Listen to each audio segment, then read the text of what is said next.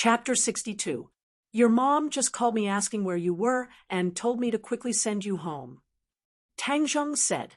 Fang Shishir firmly shook her head and said, I really don't want to go home. I want to be with you. Saying this, she held onto Tang Zheng's arm. Tang Zheng was helpless as she had suffered so much today, so he really should stay by her side. Then let's go for a walk. Tang Zheng, Qiao Fei said that you stayed at Yi Dingdong's house last night. Tang Zheng was slightly stunned, but did not deny it. Yes, last night something happened in the Ye family, and they asked me to help, so I stayed at the Ye family. What happened? It's already been resolved. Tang Zheng would not be so stupid as to say that he and Yi Dingdang had a fake engagement, as that would simply be asking for trouble. Seeing that he did not want to say more, Fang Shishir did not force him. The two strolled along the street as the night was hazy, and the lights on both sides of the road pulled their shadows long. Fang Shishir raised her head to look at Tang Zheng and said, I've noticed that you've changed a lot recently, and you seem different from before. What's different? Tang Zheng pretended to be calm as he said in his heart that a woman's directness was really sensitive. I don't know, come up. Anyways, I feel that your temperament has changed, and your attitude towards doing things is also different from before. Tang Zheng could not help but sigh with emotion. Imperceptibly, even he himself did not realize that there was such a big change. In the past, he only knew how to study, and was the standard obedient student. Now, his actions were even more casual, revealing a free and easy feeling. However, no matter what you become, I will still like it. Fang Shishir tightly held his hand and sincerely said, Shishir, I will protect you so that you will never be bullied again. Tang Zheng's emotions fluctuated as he firmly said, and I believe in you. Tomorrow, I will request to change classes. I want to be in the same class as you. I don't want to be in class 1 anymore. I don't want to see Qiao Fei again. Suddenly, her expression darkened as she said, Qiao Fei probably won't return to school. Tang Zheng said, Why? Because I beat him into a pig's head. Tang Zheng didn't want to say that he had already turned him into an idiot. Then he will still go back after he recovers. Besides, I don't want to stay here any longer. I want to be in the same class as you. I want to be by your side. There was a deeper reason for Fang Shishir's decision. Although there was nothing going on between Tang Zheng and Yi Dingdang, the two of them were desk mates after all. They spent a lot of time together, so there was no telling what might happen. It would be too late to take precautions then. This was her little thought, but the starting point was her love for Tang Zheng, so it was understandable. But will the old witch agree? It doesn't matter if she doesn't agree. My dad is a member of the school's board of directors. I still have the privilege of changing classes. Tang Zheng didn't try to persuade her again. Unknowingly, the two of them walked from the city center to the south of the city. The night grew darker and colder. Fang Shishir couldn't help but shiver. You're cold. I'll send you home. I already said that I won't go back. Fang Shishir repeated. But your family will be worried. Just as his voice fell, Tang Zheng's phone rang again. Your mom is calling. Tang Zheng picked it up and looked. Fang Shishir pursed her lips. Tang Zheng, if you don't send my daughter back, then I will call the police. Shi Mengqin sternly threatened. Tang Zheng made a helpless expression towards Fang Shishir and said, Auntie, I will immediately send Shishir home. Don't worry. At least you know your place. Hurry up. Shishir, if I don't send you back, then your mom will call the police. After hanging up the phone, Tang Zheng said. Fang Shishir unhappily said, She wants to take care of everything. Since I was young, everything was arranged by her. I am just like a puppet. Tonight, she had encountered too many things. Her emotions fluctuated greatly. She cares about you. In the future, we will have plenty of time to be together. Moreover, you don't want her opinion of me to grow bigger and bigger. Tang Zheng advised. Okay. Feng Shishir agreed. The two of them took a taxi to a luxurious villa. Go back and rest early tonight. Tomorrow we will be together, Feng Shishir said expectantly. And you should also have a good sleep. Don't think about tonight's matter anymore. Tang Zheng warned. Then I will go in. Feng Shishir hugged Tang Zheng, kissed him on the lips, and then reluctantly walked in. This scene was coincidentally seen by Xi Mengqin, who walked out. Immediately, her eyes widened, and she said in a low voice, Shishir, what were you doing just now? Nothing. Feng Shishir lightly said. Good, I saw it with my own eyes. You actually dare to lie. The more you follow him, the worse you become. No, I definitely cannot let him leave like this. Xi Mengqin was flustered and exasperated. You are not allowed to go. If you dare to find trouble with him, I will never speak to you again. What? You actually dare to threaten me? I am tired. I want to go to sleep. Stop. Just what did you guys do tonight? Xi Mengqin relentlessly asked. I don't want to tell you. Feng Shishir thought of that humiliating scene, and her mood immediately fell. She only wanted to take a bath and sleep, completely forgetting everything. But her cold reaction was simply disgraceful and abnormal in Xi Mengqin's eyes. How could her previously obedient daughter become so disobedient? This was definitely instigated by Tang Zheng. This little brat has unfathomable motives. He actually instigated my daughter to go against me. Preposterous, simply preposterous. That means Tang Zheng won't have a chance to hook up with Yi Dingdang. That means my chance has come. Thinking of this, he wanted to jump up in excitement. This time Qiao Fei is out of luck. My good luck has come. Who cares? My own happiness is more important. What does Qiao Fei's happiness have to do with me? He and Qiao Fei were jackals of the same tribe. They only got together because they were birds of a feather. There was no friendship to speak of. Naturally, he wouldn't feel sad for him. Feng Shishir really should have come to class 7 earlier. That Tang Zheng and Yi Dingdang probably didn't have a chance. But now it's not too late. Takashi's luck has changed. My spring has finally come. Where do you want to sit? Lu Qingmei asked. Of course, she would welcome such a top student. She and everyone else thought that Feng Shishir came for Tang Zheng. She couldn't help but take a few more glances at Tang Zheng. How could this brat's charm be so great? Yi Dingdang and his relationship seemed to be very close. Moreover, Feng Shishir, his official girlfriend, even changed classes. Tang Zheng was simply like a love saint. Teacher Lu, can I sit there? Feng Shishir pointed at the seat in front of Tang Zheng. There was already someone sitting there. Actually, Feng Shishir wanted to sit together with Tang Zheng. However, she knew that Yi Dingdang would definitely not agree.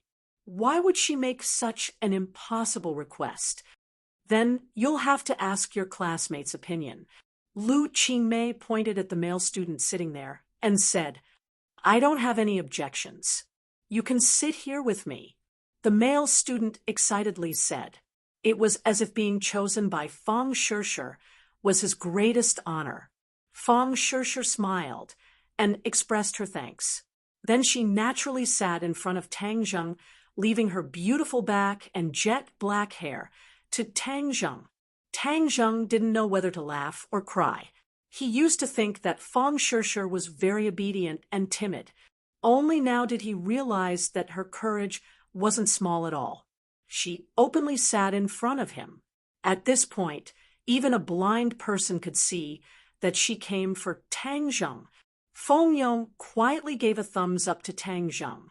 Yi Dingdang also looked at him thoughtfully and meaningfully. Such a big piece of news happened in the Hell class. It made all the students' hearts surge. But at the same time, the elite class one was also experiencing a big event. Chapter 63. Fong Shishir, decisively leaving Class 1 for Class 7, was like a ruthless slap to Wu Tsuehong's face. She had expressed her contempt and disgust for Class 7 on more than one occasion, but today, the most outstanding student in her class actually took the initiative to transfer to Class 7. This was an undisguised slap to her face. Wu Tsuehong's anger burned, as she really had the urge to kill. The entire class was silent out of fear that they would be implicated. Suddenly, Wu Tsuehong's gaze fell on another empty seat. Xiao Fei. Where did Xiao Fei go? She unhappily asked. After being silent for a long time, someone finally carefully said, Xiao Fei did not come today. Did not come? Wu Tsuehong's face became increasingly ashen, but she did not think too much about it, as Xiao Fei was not only the class monitor, but also his family background.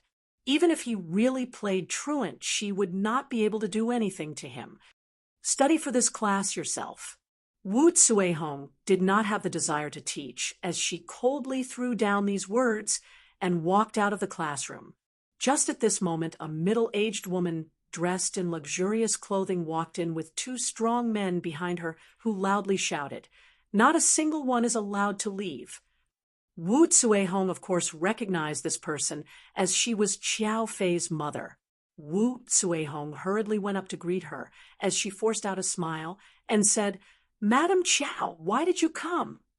Madam Qiao coldly looked at Wu Tsuehong and with an ashen face said, You are also not allowed to leave. Wu Tsuehong was suddenly startled as she did not know why the other party was so angry. She hurriedly said, Madam Qiao, did something happen? Of course something has happened. Something big has happened. Someone has grown the guts of a leopard and actually dared to harm my son. I will definitely drag this person out. Madam Qiao said with a murderous look. Wu Tsuehong was shocked when she heard this and asked with concern, Xiao Fei is injured? Is his injury serious? What is going on? I also want to ask you what is going on.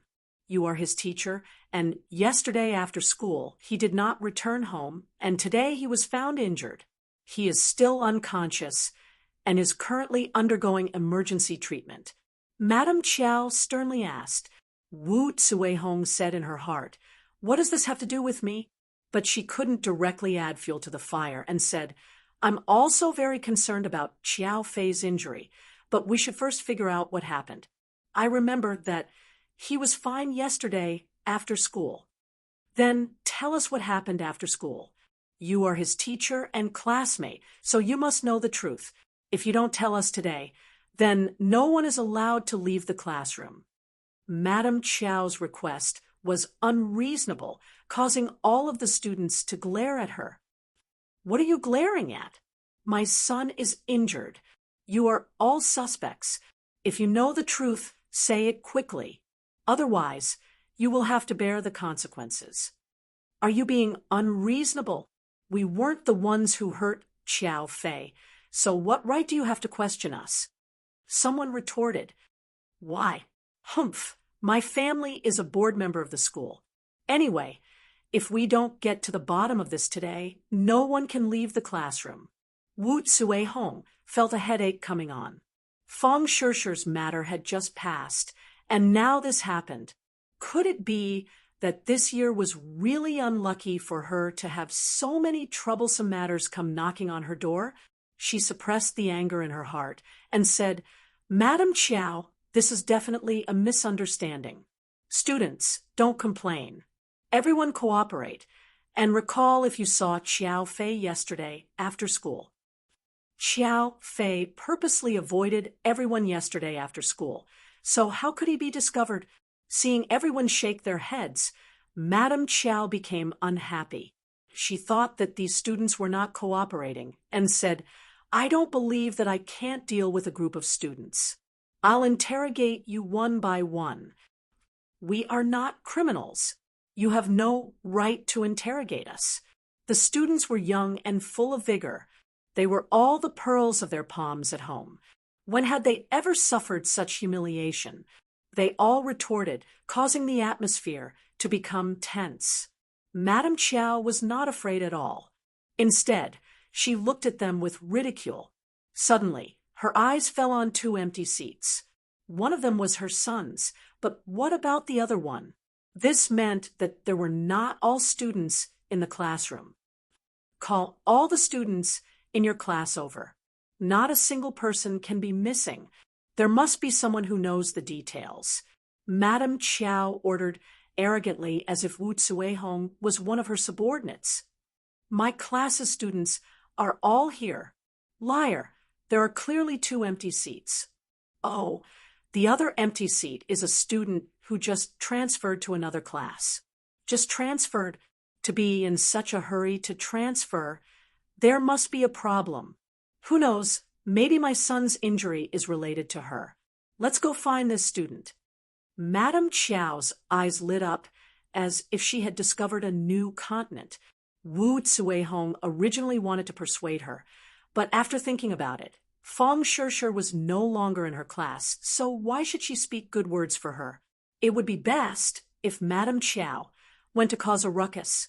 That way, she could also make Lu Qingmei lose face, killing two birds with one stone. That student transferred to Class 7. "The worst Class 7, Madame Chiao said in surprise, as she clearly knew of Class 7's reputation. "There must be a problem with this person. Transferring to a trash class like Class 7, how could she be a good student? My son's injury must be related to her. Let's go to Class 7. The three of them rushed to Class 7. Wu Tsuehong hesitated for a moment before also chasing after them. The other students looked at each other in dismay. Just what kind of trouble was this? Lu Qingmei was in the middle of her lesson when she heard a ruckus outside. Then the classroom door was heavily pushed open and fiercely hit the wall, making a loud noise. Lu Qingmei immediately raised her eyebrows as she stared at the door with an unkind expression. Coincidentally, she saw Madame Chiao aggressively walk in with two strong men. "Get out! I'm in the middle of a lesson," Lu Qingmei said, without any trace of politeness. Madame Chiao looked at Lu Qingmei and couldn't help but feel ashamed of her inferiority. At her age, what she hated the most was seeing others younger and prettier than her. However, there was no doubt that Lu Qingmei was younger and prettier than her. In front of Lu Qingmei, she was like an old tree branch. Thus, she didn't have a good expression towards Lu Qingmei and said, "You still want to go to class? No way. Hand over the student that just transferred from Class 1. Lu Qingmei was secretly astonished. Just who was this crazy woman, and why was she looking for Fong Shishir? "Who are you?" Lu Qingmei asked. "Heng Heng, who am I?" "I am someone you can't afford to provoke. Let me tell you, hurry up and call that person out. Otherwise, I will make sure you lose your job," Madame Chiao said overbearingly. Lu Qingmei obviously saw that her background wasn't ordinary, but how could she be afraid of her? She jokingly said, "You want me to lose my job? You don't have the qualifications. My family is a board member of this school. You say, I don't have the qualifications?" Lu Qingmei's expression didn't change as she said, "So what if you are a board member?" "I am in class, so even if you are the emperor, you still have to get out." Lu Qingmei was a person who would become stronger when faced with a strong opponent. Madame Chiao wanted to use her status to pressure her, but she didn't fall for it. Seeing the unyielding Lu Qingmei, Madame Chiao was both angry and amused. In all these years, no one had dared to speak to her like this. She directly walked in front of the male student and fiercely slapped the table and said, "Tell me, who is the student that just transferred from Class 1? do you think you are? Why should I tell you? The male student looked at her with disdain and completely ignored her. Class 7 couldn't be compared to Class 1. The students' bones were filled with pride, and they also had the rebellious nature of young people. Even the teachers were unable to subdue them. So how could they be afraid of a woman who suddenly ran in and made a fuss? Madame Chiao angrily said, "You are expelled. Immediately scram." "I think you should be the one to scram." Lu Qingmei walked over. "I will say it again. Please leave my classroom. I want to go to class." "What kind of class is this? Who is the one that just transferred from Class 1? Stand up for this old lady." Madame Chiao slapped the table and angrily roared. Many people subconsciously looked towards Fang Shishir.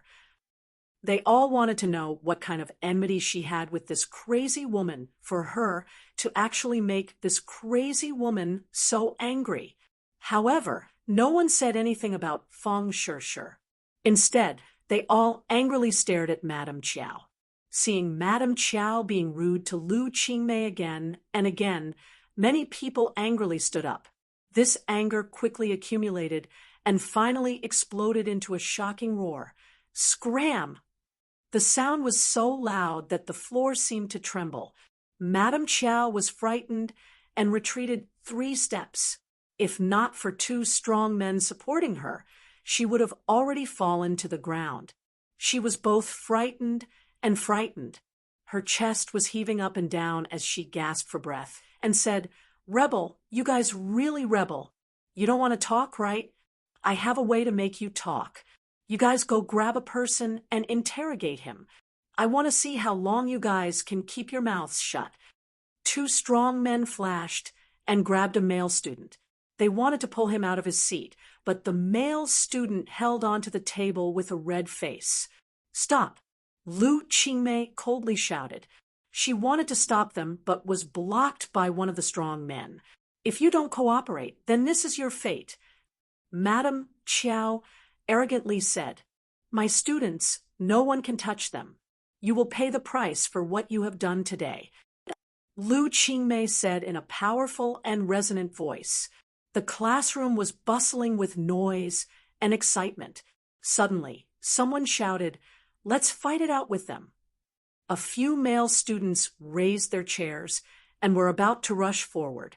Just at this time, Fang Shishir stood up and said, "The person you are looking for is me.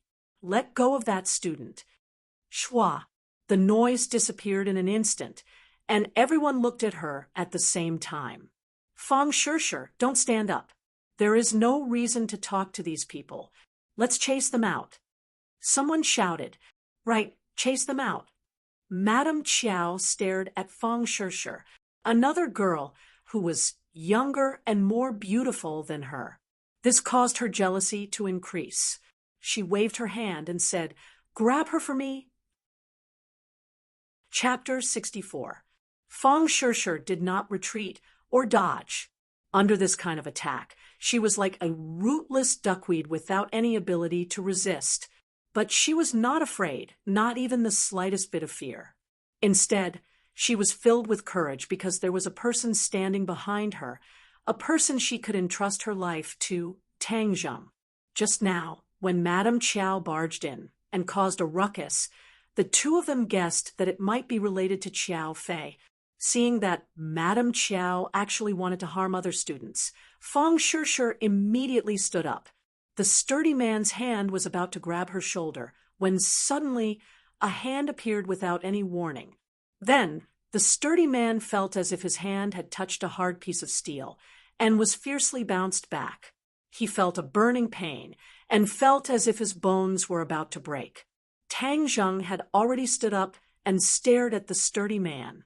When their eyes met, the sturdy man angrily shouted, "Who are you?" "Scram!" Tang Zheng shouted. The opponent was not even a martial artist, so he had no interest in making a move. The sturdy man's feeling was different. He felt an extremely dangerous aura from Tang Zheng's body. Although the other party's performance was no different from the other students, he still had this kind of feeling in his heart. Even he himself felt that it was ridiculous. "Why aren't you making a move?" Madame Chow asked. Bang! The sturdy man knew that he could not stay in a stalemate, so he made a move. His fist went straight for Tang Zheng's face. Bang! Before anyone could see it clearly, they saw the burly man softly fall down like a dead fish. Madame Chow finally realized that something was wrong and shouted, "Good, you still dare to hit people. Hurry up and capture that girl and boy." The other sturdy man also rushed over, but when he reached Tang Zheng, he followed in his footsteps and fell to the ground like a dead fish. Wah! Everyone stared with wide eyes at Tang Zheng, as if they were looking at an alien. This was the first time they saw Tang Zheng make a move. They were all shocked because they did not see how Tang Zheng made a move. In their minds, a word quickly flashed: expert. Teenagers all worship the strong, and many of them immediately cheered. Madame Chow was so angry that her face turned white. No matter how stupid she was, she knew that she had encountered a tough opponent. "Brat, you dare to hit people, you're fired," Madame Chow said in a threatening manner. Tang Zheng gave her a look of disdain and did not pay her any attention. A strange light flashed through Lu Qingmei's eyes as she glanced at Tang Zheng. Then she stared at Madame Chow and said, "You brought people to school to commit murder, so don't even think about leaving. This matter must be clearly investigated by the police." "Haha, call the police? Good, someone injured my son, Qiao Fei. Now that he is lying in the hospital, I also want to call the police." Without anyone to rely on, Madame Chow was deeply afraid that this group of fearless students would gang up on her. When she heard that they were going to call the police, she couldn't wait. "You can't call the police." Suddenly, the principal walked in and anxiously stopped them. "We're all on the same side. This is just a misunderstanding. Let's clear things up." The principal already felt a headache coming on. He was the principal specially hired by the school board, so of course he knew Madame Chow, so he couldn't let this situation escalate. Who is on the same side as her? Principal? She openly brought people to school to commit murder. This kind of person must be severely punished. Lu Qingmei said straightforwardly. The principal bitterly smiled and said, "Teacher Lu, please calm down. This is Qiao Fei's mother. The Qiao family is a board member, so how could she bring people to school to commit murder? This is definitely a misunderstanding. Moreover, according to my understanding, Qiao Fei is indeed injured and hospitalized, which is why Madame Chow is so agitated." "Qiao Fei is hospitalized?" Lu Qingmei had of course heard of Qiao Fei's name. Qiao Fei's family background was illustrious, and his grades were also very good. However, she heard that he was a bit bossy and domineering, causing many students to fear him. "My son was injured after school yesterday, and this matter cannot be separated from a certain student. I suspect that student is the biggest suspect. Moreover, that boy actually hit people. This kind of student must be expelled." Madame Chow saw that the principal had arrived, so she became confident again. She placed her hands on her hips and said domineeringly. The principal glanced at Fang Shishir, and his forehead immediately broke out in cold sweat. If it was someone else, he would have the authority to deal with them, but Fang Shishir was not someone easy to deal with. The Fang family was also a board member, so he couldn't afford to offend them. Thus, he hurriedly tried to smooth things over. "Madame Chow, is there a misunderstanding here?" Seeing that the principal actually sided with the other side in the blink of an eye, Madame Chow became angry. She thought that she couldn't count on the principal today. Once this matter was over, she would definitely get rid of him and find another obedient principal. Misunderstanding? Then I'll have the police come and see if this is a misunderstanding.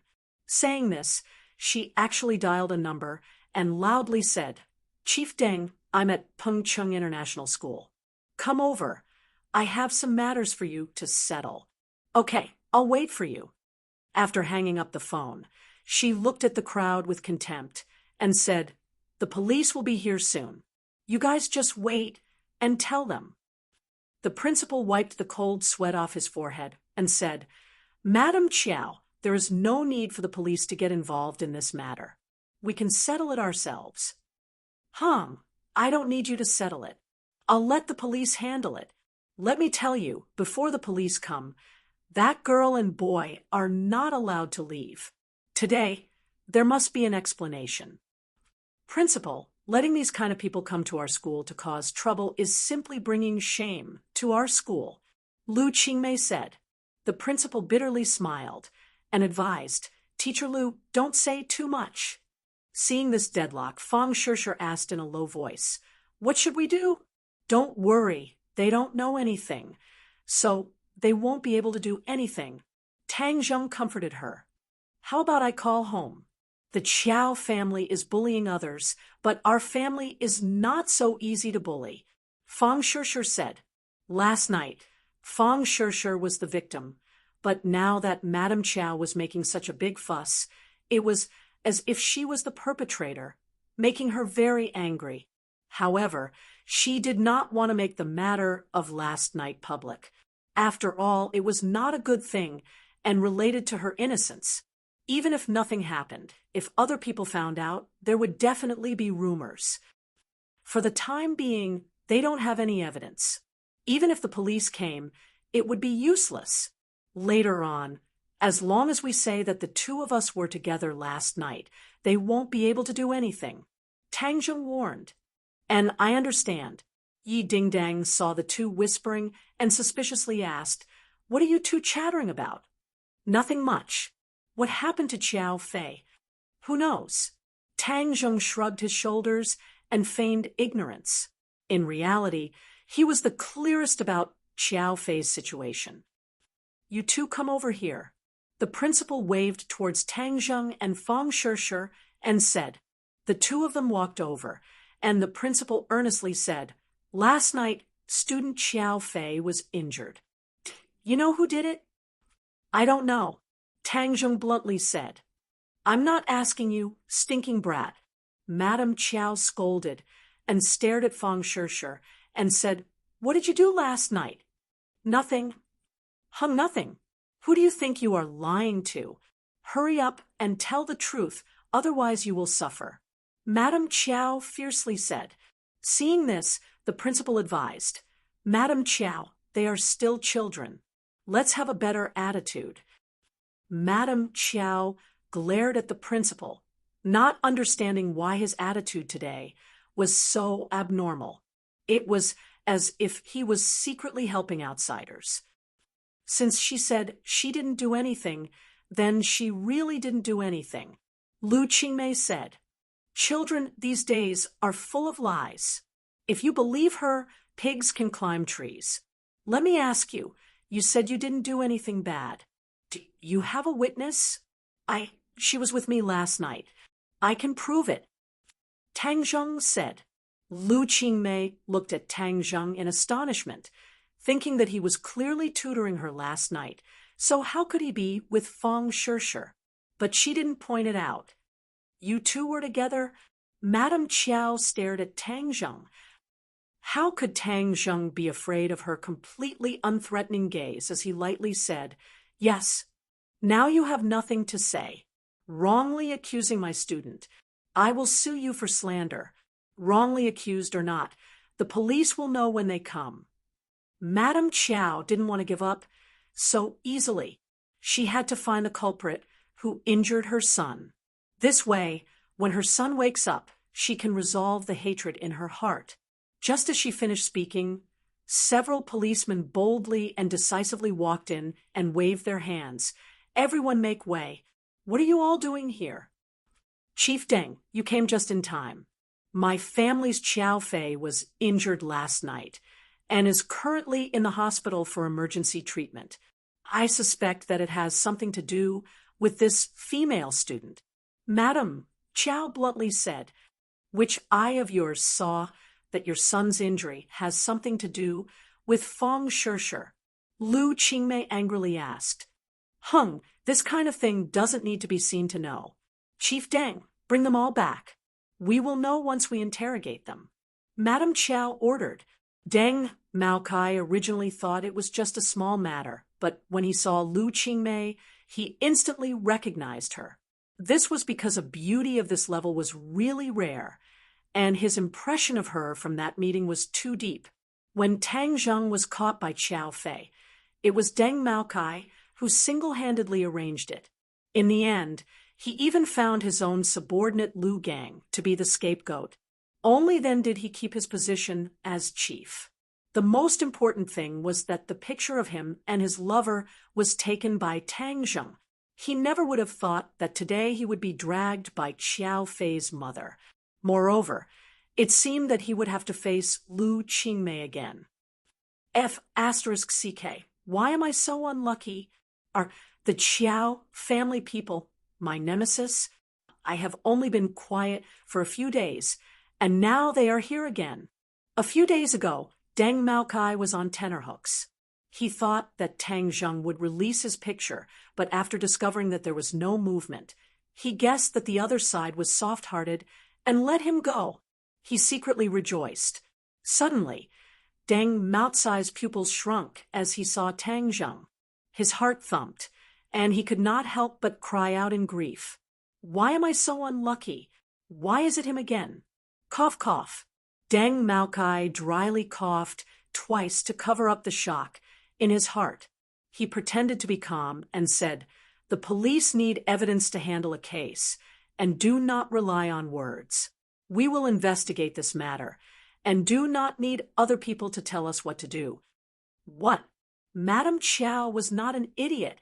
She could clearly tell that Deng Maokai was not speaking up for her. For a moment she was stunned. Did the sun rise from the west today?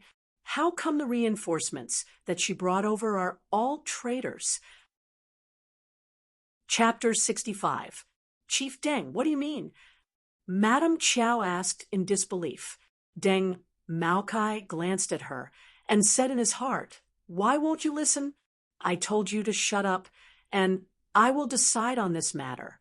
But he did not say it out loud, as the Qiao family was not an ordinary family in ordinary balance.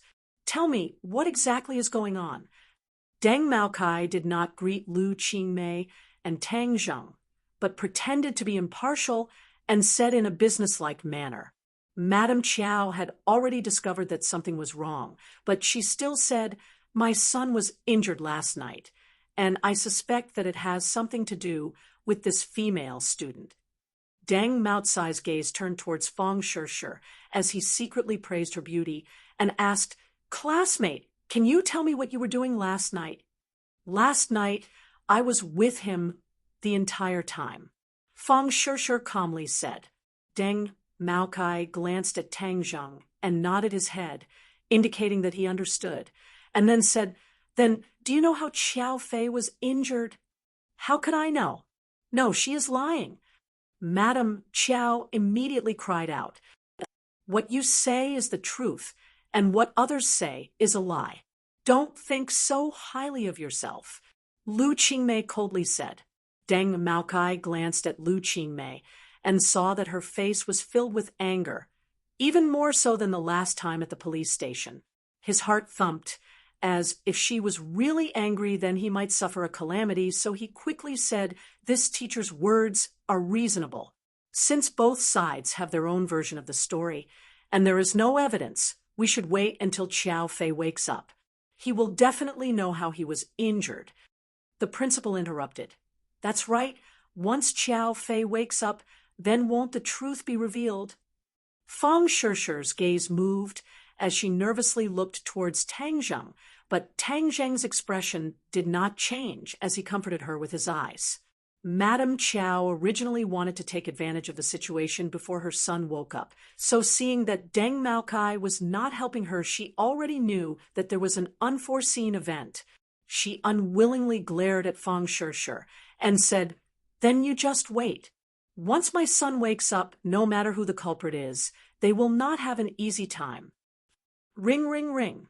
As soon as she finished speaking, her phone rang. After she picked it up, her expression changed abruptly. She asked, "Is what you said true? My son has become a vegetable." She held her phone in a daze, as if she had been immobilized. The others also understood that Xiao Fei had actually become a vegetable. This was absolutely explosive news. Many people were not used to Madame Qiao's actions and were already secretly cheering. "Serves you right. Who asked you to be so arrogant? I am #1 in the world. Now you should be crying." No, you won't even have the chance to cry. Madame Qiao did not cry. Instead, her little universe erupted, and like a loudspeaker, she loudly roared, "I will kill you and avenge my son." Then she rushed towards Fang Shishir. Tang Zheng stood in front of Fang Shishir and pulled her to the side. In the end, she fell to the ground in a sorry state. However, she immediately crawled up and rushed forward like a madwoman. Her face was malevolent like an evil spirit. "You police are just going to watch her commit a crime in broad daylight." Lu Qingmei asked. Deng Maokai also finally reacted. He was truly confused by Madame Qiao's actions. Seeing her crazy appearance, he knew that she had temporarily lost her wolf. Thus, he hurriedly ordered his 2 subordinates. "Why haven't you caught her yet?" "Catch me? You dare to catch me? You know who I am? With a single word, I can peel off your skin." Madame Qiao bared her fangs and brandished her claws. One of the police was not careful and was even scratched on his face. However, in the end, she was not a match for the police and was quickly restrained. "Attacking the police is against the law," Lu Qingmei lightly said. Deng Maokai was shocked. Lu Qingmei was finally angry. This was the rhythm of dealing with Madame Qiao. However, both sides were not good people. He could only impartially enforce the law so that he would not be criticized. Moreover, Tang Zheng still had something on him. Even if he did not give Lu Qingmei face, he could not help but have misgivings about Tang Zheng. "Take her away. This is a school, not a vegetable market. Making a ruckus here is not appropriate," Deng Maokai sternly said. Looking at Madame Qiao's shrewish appearance, he instantly understood that Madame Qiao and Lu Qingmei were not on the same level. From beginning to end, Lu Qingmei was like a phoenix high up in the sky, while Madame Qiao was like a chirping sparrow even though she was making a lot of noise. "What are you doing? Let me go. I want to take revenge for my son," Madame Qiao shouted. Seeing this, the principal said, "Officer, this is a misunderstanding. Can you first let her go?" After all, Madame Qiao's identity was special. If the police were to take her away like this, he would not be able to report back. Deng Maokai did not buy this, as he impartially said, "Let her go. If she injures someone, will you take responsibility?" Moreover, she attacked a police officer, so she must be taken away. "Let's go back to the police station." "Why don't you take away the culprit? Who harmed my son? Take away that little slut. I want her to live a life worse than death." Madame Qiao was still hysterically shouting. Deng Maotsai's face became more and more ugly. How could this person be so blind? "Then we will go back first," Deng Maokai respectfully said to Lu Qingmei. Although he tried his best to restrain himself, anyone with a discerning eye could see that he was in awe of Lu Qingmei. With the ruckus here, there were already many students and teachers gathered at the door and windows. Many of them were looking at Lu Qingmei with complicated gazes. Everyone did not have much understanding of Lu Qingmei. They only knew that she was cold and arrogant. It was as if she did not want to interact with others. There was a feeling of being thousands of miles away from her. No one had ever thought that she had an outstanding identity. But from Deng Maotsai's reaction today, it seemed that her background was very big. Among the crowd, One of the people with the most complicated feelings was Wu Tsuehong. This farce could be attributed to her pushing the boat with the current as she wanted to embarrass Lu Qingmei. Seeing Madame Chow act so arrogantly, she was extremely happy and thought to herself, "Let the storm come even fiercer." But the final development caused her to be taken aback. The police that Madame Chow called did not help her. Instead, they took her away. This world was too crazy. She could not understand it at all. In the end, when she saw Deng Maocai's attitude towards Lu Qingmei, she finally understood why the police's attitude was so strange. It was all because of Lu Qingmei. Who is she? Why does she have so much power? The fear in Wu Tsuehong's heart gradually spread. Her conflict with Lu Qingmei was not just a day or two. Moreover, it was an open secret. She originally thought that by relying on her position as the grade leader, she could suppress Lu Qingmei. She never thought that her background would be so big. This is bad. What if she takes revenge on me?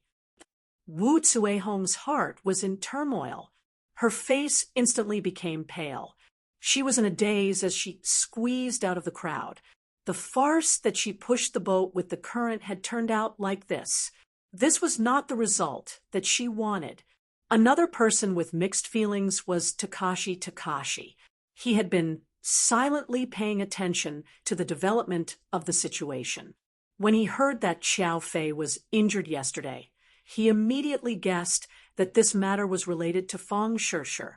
This was because he was the only one who knew about Xiao Fei's actions yesterday. If Fang Shirshir was not enough to harm Xiao Fei, then there was only one other person, Tang Zheng. He wished that he could immediately rush up and say that Tang Zheng was the murderer. However, in front of the entire class, he did not dare to do so. Otherwise, he would definitely become a public enemy, and there would be no way for him to stay in Class 7. The development of the situation far exceeded his expectations. Xiao Fei actually became a vegetable. This really gave him a big fright. He could not help but secretly look at Tang Zheng. He discovered that his expression was normal, as if he did not know about this matter. However, Takashi was very clear that this matter was definitely done by him. He actually turned Xiao Fei into a vegetable. Takashi's heart went cold. Fear spontaneously rose in his heart. It was as if a fierce tiger was staring at him and could at any time open its bloody mouth and swallow him whole. No, I can't just sit here and wait for death. My conflict with Tang Zheng cannot be resolved.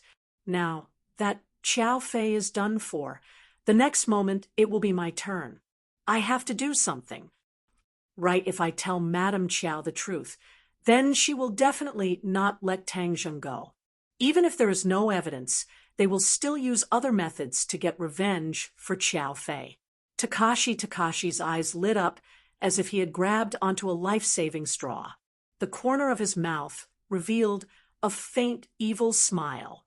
The farce ended, and the audience dispersed.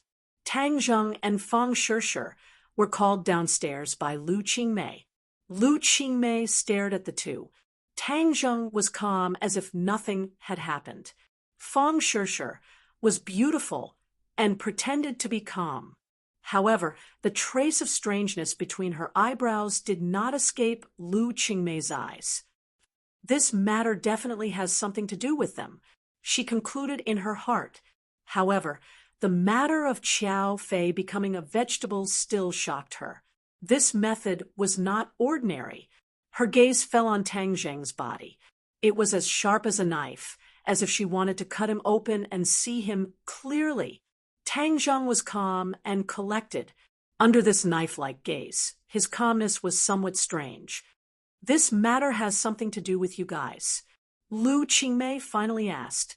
Fang Shirshir's heart trembled as she subconsciously tightened her grip on Tang Zheng's hand. Tang Zheng blankly raised his head and looked at Lu Qingmei, saying, "Teacher Lu, this kind of joke cannot be made." Then you mean it has nothing to do with you guys? Of course it has nothing to do with us. We are students. How could we do this kind of thing? Tang Zheng discovered that he really did have a talent for lying. His face was not red. His heart was not beating fast, and even his breathing did not change in the slightest. Currently, his control over his body was very strong. As long as he did not want to reveal any flaws, it would be very difficult for others to discover. Lu Qingmei discovered that she had to reevaluate Tang Zheng. She had already guessed that he was deliberately hiding his strength during the exam. However, this was not what surprised her the most. Tang Zheng's performance today was what surprised her the most. After doing so many things, he was still able to remain calm and composed. She could not help but think of the incident at the police station. Could it be that he was also acting at that time? Chapter 66. Then you guys better remember what you just said and say the same to other people. Lu Qingmei warned. Tang Zheng nodded. Of course. Tang Zheng couldn't help but sigh that Lu Qingmei was indeed more formidable than he had imagined. She had already seen through the clues, but she was clearly biased towards him, which was a good thing. However, being together with such a shrewd woman, Tang Zheng was worried that she would discover more of his secrets. So he said, Teacher Lu, can I not make up lessons in the future? I feel that I can study by myself. No. Lu Qingmei unhesitatingly objected. She had developed an interest in Tang Zheng and wanted to slowly unravel his secrets before completely exposing Tang Zheng's secrets in front of her. She would very much enjoy this feeling of accomplishment. Tang Zheng saw that the situation wasn't good and wanted to escape. So how could she let him succeed? Their eyes met, and Lu Qingmei's gaze was firm.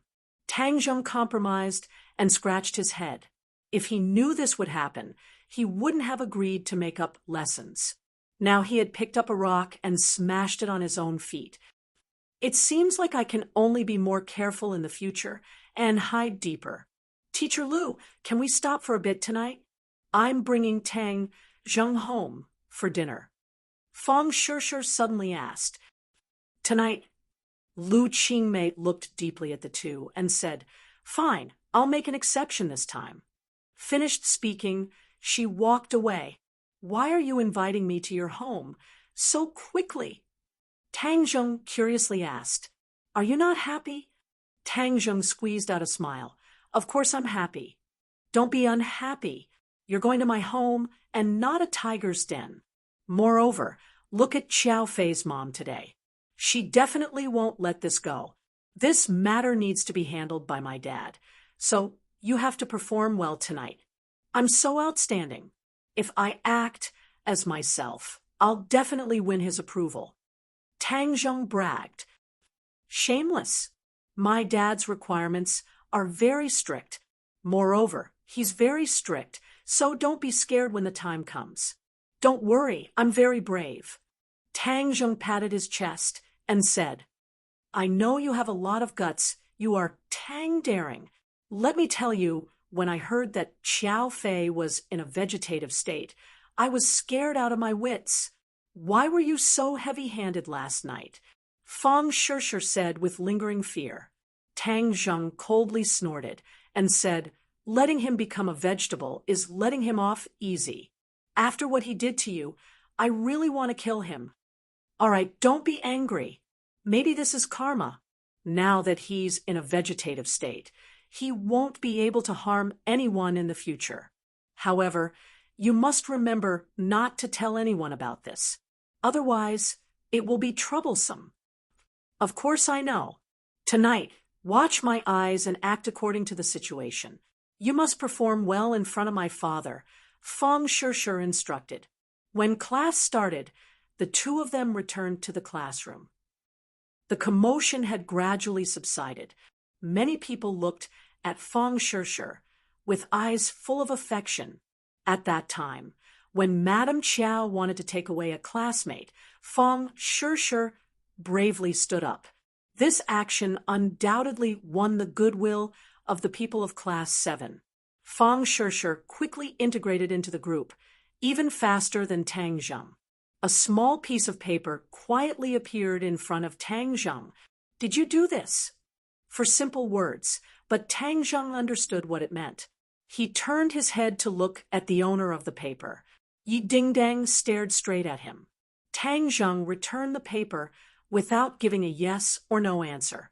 However, in Yi Dingdang's eyes, the answer was already very obvious. Yi Dingdang was a martial artist. She had personally seen Tang Zheng face off against an assassin. That kind of decisiveness and fierceness was not something that a normal person could imagine. Thus, she believed that Tang Zheng was capable of doing such a thing. However, she believed that Tang Zheng was not a violent person. There must be a reason for this. Why? Another piece of paper appeared in front of Tang Zheng's eyes. He stared straight at these 3 words, his teeth involuntarily clenched. Of course there was a reason, but this reason could not be told to outsiders. This matter was related to Fang Shishir's reputation, so he once again pushed the paper back. Yi Dingdang wrinkled her eyebrows and coldly snorted, expressing her dissatisfaction. Tang Zheng turned a deaf ear to her words. His eyes were fixed on the blackboard as he listened to the teacher's lecture. Yi Dingdang unwillingly looked at him, and then looked at Fang Shishir. She thought, Fang Shishir suddenly changing classes must have something to do with this matter. Just what did Xiao Fei do to make Tang Zheng so angry? Her gossipy heart burned, but she was unable to think of a reason. After all, a normal person would not be able to imagine that Xiao Fei would do such a shameless and bold action. This time, the storm spread through the forum at the fastest speed and throughout the school.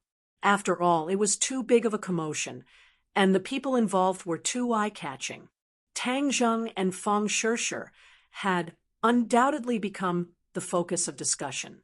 Many people began to envy Tang Zheng because he was too lucky to have Fang Shishir change classes for him.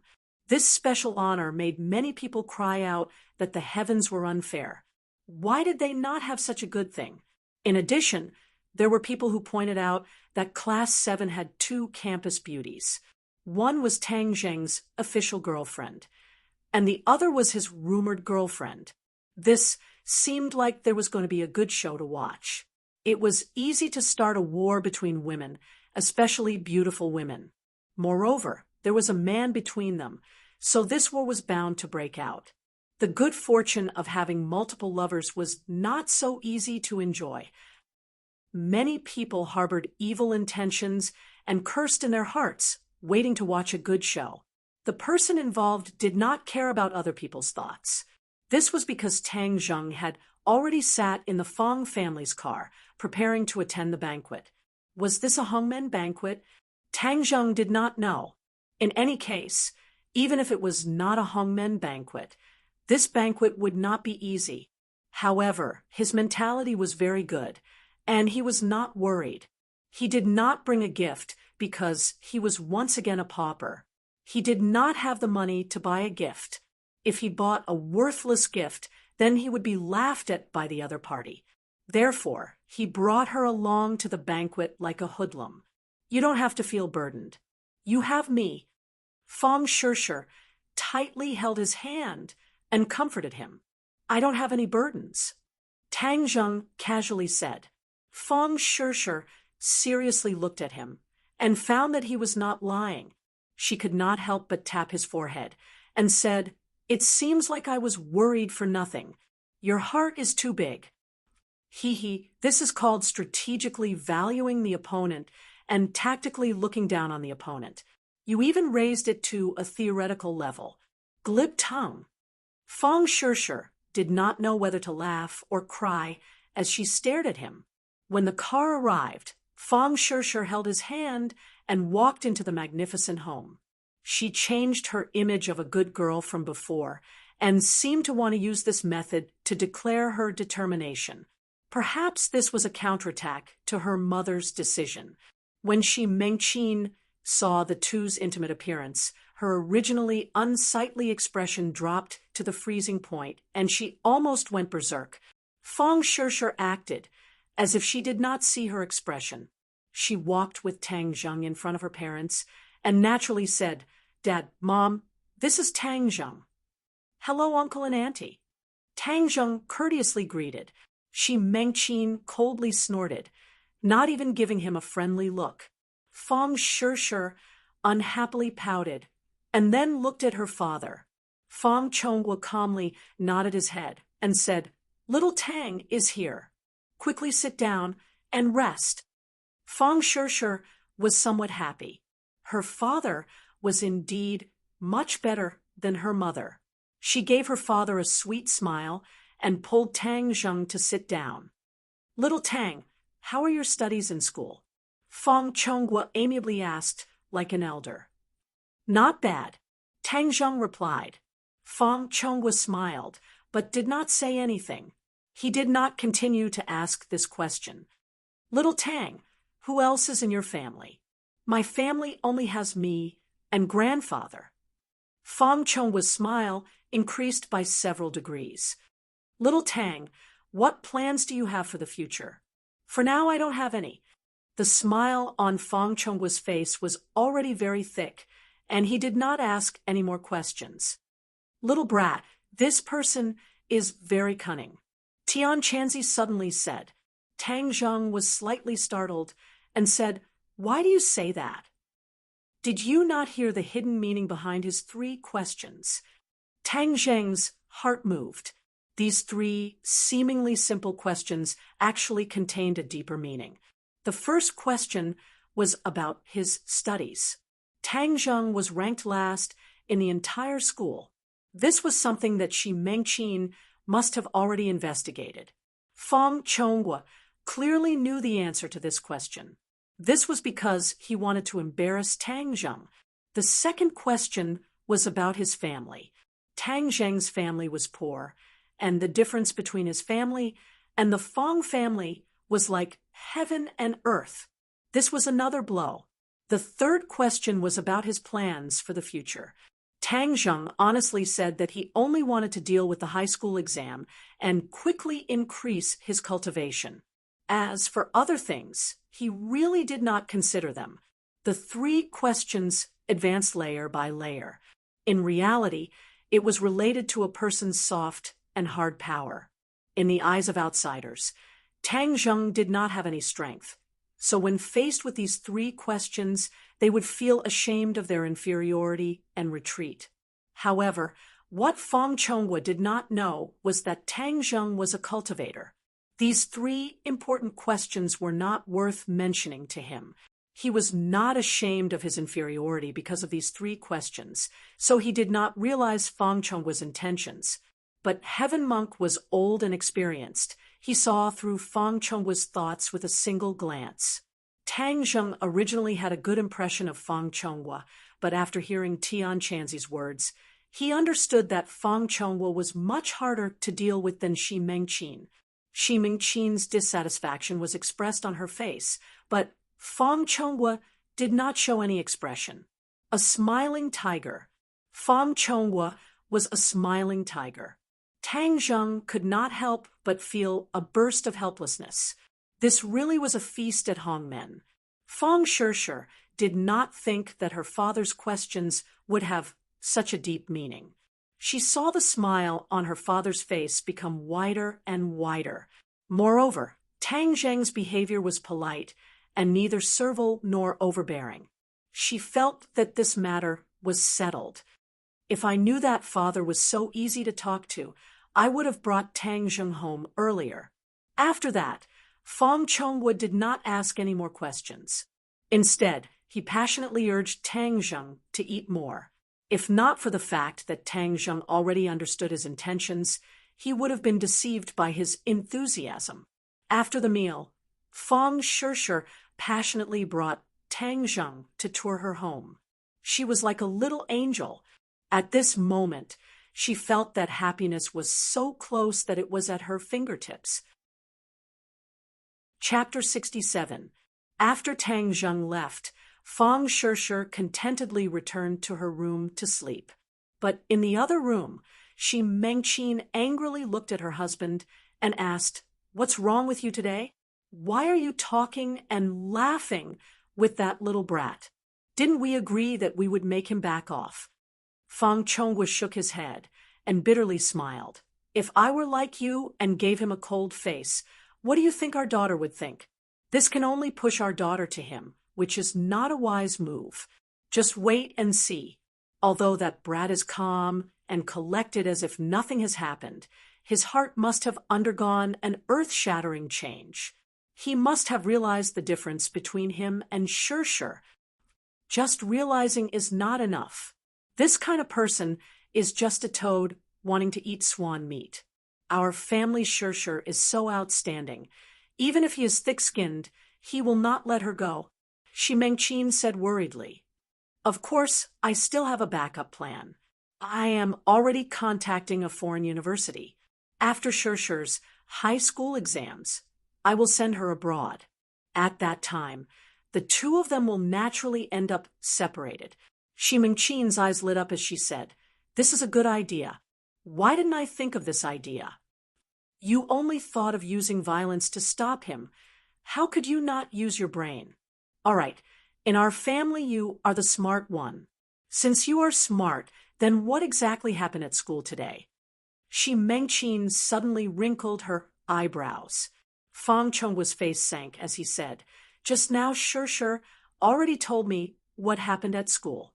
This is purely the Qiao family's crazy people. They dare to slander my daughter.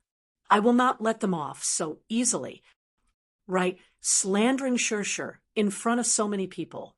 Their family's Qiao Fei is a golden lump, but is our family's Shishir not a treasure? We must get an explanation. You do not need to worry about this matter.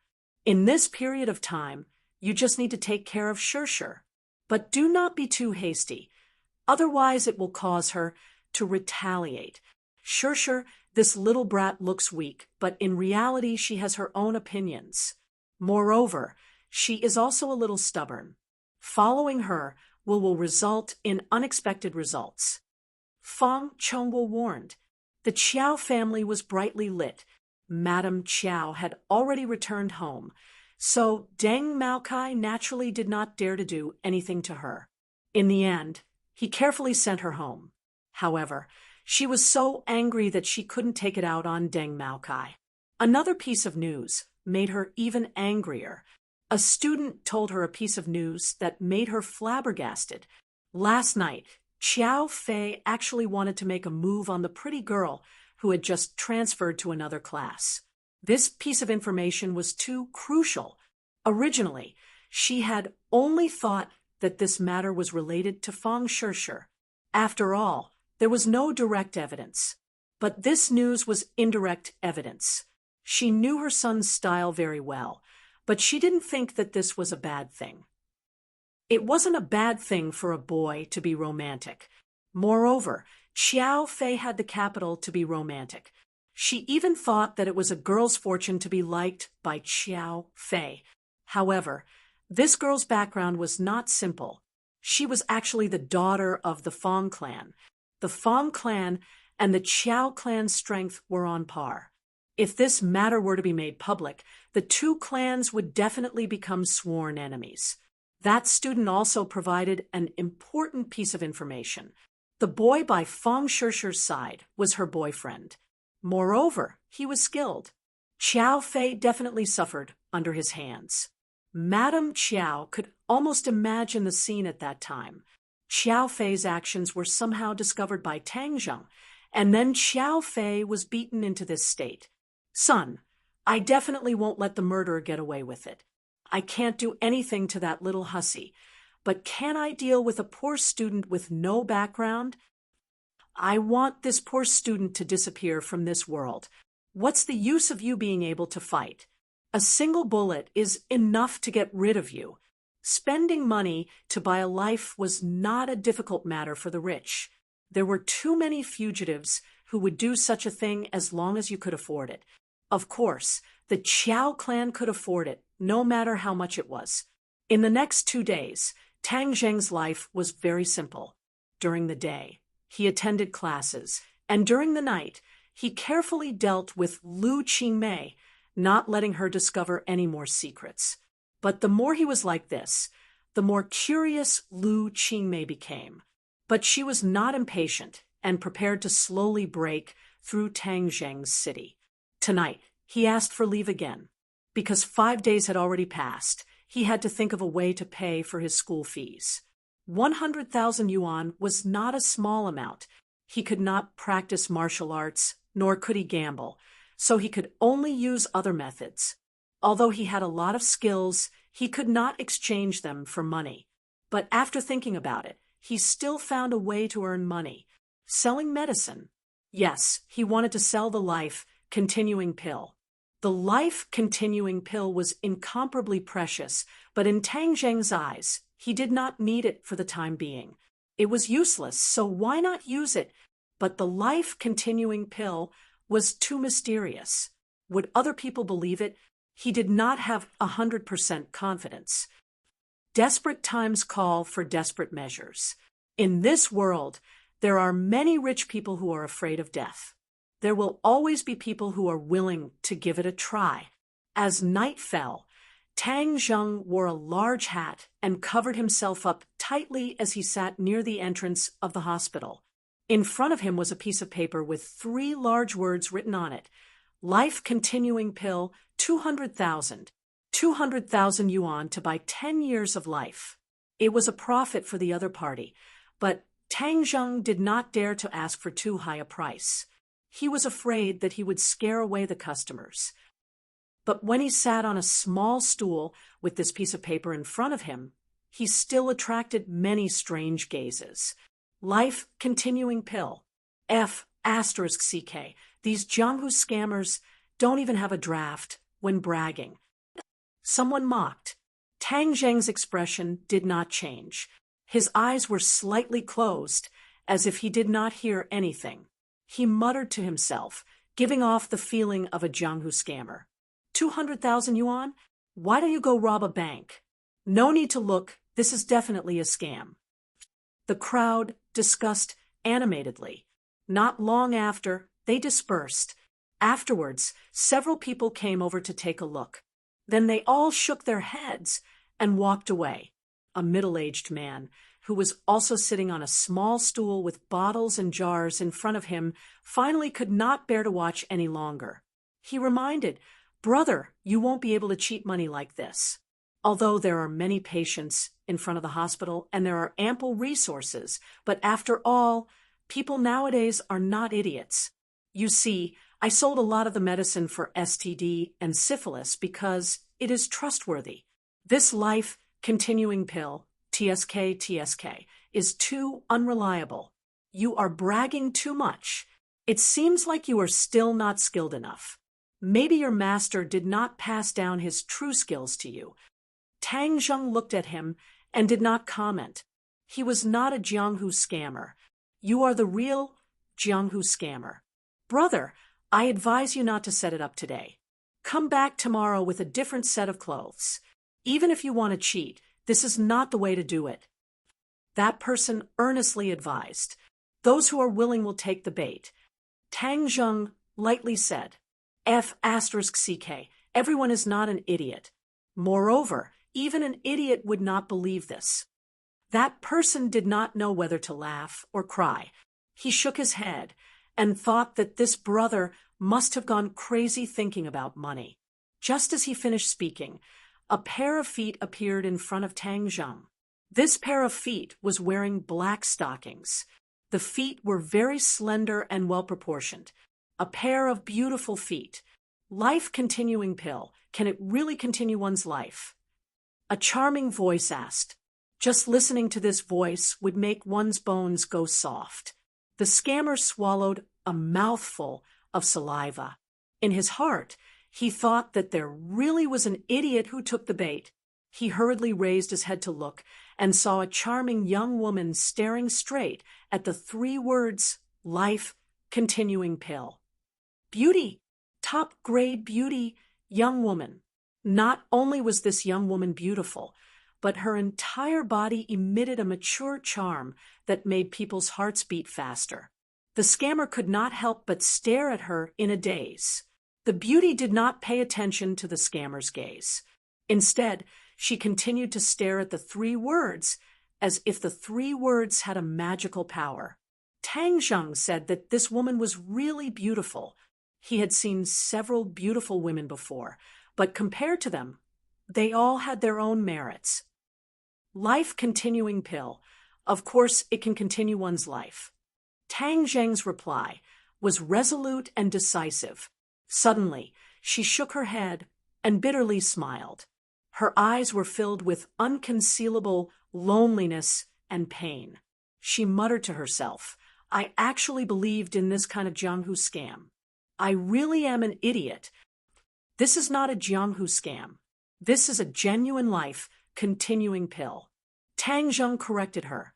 Her gaze finally fell on Tang Zheng. He was wrapped up tightly, and was even more of a Jianghu scammer than a Jianghu scammer. The life-continuing pill was too precious. Tang Zheng understood the principle of treasuring a jade ring becomes a crime. This time he urgently needed money, but he did not want to reveal his identity and cause unnecessary trouble. She was originally prepared to leave, but when she heard Tang Zheng's words, she stopped. A voice in her heart shouted, "You have already tried so many methods, why don't you try one more?" But this is clearly a Jianghu scam. How could there be a life-continuing pill in this world? Another voice argued, "What if? If this is true, then it can save Nana's life." Thinking of Nana, her heart felt like it was being ruthlessly cut by a knife. It was a heart-wrenching pain. "For Nana's sake, I will try one more time." Holding on to this hope, she squatted down. Tang Zheng's eyes lit up. The people in front of him had all left after ridiculing him, but only she had asked so many questions. Moreover, from her words, it was clear that she urgently needed the life-continuing pill. Business is here. Seeing her squat down, Tang Zheng was certain that the other party had the intention of buying. Tang Zheng had finally found someone willing to take the bait, so of course he would not let her go. "Your life-continuing pill costs 200,000, she asked. "Yes, not a single cent less." "What if you are a scammer?" "I already said that I am not a scammer. Would a scammer call himself a scammer? Moreover, this is the first time we have met, so how could I completely trust you? Then this business can't be done." Tang Zheng understood the principle of loosening the reins only to grasp them better, so he instinctively refused. "Do as you wish." Seeing Tang Zheng so calm, she could not help but secretly laugh. Are all scammers this confident these days? "I only have $20,000 on me. If you are not a scammer, then I will pay you the other $180,000. She said. Tang Zheng had originally planned on doing a one-time deal, but the other party unexpectedly did not have enough money.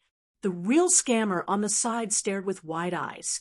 Fuck, this can also be scammed, and it was even $20,000. Are people this easy to scam these days? Chapter 68. Seeing Tang Zheng hesitate, the young woman stood up and said, "Since you don't agree, then let's forget about it." "No, I agree. I'll sell it to you.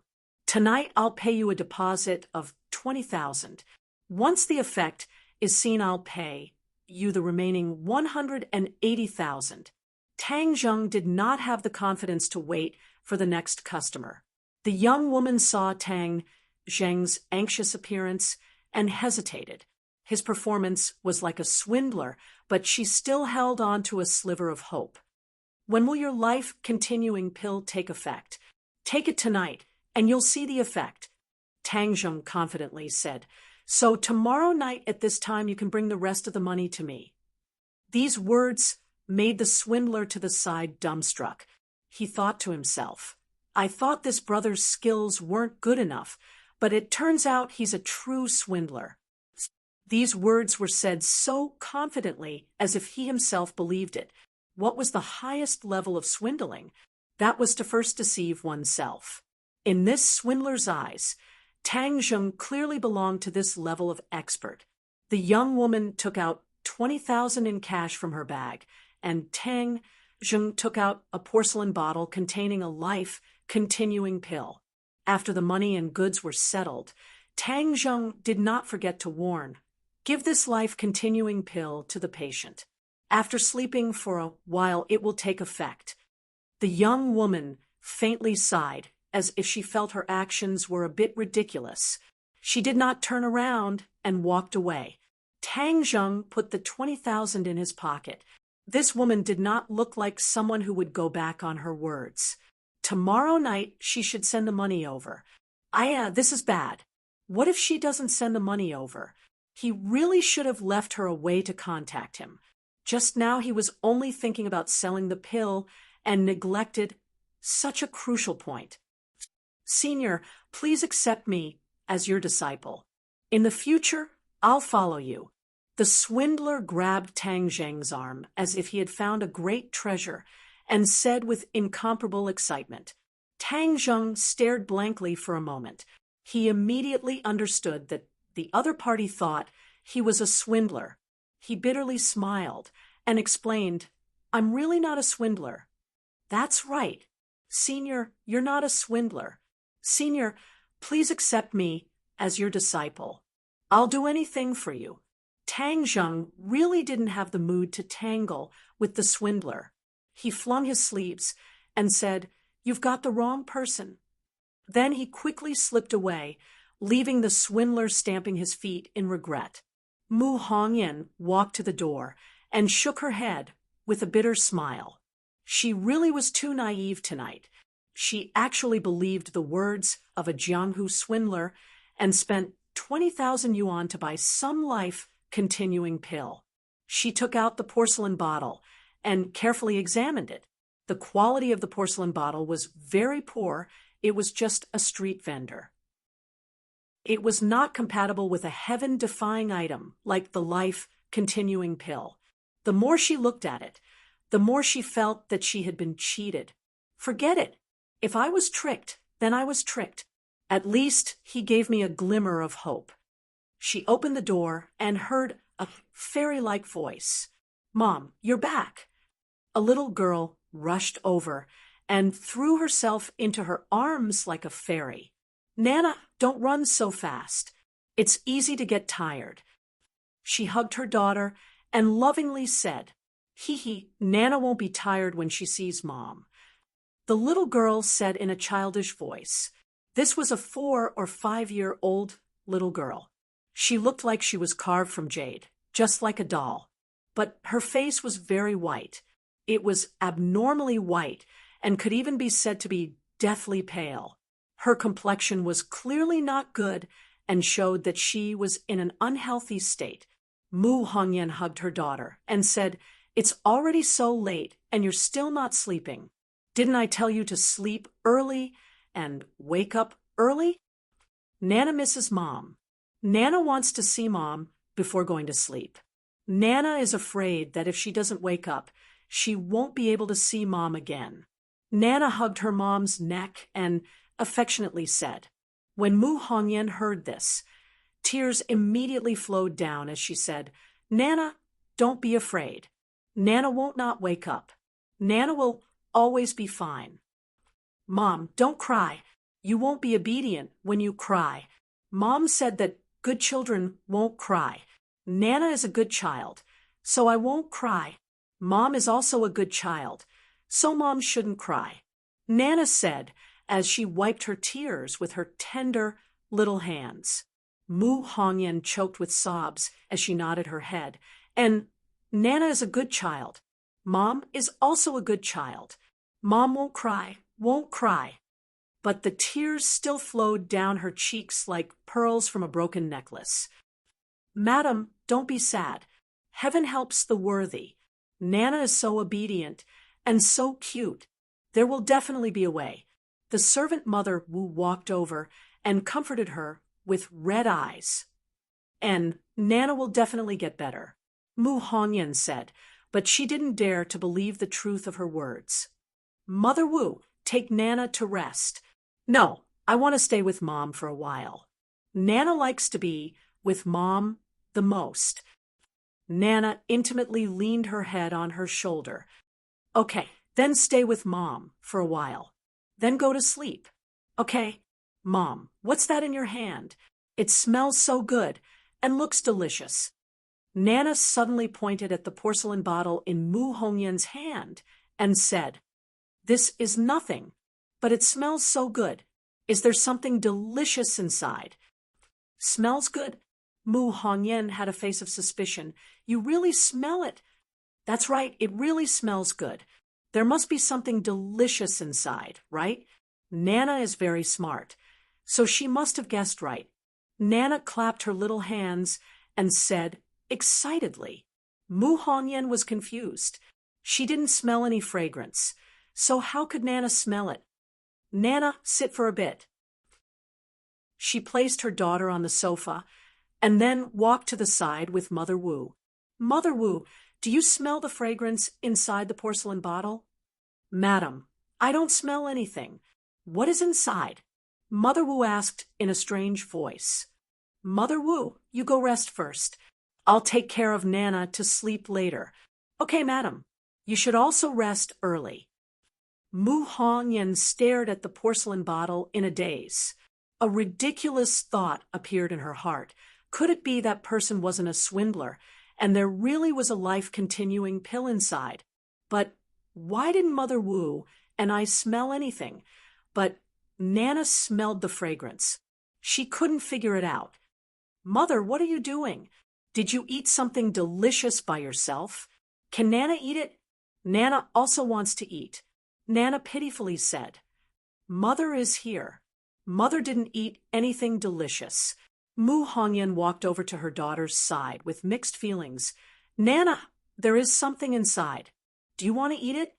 Nana heavily nodded her head. She licked her lips and impatiently said, Nana wants to eat it.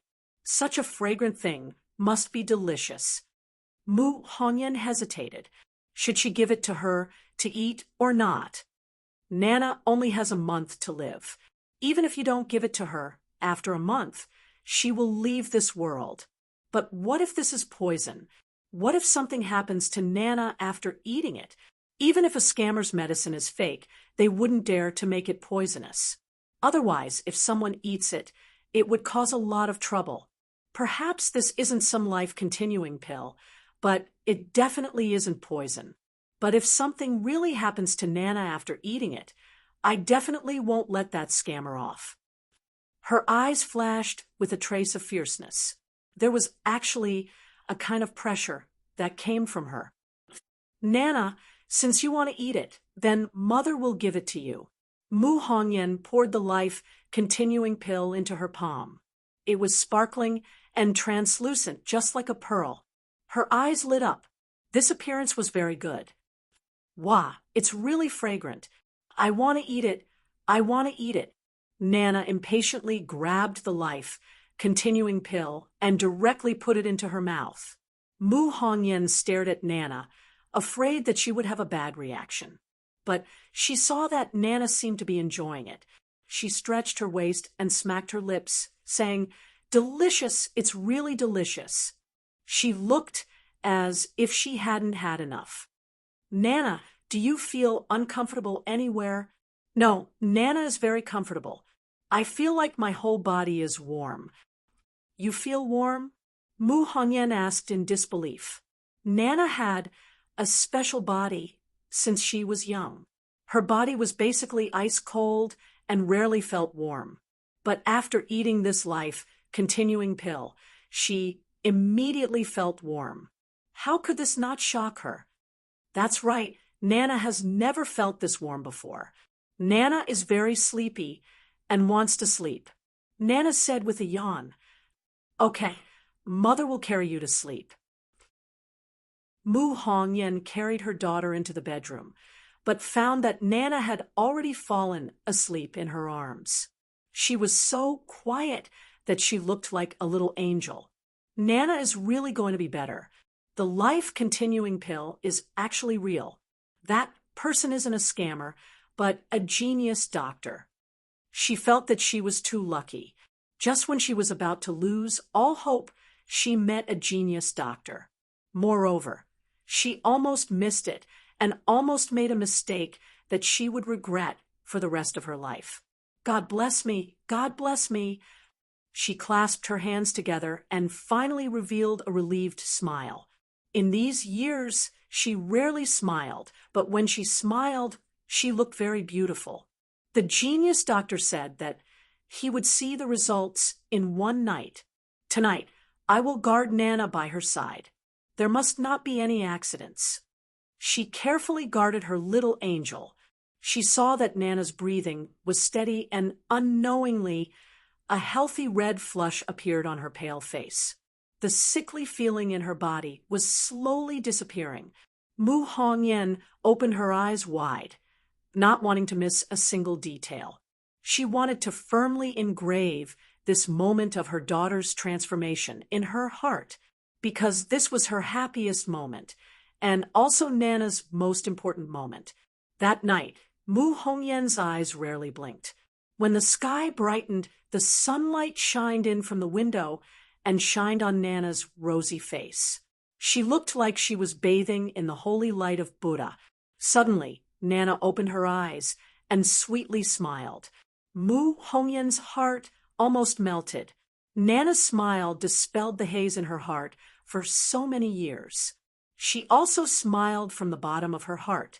Mother, you look very beautiful when you smile. Nana, you look even better when you smile. Then in the future, Nana has to smile more. That way, Mother will smile even more. Nana likes to see Mother smile. And Mother will smile more in the future. You have to smile happily. Mu Hongyan hugged Nana and tightly hugged her. Chapter 69.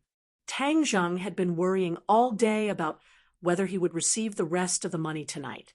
If the other party really treated him as a swindler and did not give the patient the life-continuing pill, or if the patient took the life-continuing pill but did not want to give the rest of the money, then he would really want to cry, but no tears would come out.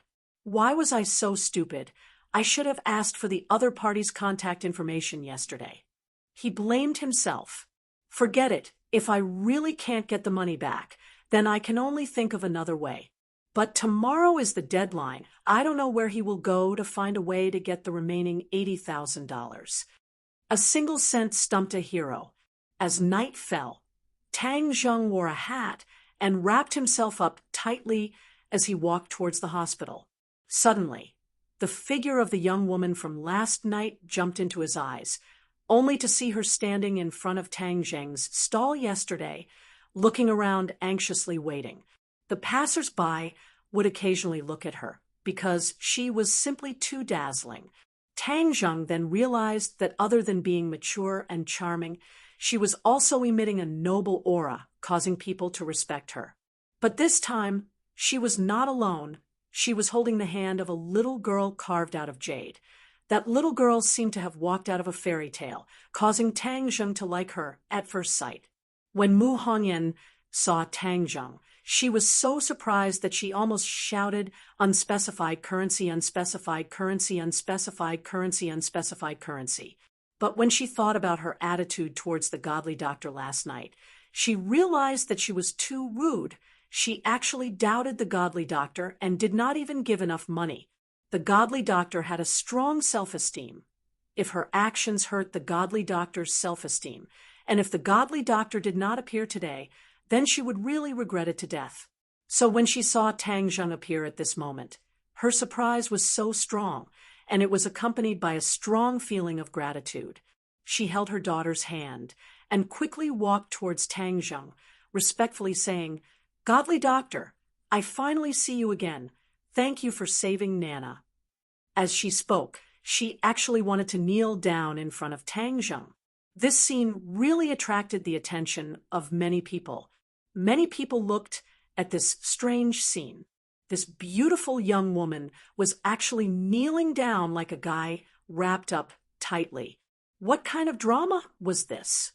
Tang Zheng hurriedly pulled her hand to stop her. Her hand was very soft and delicate, just like the world's best jade. Absolutely not.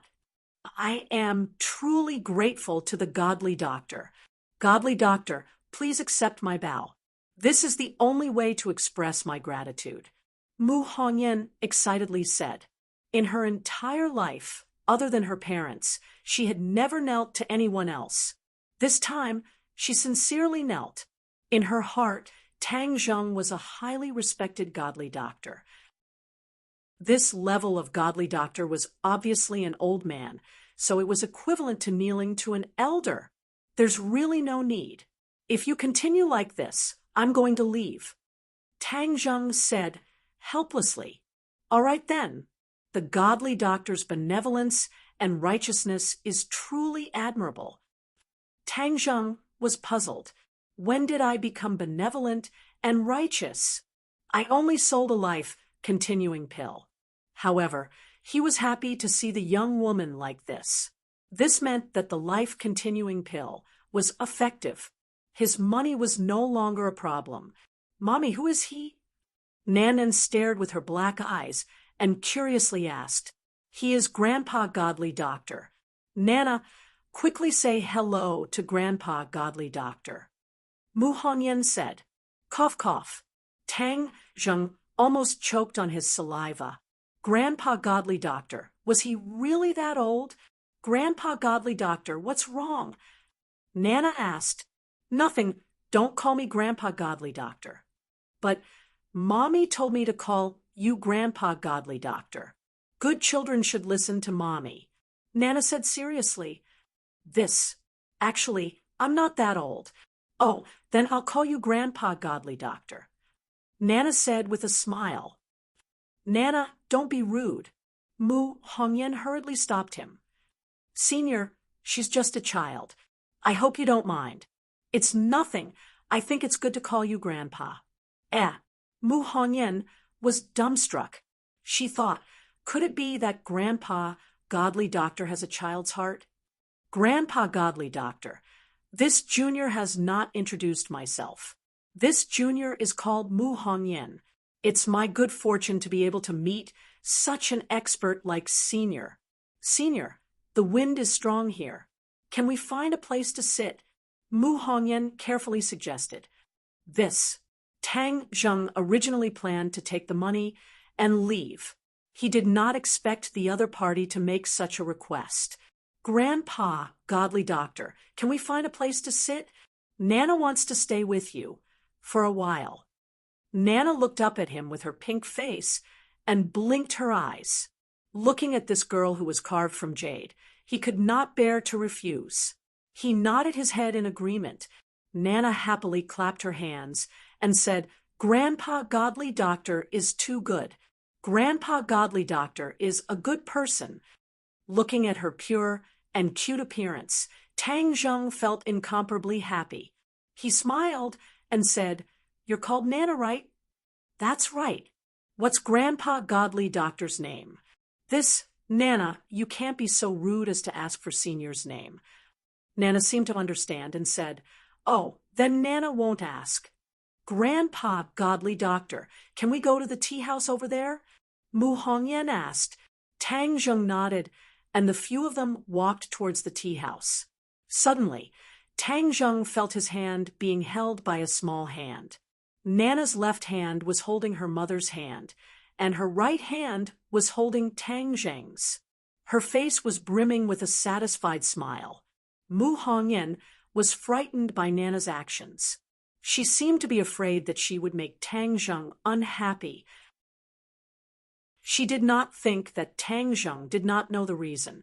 It should be because it was a secret that he could not reveal. So, she changed the question that she was most concerned about. Senior Godly Doctor, will Nana be completely fine from now on? This time, Tang Zheng was not in a hurry to answer. Instead, he stared at Nana. Nana also stared at him with her large eyes.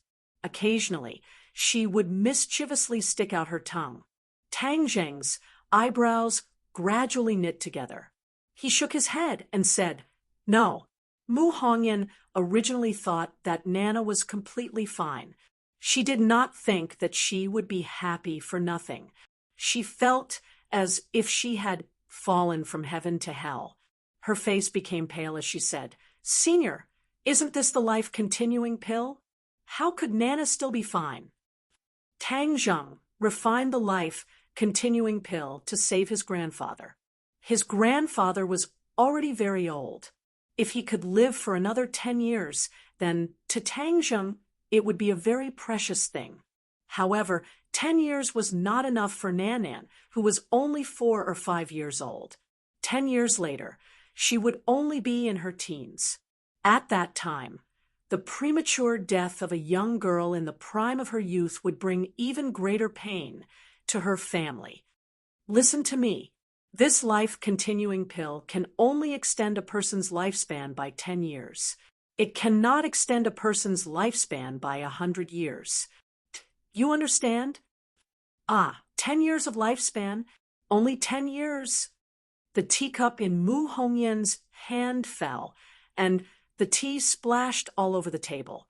She could not imagine what it would be like to lose Nana 10 years later. She simply could not accept this kind of thing.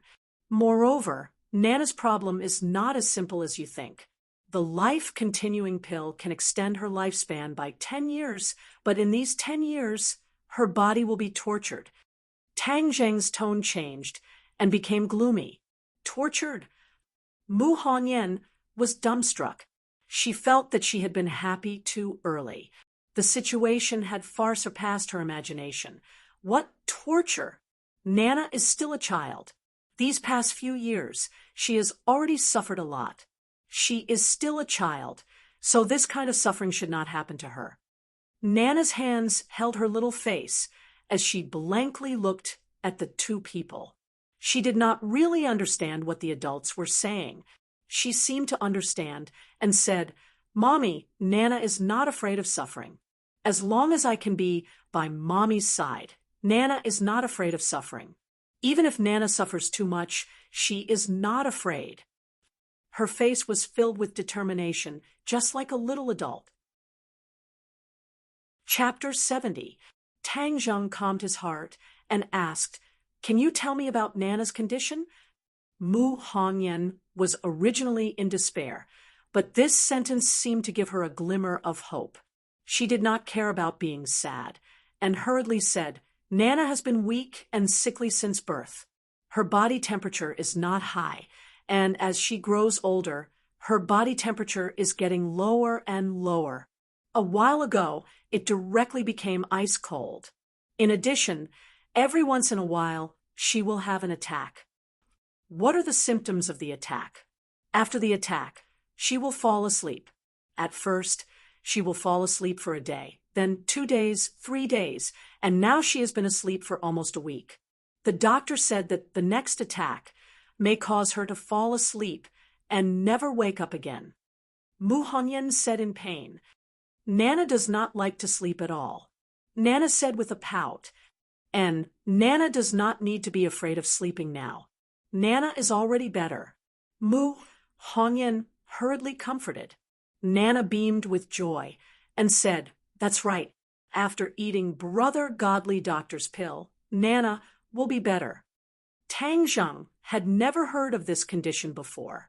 It sounded very strange, but he seemed to have found the reason, because the longer he interacted with Nana, the clearer he felt the aura on her body. Evil chi. How could an innocent and naive little girl possess evil aura? Her illness was most likely caused by this evil chi, but he did not expect that this evil chi came from the mother's womb. This meant that something must have happened when the mother was pregnant. "Senior Godly Doctor, you must have a way to save Nana, right?" Mu Hongyan asked nervously, afraid that Tang Zheng would give a negative answer. "I can give it a try, but I can't guarantee that it will succeed."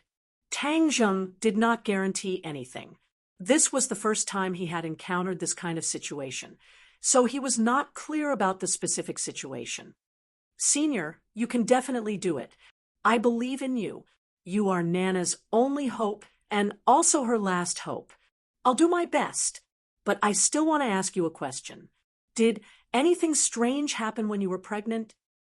Strange? Mu Hongyan was confused. Obviously, I don't know what Tang Zheng is referring to. Just some strange things, or things that can't be explained by common sense. Hearing Senior's words, there is indeed something strange. When I was pregnant, I fainted outside for no reason. Later, the doctor deduced that it might be because of hypoglycemia, but I clearly don't have hypoglycemia. However, it never happened again, so I didn't think much about it. Mu Hongyan recalled for a long time and said, "How did you feel when you woke up?" "I don't feel anything special. I just feel a little cold. I thought it was because I caught a cold in the wind." Tang Zheng's heart moved. The evil energy most likely entered her body at that time, but it did not remain in her body. Instead, it passed into the baby's body. Seeing Tang Zheng suddenly ask about this matter, Mu Hongyan was not an idiot. She immediately thought of a possibility and cried out in alarm. "Senior is saying that Nana's illness is related to my fainting at that time?" It should be. The pain on Mu Hongyan's face became more intense. It turned out that her daughter had suffered all these years because of her. This was something that any mother would feel incomparably pained to know. How could this be? Why did Nana have to suffer so much? Why wasn't I the one who suffered? Seeing that she had sunk into deep self-blame, Tang Zheng hurriedly advised, "This is not your fault." "No, it is my fault." Tang Zheng firmly shook his head and said, "This really is not your fault, because that person wanted to harm Nana." Harm Nana? But at that time, Nana was not even born yet. Why would someone want to harm her? I don't know about this, but the person who did this is not simple. Tang Zheng thoughtfully said, "This evil energy had entered the baby's body from the mother's body. This was not within the scope of martial arts, but rather a magic technique." "Little brat, you have some insight," Tian Chanzi suddenly said. "I have always had good insight. Okay? Humph, I just praised you, and you're so cocky. This little girl has been cursed by someone else." "Cursed? What kind of magic technique is that?" "This is a sinister and vicious magic technique. Normally, only evil people like the demon race would use it. The curse lasts for a long time and is very secretive. The caster deliberately wanted to use this method to torture this little girl to death." "So vicious." Tang Zheng looked at Nana's innocent and naive appearance, but she had been harmed by this kind of magic technique. He could not help but fly into a rage. "The demon race has many more vicious magic techniques. You will know when you see them in the future," Tian Chanzi said, not surprised. "Then is there any way to get rid of this curse?" Tang Zheng quickly asked. "The curse is not so easy to get rid of. If you don't pay attention, the person who has been cursed will die. I am asking you if you have a way. I am not asking you to be an alarmist here." "What a joke. How could I not have a way? I am telling you the danger of the curse. Then with my current strength, can I do it? Originally, you couldn't do it, but this time the caster's skill is not very good, so you can do it." Tang Zheng breathed a sigh of relief. His previous decision was to help Nana. This little girl was too lovable. He did not want her to die in 10 years. After the curse is broken, her lifespan can be extended. That is natural. Moreover, she has already eaten the life-continuing pill. It will be a blessing in disguise. She will get more benefits than the average person. Tian Chanzi said, "Senior, when will you treat Nana? What medical equipment do you need? I will arrange it for you." Mu Hongyan stopped blaming herself and asked impatiently. The crowd finally reacted and screamed. Tang Zheng turned his head and saw that the speeding car had stopped. A hand holding a gun stretched out. The black muzzle was aimed at Tang Zheng's direction. Bang, bang, bang. A series of gunshots rang out. If Tang Zheng was alone, he would have many ways to deal with it, but he had two people under him, one big and one small, so he did not dare to be negligent. He carried the two people and quickly retreated, almost brushing past the bullets as he hid behind a wall. The bullets chased after him, splashing dust on the ground. Are you guys okay? Tang Zheng looked down at the two people in his arms and asked anxiously. Nana is fine. Brother Miracle Doctor's arms are so warm and comfortable. Nana was not aware of the danger at all. Instead, she smiled contentedly. Mu Hongyan's face did not show any fear. Instead, it was angry. Yes, very angry.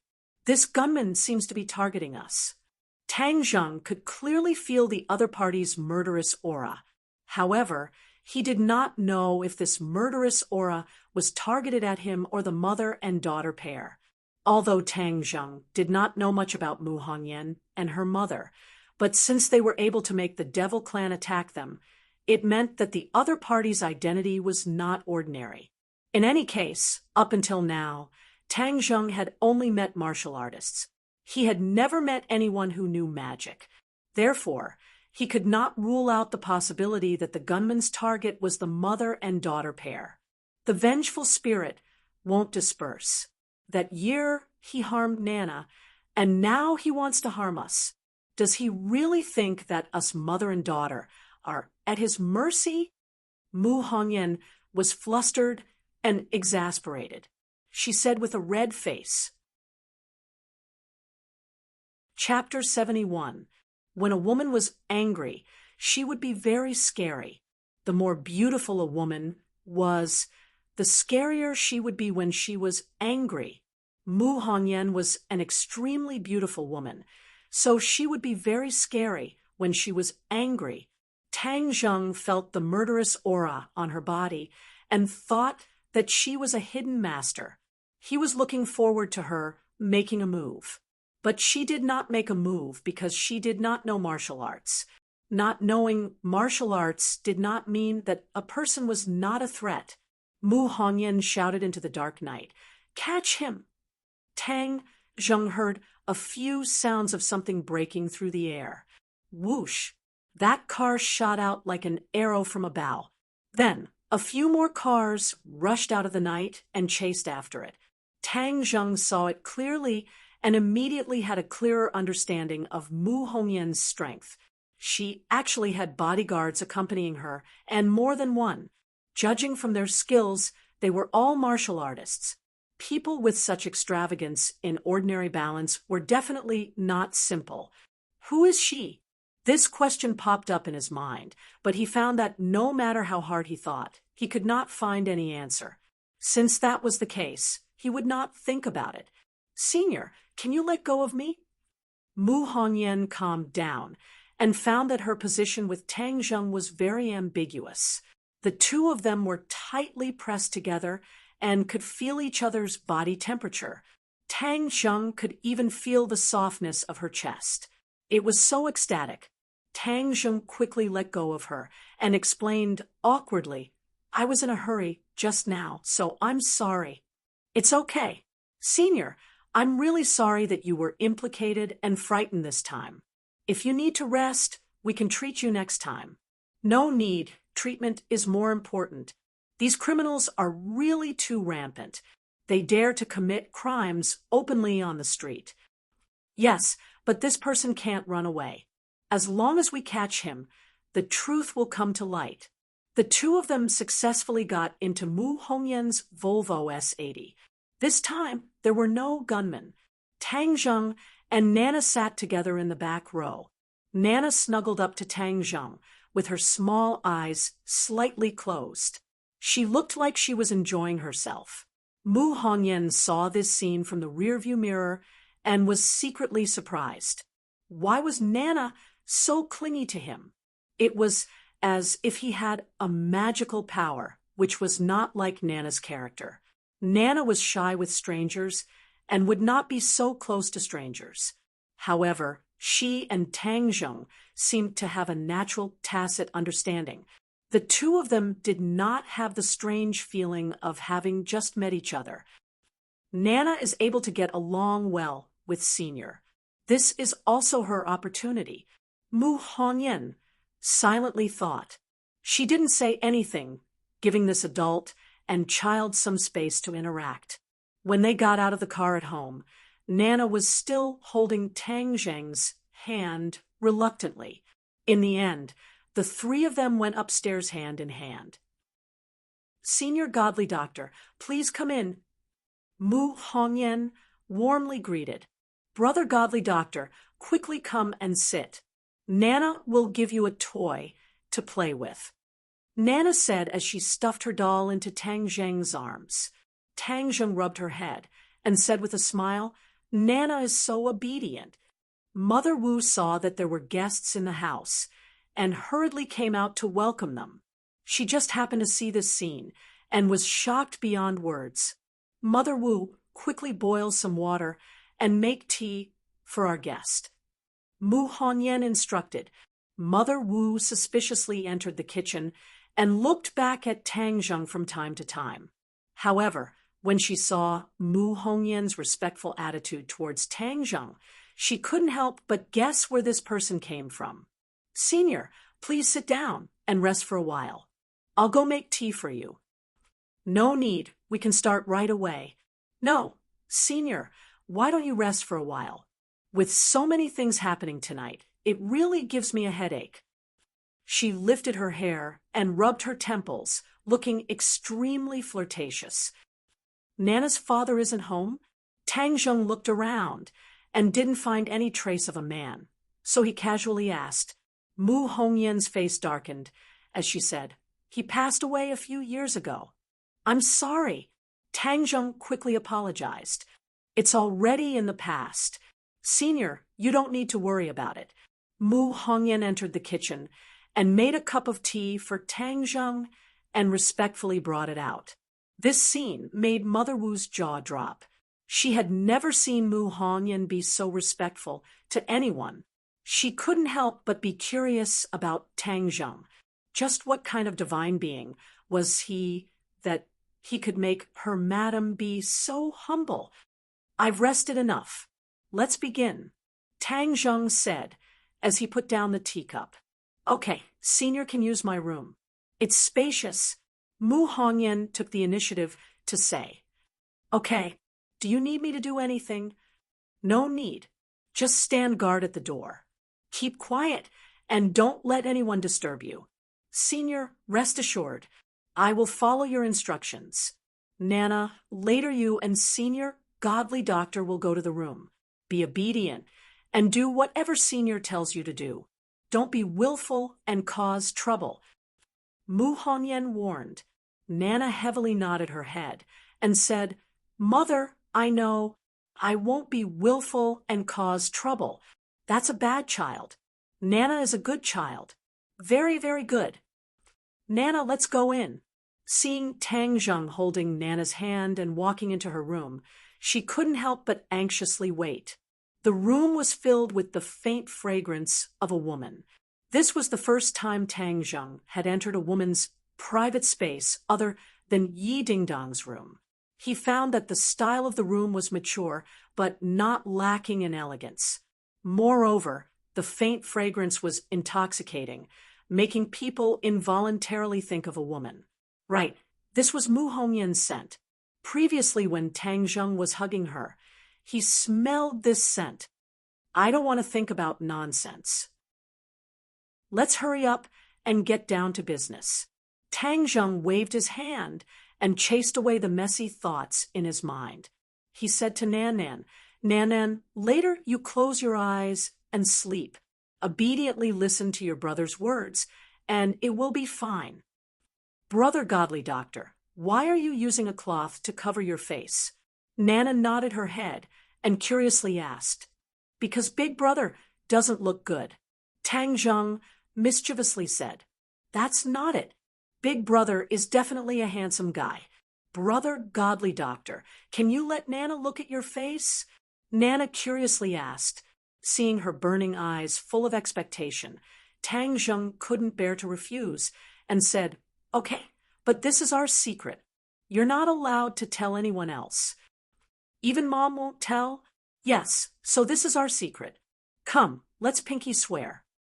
Tang Zheng looked at the cute little lowly, overflowing with love. Nana tilted her head and thought for a moment.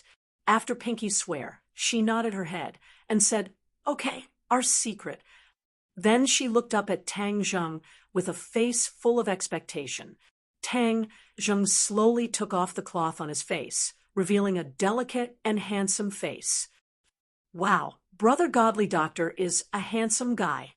Nana covered her mouth and said exaggeratedly, "Hee hee, how old are you to know handsome guys?" Nana knows everything. Brother Godly Doctor is really a handsome guy, the most handsome guy. "Okay, now you can close your eyes." "Do I want to sleep?" "You can sleep." "Then can I dream of Brother Godly Doctor?" "I can't guarantee this. Dreams can't be controlled. I heard that the more you think of a person, the more you will dream of him. I'll try my best to think of Brother Godly Doctor. Then I'll definitely dream of you." While saying this, she closed her eyes and soon fell asleep. Tang Zheng's smile disappeared, and his face became serious. "Tian Chanzi, let's begin." "Okay, you follow me and recite this incantation." Tian Chanzi said a tongue-twisting incantation. Tang Zheng did the same. While urging his power, he recited it. The incantation was combined with his true qi. The power of the incantation was instantly stimulated, and the atmosphere in the room changed. He saw a cloud of black gas appeared on top of Nana's head, and the black gas continued to gather from all corners of the body to the top of her head. "It's your evil aura that finally let me catch you. This time you won't be able to escape." Suddenly, Nana's face showed a painful color, as if she was suffering a great pain.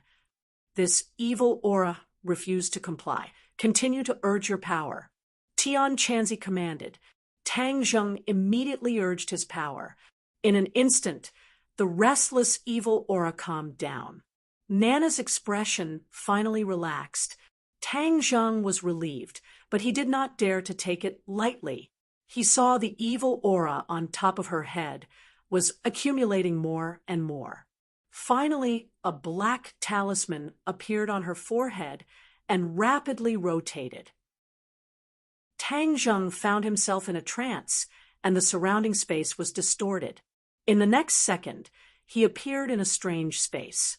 In the sky, there was a black talisman rotating rapidly.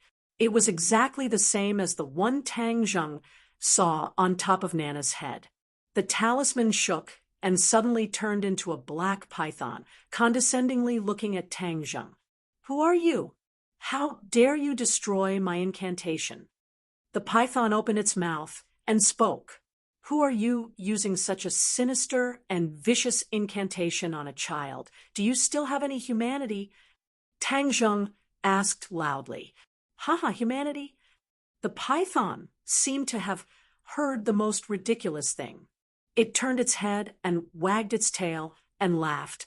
"Boy, since you dare to destroy my incantation, then I will kill you today. I will also swallow your soul so that you can never be reincarnated. I will let you know the consequences of meddling in other people's business.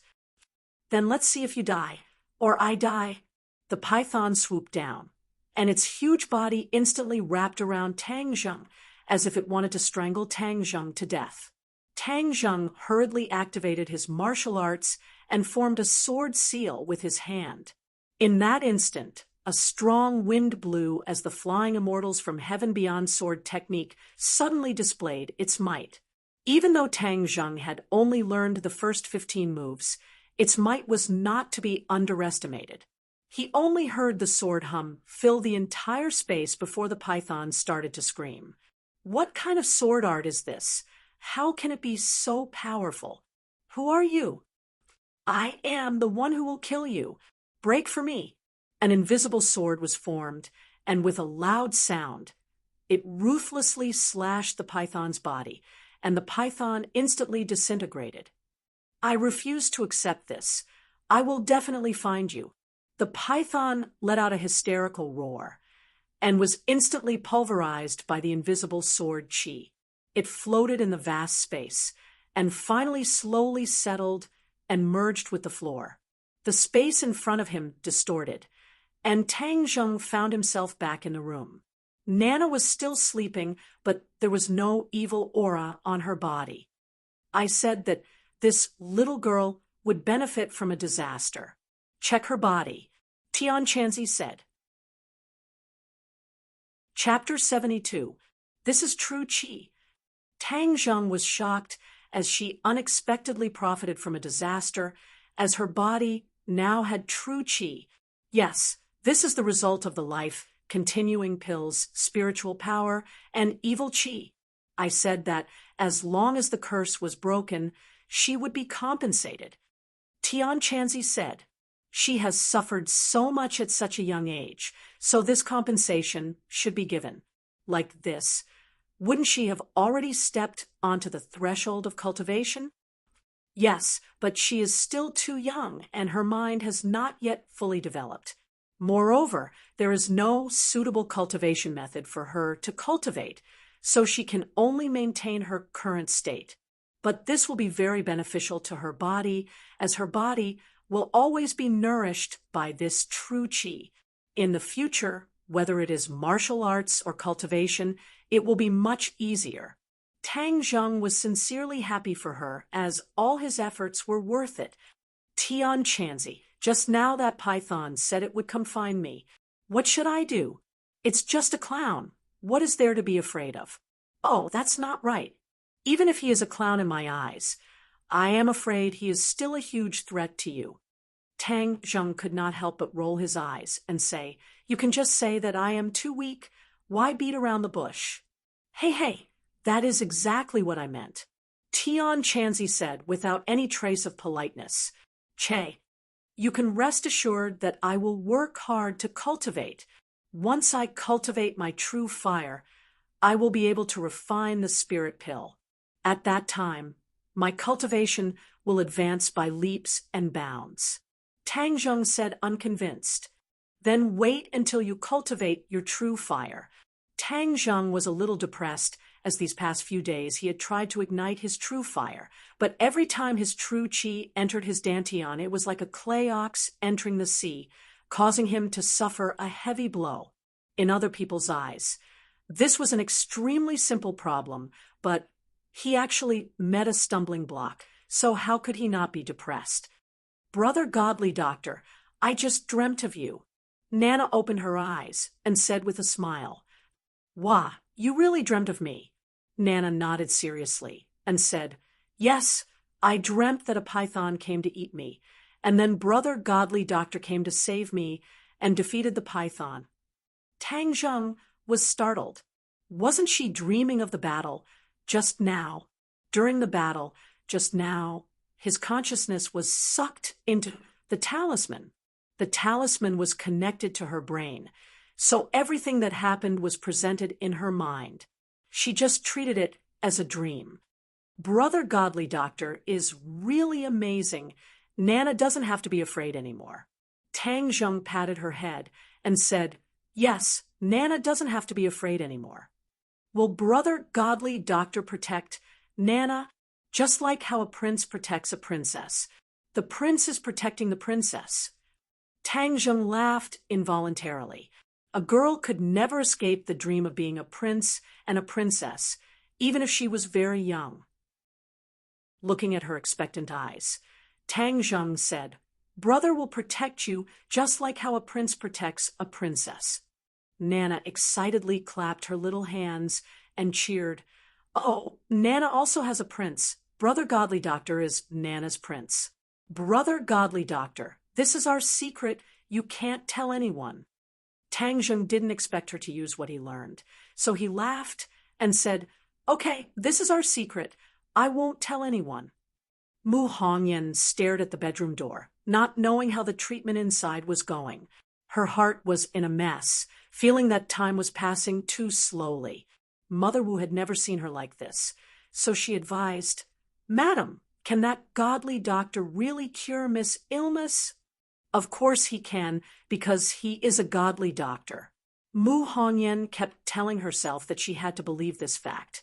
So at this moment, she blurted it out without hesitation. Mother Wu had seen her invite too many so-called godly doctors, and many of them were great in the medical field, but they were all helpless. This time, she actually invited a weirdly dressed person to treat Mississippi. No matter how she looked at it, she felt that it was unreliable. If there really was a way, there would have been a way long ago. There was movement in the room, so Mu Hongyan hurried to the bedroom door, but she didn't dare to break in. The godly doctor had told her not to be disturbed, so although she wanted to go in and see what was going on, she resisted. Creak. Suddenly, the door opened. Nana walked out, holding Tang Zheng's hand. Her face was full of excitement, and her eyes were full of charm and luster. Her movements were completely different from before, and there were many changes compared to before. Both Mu Hongyan and Mother Wu saw it at a glance, and their eyes widened at the same time in disbelief. How could there be such a change so quickly? Mu Hongyan hurriedly squatted down and picked up Nana, carefully examining her. Her body's aura had changed a lot, and she was no longer sick, but full of vitality, like the rising sun. "Senior godly doctor, how is the treatment effect?" she impatiently asked. Tang Zheng faintly smiled and said, "The effect is very good. The evil aura in her body has been completely removed by me, so she will be healthy in the future." Mu Hongyan was so happy that she wanted to jump up. From yesterday until today, her mood had been on a roller coaster too many times, and she was still uneasy, so she asked, "Then 10 years later?" 10 years later, she will be safe and sound, and her body will become better and better, even better than a normal person. If she practices martial arts, I believe she will have great achievements. Mu Hongyan's mood could no longer be described as pleasant surprise. She couldn't even find the right words to describe her mood, because this result had far exceeded her expectations. Mu Hongyan fiercely kissed her daughter's face and cried tears of joy. "Nana, you're finally better. Mother is too happy." "Then Nana won't have to worry about not waking up after falling asleep?" Nana asked in a childish voice. "No need. There's no need at all." "Then that's great. From now on I can sleep in peace." Mu Hongyan put Nana down, and her mood fluctuated. She couldn't help but hold Tang Zheng's hand and said, "Senior godly doctor, you have given me, Mu Hongyan, a new lease of life, and that money is not enough to express my gratitude. Senior, is there anything else you can help me with? I must do something so that my heart can feel more at ease." Tang Zheng understood her feelings and refused with a smile. He knew that her identity wasn't ordinary, but right now he didn't need her to do anything for him. Moreover, she had already paid for it. "Senior godly doctor, not only are you skilled in martial arts, but your medical skills are also so high, so you must be a master. I wonder if I have the honor to know your name, so that in the future I can silently thank you. My name is not convenient to say. Then will we meet again in the future?" Seeing that he didn't tell her his name, it meant that he didn't want his identity to be exposed. Mu Hongyan felt that it was a pity, but there was nothing she could do. She could only hope that they would meet again in the future. "Brother godly doctor, will you come to see me?" Nana asked in a delicate and pitiful voice. Tang Zheng was slightly startled, but he really didn't want to hurt her young heart, so he said, "I will come to see you, and I will also bring you a gift." Mu Hongyan clearly saw that he was just about to refuse, but Nana's question made him change his mind. It seemed that he cared a lot about Nana. As long as he agrees to come see Nana, then it's a good thing. Mu Hongyan thought in her heart. Senior Godly Doctor, our door is always open for you. You are welcome to come at any time. This is my phone number. If you need anything, you can contact me. Mu Hongyan handed a business card to Tang Zheng. On it was only Mu Hongyan's name and a phone number. Tang Zheng put it away, and just as he was about to leave, Mu Hongyan's phone rang. Caught it. Mu Hongyan's face lit up and said, "Did you confess?" No. Her eyebrows immediately furrowed. The enemy's patience had exceeded her expectations. Tang Zheng had already guessed that the assassin must have been caught. His heart moved, and he asked, "You caught the assassin?" Mu Hongyan nodded. "Can I go take a look?" Tang Zheng asked. He wasn't sure if the assassin was after him or Mu Hongyan and her mother. After the incident with Qiao Fei, he had a strong sense of vigilance towards hidden dangers and wanted to nip any danger in the bud as soon as possible. Mu Hongyan obviously didn't have any objections, and the two of them went together to a remote place. From afar, Tang Zheng could see a few figures pacing back and forth in front of the door. These were her bodyguards. These people are all rank 1 and rank 2 martial artists.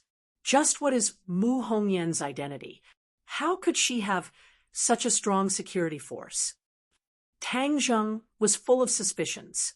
One of the bodyguards had already come up to greet them.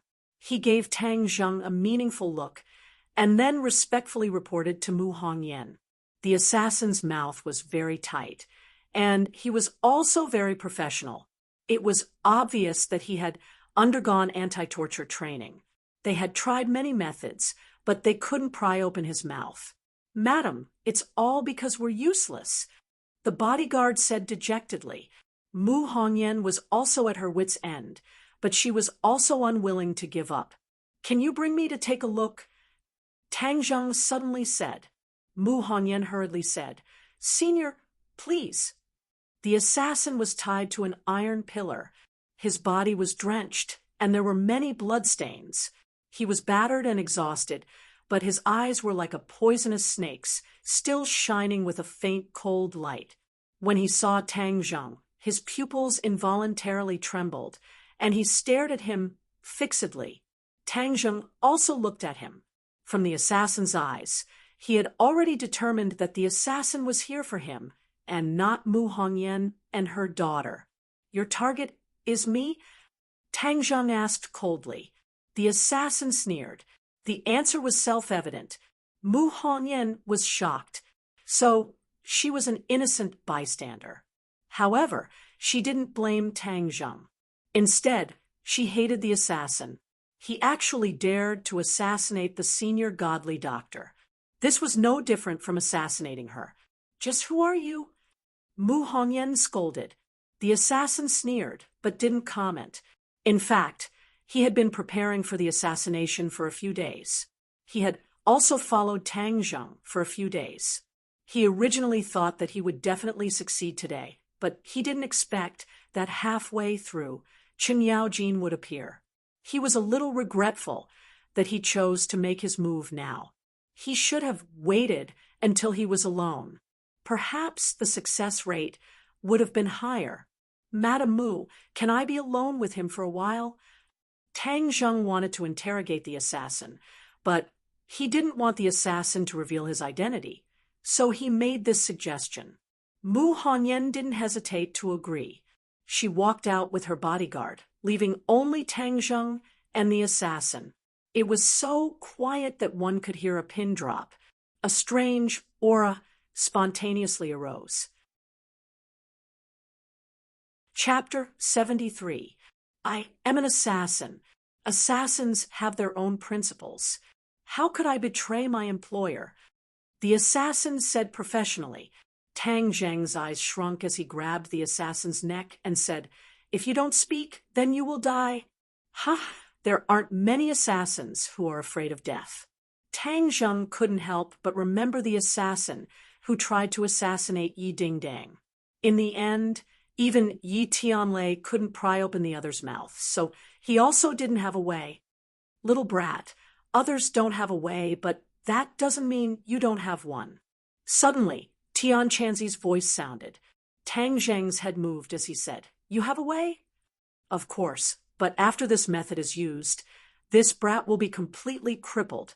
There is a magic called the soul-searching method, which can make everything in the opponent's mind unable to hide. However, this will destroy his brain, and in the future, he will become an idiot. He is not a good person. Moreover, I almost died in his hands. Turning him into an idiot is letting him off easy." Tang Zheng decisively said, "Good, you have spirit. A real man must not be soft-hearted." Tian Chanzi praised. The assassin looked at Tang Zheng in ridicule. Seeing him frown, he felt a kind of carefree feeling.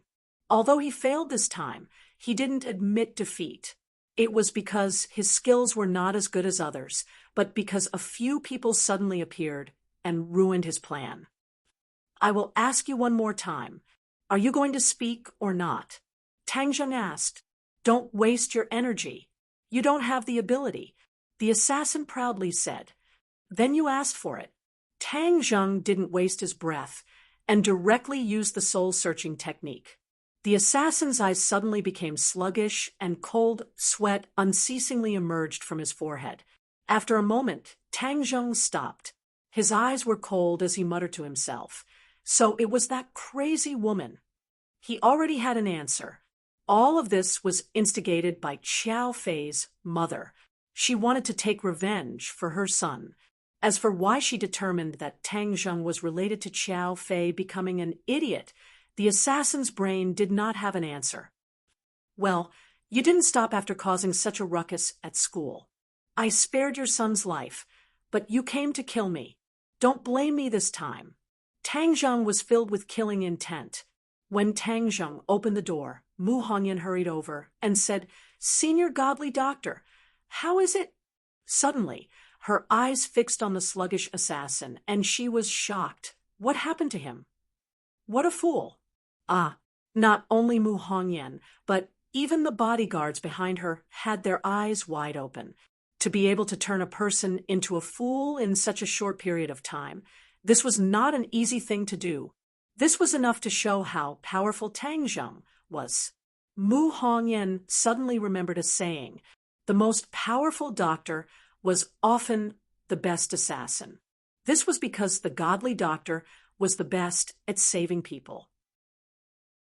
They were also the best at killing people. They had countless ways to make people die. What she saw and heard today confirmed this point. However, she did not feel afraid because the assassin almost killed her and Nana. He deserved it. "Senior, do you need me to do anything?" "Deal with him." "Senior, rest assured." "I'll leave first." "Senior, will we see each other again?" "I promised Nana that I would go see her." Tang Zheng finished speaking and quickly disappeared into the night. In fact, the assassin became an idiot so his identity would not be exposed. Mu Hongyan was not an ordinary person. He did not know if it was a good thing or a bad thing to expose his identity in front of her. The next day, Tang Zheng withdrew 100,000 yuan in cash and came to the school. He found that there was 980,000 yuan in his bank account, and not the agreed amount of 180,000 yuan. He had a good impression of Mu Hongyan. He did not refuse the money. First, he needed money, and Mu Hongyan did not lack money. Second, he completely cured Nana and provoked the devil who used the curse technique. This 1 million yuan was not a lot. Lu Qingmei coldly sat in her office. Wu Cuihong arrogantly walked in and loudly said, "Teacher Lu, just now, the finance department people came to ask if Tang Zheng paid the tuition. If he did not, then, according to the rules, he will withdraw from the school." Lu Qingmei slightly raised her eyebrows, glanced at her, and coldly said, "This matter is not something you should worry about. I am a part of the school. This is related to the school's interest. Why can't I worry?" Wu Cuihong asked back. "As the teacher in charge, don't you care whether Tang Zheng pays the tuition or not?" Don't you always boast that you care about the students? Lu Qingmei lightly said, Teacher Wu, don't think that I don't know.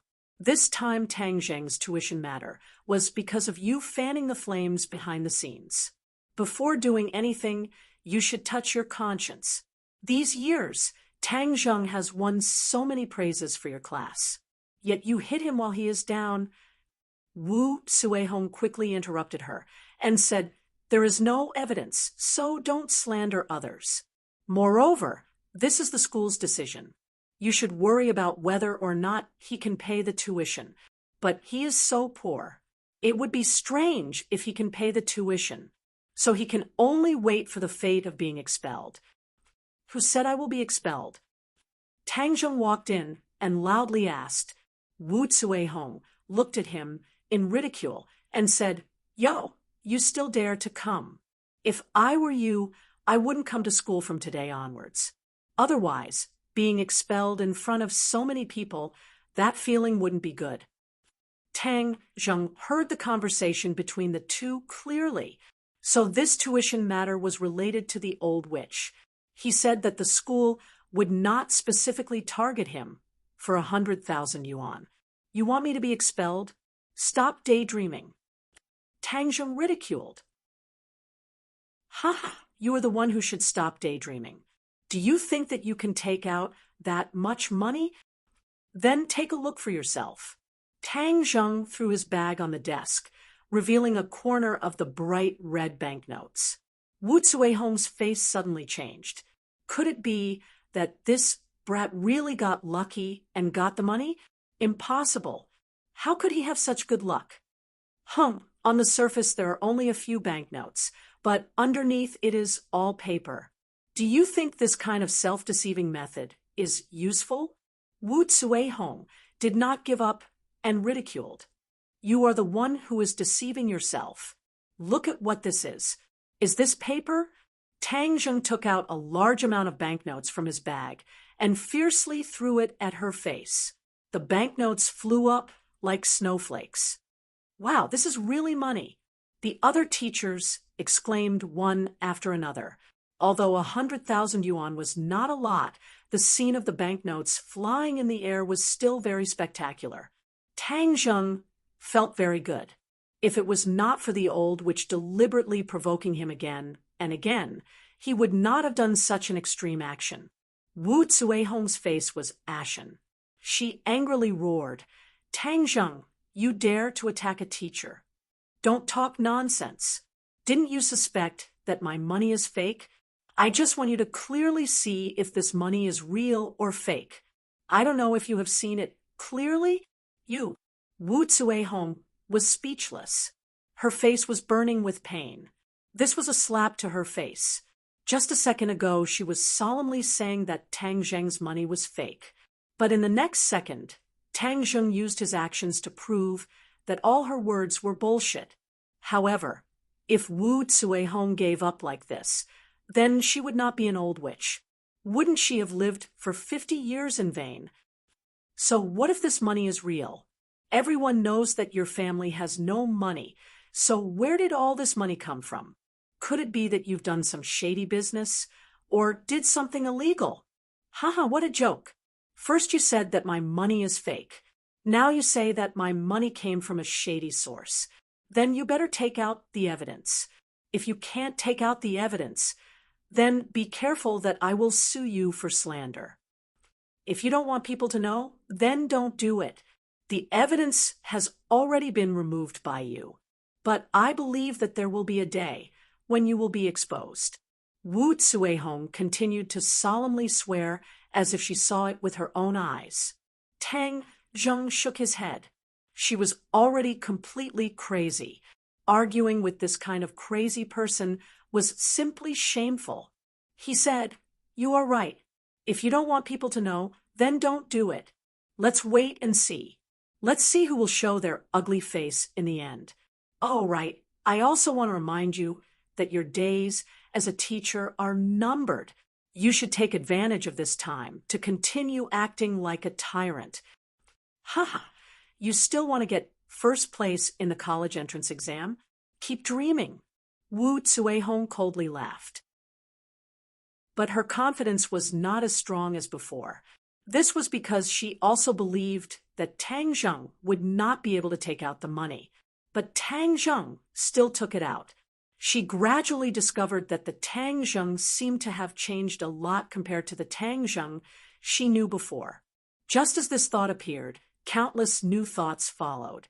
She suddenly discovered that the Tang Zheng really had changed. Ever since he left Class 1, he seemed to have become a completely different person. No, this must be my misconception. There is no way he can get first place. There is no way I will lose. She continuously comforted herself. Lu Qingmei saw that Tang Zheng took out the money on time. Her heart finally relaxed, but her expression did not change much. She nodded towards Tang Zheng and said, "Let's go. I will take you to the finance office to pay the money." Arriving at the finance office to pay the money, Tang Zheng's crisis of dropping out of school was easily resolved. Lu Qingmei said, "Tang Zheng, you have already taken a leave of absence from the night classes. Since you want to win the bet, this period of time cannot be delayed. Tonight's class will continue." Okay, Tang Zheng unwillingly said. "You don't seem to be willing?" Lu Qingmei's eyes trembled as she asked. Tang Zheng squeezed out a smile and said, "How could that be? Teacher Lu has taken care of me. I cannot thank you enough." "It's good that you know." Lu Qingmei's eyes flashed with a trace of craftiness. "You want to escape from my palm like this? I still haven't dug out all of your secrets." Tang Zheng returned to the classroom. Before he even sat down, he saw that Yi Dingdang's face was strange. After a while, Yi Dingdang stammered, "Tang Zheng, come with me after school. I have something to do. Can you push it off? My matter is very important." Tang Zheng thought about Lu Qingmei's expression and refused. "No, my matter is also very important." Yi Dingdang fiercely glared at him and said, "Can't you make an exception for me? This matter concerns my happiness." "What matter? You make it sound so serious. Song Yu told me to take him around Ordinary Balance City tonight. What's the problem? He won't eat people." Chapter 74. These past few days, Yi Dingdang had been very distressed. Every day after school, she would have to face Song Yu. She also couldn't use Tang Zheng as a shield every day. Song Yu was very handsome and was indeed very pleasing to the eye. For a normal girl, he would definitely be the perfect candidate for a Prince Charming. But Yi Dingdang was different. If she didn't like someone, then it would be very hard for her to like him. Moreover, she didn't like her fate. She wanted to break free from her shackles. Thus, even though Song Yu's performance could make any girl fall in love with him, her heart was becoming more and more firm like a boulder. Seeing her sincere expression, Tang Zheng weighed the risks of being with Lu Qingmei. In the end, he decided that it would be better to be with Yi Dingdang. This way, he wouldn't reveal too many flaws in front of Lu Qingmei. "Okay, I promise you. But you have to fight for Teacher Lu's approval." "What does this have to do with her?" Yi Dingdang didn't know that Lu Qingmei was giving Tang Zheng preferential treatment. "Teacher Lu has to give me tutoring at night. If you want me to accompany you, then you naturally have to ask for her approval," Tang Zheng explained. Yi Dingdang looked at him in astonishment. Lu Qingmei was always cold and treated her students well. However, she never gave anyone preferential treatment. Why was she so good to him? Strange, strange. He is becoming more and more unfathomable, she muttered to herself. But right now, she didn't have the time to care about it. She said, "Okay, I promise you." Yi Dingdang left the classroom in a hurry. Not long after, she came back with a face full of pride. Teacher Lu agreed. The corners of Tang Zheng's mouth curled up slightly, but He didn't know that Lu Qingmei's heart was in turmoil at this moment. She was very unhappy. Tang Zheng, you've stood me up again and again. You've dodged the first time, but let's see how you'll dodge the next time. Tang Zheng had no idea that Lu Qingmei was even more concerned about him. After school, he was dragged out of school by Yi Dingdang. He did not notice Feng Shishir, who was watching this scene from a distance with her mouth agape. Feng Shishir knew that Tang Zheng was going to make up lessons tonight, but she didn't expect that he would be with Yi Dingdang. Looking at the two of them being so intimate, she had mixed feelings and felt jealous. Why would he lie to me? Don't you know this will make me very sad? Her expression was gloomy, extremely pained. No, this is definitely a misunderstanding. I have to have confidence in him. Another voice sounded. Seeing is believing. You've seen it with your own eyes. How could it be fake? He's lying to you. Yi Dingdang is so beautiful. How could he resist the temptation? Feng Shishir's heart was in chaos. The more she thought about it, the more she didn't dare to think about it. The more she thought about it, the more afraid she became. Feng Shishir was afraid of losing Tang Zheng. Unknowingly, she felt more and more that she couldn't bear to part with him. Feng Shishir left the school in a daze. That night, she couldn't sleep. In the end, she dreamed that Tang Zheng left her.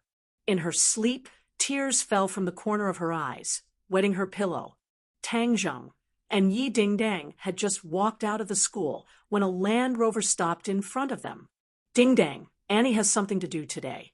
I'm here to pick you up from school. Songyu walked out with a faint smile. Her smile was enough to instantly win the hearts of most girls. Yi Dingdang wrinkled her eyebrows. She thought in her heart that Feng Xinyang had something to do. It must be you who volunteered. However, she had Tang Zheng as a shield. She calmly said, It's okay. Didn't you say that you wanted to walk around Ordinary Balance City tonight? Tang Zheng and I will accompany you. We'll do our part as hosts. She had announced to the public that Tang Zheng was her fiancé, so naturally, she intimately held onto Tang Zheng's arm. Tang Zheng's head shook. He felt two soft lumps tightly pressed against his arm. The feeling was overwhelming. Songyu's expression did not change as she said, That's for the best. I've always wanted to interact more with Tang Zheng. Let's get in the car. The three people got in the car. Tang Zheng and Yi Dingdang sat in the back seat. They were still intimately stuck together. Almost half of her body was hanging onto Tang Zheng's body. Tang Zheng didn't know whether to laugh or cry. In order to chase Songyu away, she was really willing to put in a lot of effort. Songyu acted as if she didn't see anything. She calmly said, Let's eat first. Dingdang, what do you like to eat? Yi Dingdang rolled her eyes and said with a mischievous smile, Since we're in Ordinary Balance, of course we have to experience the local culture. Let's go. I'll take you to a place to eat. Yi Dingdang led the way. The Land Rover went straight to the old district in the north of the city. Not long after, a group of low buildings came into view. Compared to the bustling city center, it was simply a different world. Yi Dingdang guessed that Songyu had never been to such a dirty and messy place before. So, she deliberately made him feel disgusted. Sure enough, the pampered Songyu frowned and asked, What's good to eat here? Yi Dingdang proudly said, Good food is among the people. The delicacies on the streets and alleys are the most authentic. As she said this, she pointed to a food stall on the street. I think this place is pretty good. Stop the car. We'll eat here today. After the car stopped, she couldn't wait to pull Tang Zheng into the food stall. It was already dark, and there were many customers. It was very noisy. Songyu finally couldn't maintain his calm. He felt uncomfortable all over. He had lived a life of luxury since he was young. He had never been to a place with such a bad environment. Looking at the other people eating heartily, he had the urge to run away. However, if he did that, he would be completely defeated. His strong self-esteem made him stop in his tracks and force himself to sit down. "Is the food here really delicious?" he asked uncomfortably. Yi Dingdang nodded and said, "Of course it's delicious. Tang Zheng, don't you agree?" Tang Zheng nodded honestly. He grew up in a worse environment, so he didn't feel uncomfortable. The three of them ordered a few dishes. Tang Zheng ate with relish.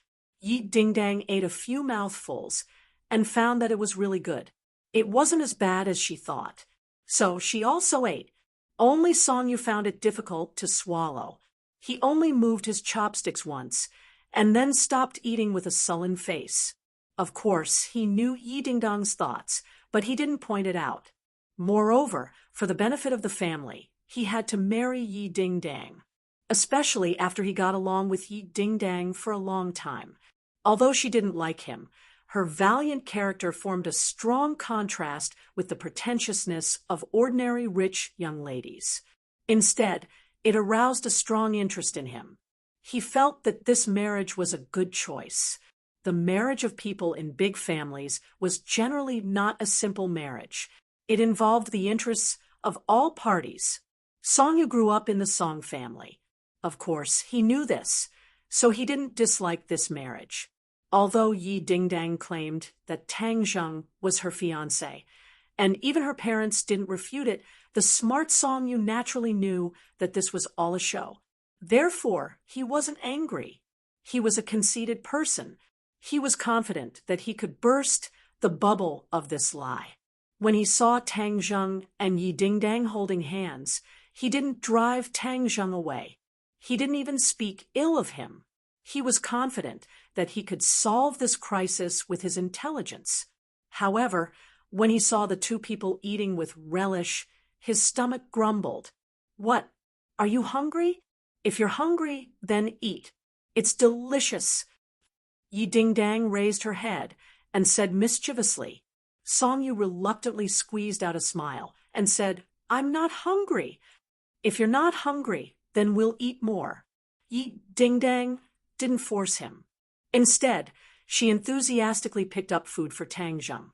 The atmosphere at the table was a bit strange. Even the guests sitting next to them were aware of it. However, their attention wasn't on the two men. Instead, it was on the beautiful Yi Dingdang. Yi Dingdang's beauty wasn't commonly seen in this dirty and messy place. She was like a water lily blooming in a pond. Many people were eating while sizing her up from time to time, especially the group of men at the next table who were looking at her without restraint. "Hee, this little girl is really tender and tender. Her taste in bed must be pretty good," a man said with an unbridled, evil smile. "Right, such a tender little girl isn't commonly seen. It's a waste not to eat her. Ha, Brother Hua, you're so handsome. You can definitely win this little girl's heart." Right, in ordinary balances territory, who dares not give face to Brother Hua? It's her good fortune that Brother Hua likes her. The others all agreed. The man called Brother Hua was a big and burly man. Because he drank, his face was red and his eyes were shining. He licked his lips and said, "Okay, today Brother Hua will personally show you how to pick up a girl." Brother Hua slowly stood up and walked in front of Yi Dingdang. He loudly said, "Beauty, let's have a drink." Yi Dingdang's eyebrows immediately wrinkled. She was about to explode when she glanced at Song Yu. She rolled her eyes and said, "Young Master Song, what do you say we should do in this situation?" She deliberately pointed the spearhead at Song Yu. However, Song Yu had no choice but to accept. He wrinkled his eyebrows and a trace of anger appeared on his delicate cheeks. He swept his eyebrows and glanced at Brother Hua and said, "Scram!" Brother Hua flew into a rage. This handsome guy with Xiaobai's face actually dared to tell him to scram. He must have eaten a leopard's guts. Fuck Xiaobai's face. You actually dare to speak to me like that. I'm going to beat you until you're looking for your teeth on the floor. Brother Hua roared in high spirits. Brother Hua is mighty. The other lackeys all shouted out in support. Songyu didn't move, but his face gradually sank. Brother Hua was the first person who dared to call him Xiaobai's face. Yi Dingdang looked at him with interest. She didn't know how he would resolve this crisis. Dingdang, this isn't too good, right? Tang Zheng reminded in a small voice. Yi Dingdang smirked and said, if I don't do this, how can I make him back off? Let him lose a bit of face. Then he will definitely leave ordinary balance and won't bother me anymore. Wouldn't you be free then? Tang Zheng also thought so. Moreover, with him and Yi Dingdang there, Songyu wouldn't really get hurt. Towards Songyu, he always had a feeling that he couldn't see through him. So even though the other party expressed goodwill many times, he deliberately kept his distance. Brother Hua arrogantly glanced at Songyu and said, Gigolo, it's too late for you to kowtow and admit your mistake. Eat this daddy's fist first, and then we'll talk. Chapter 75.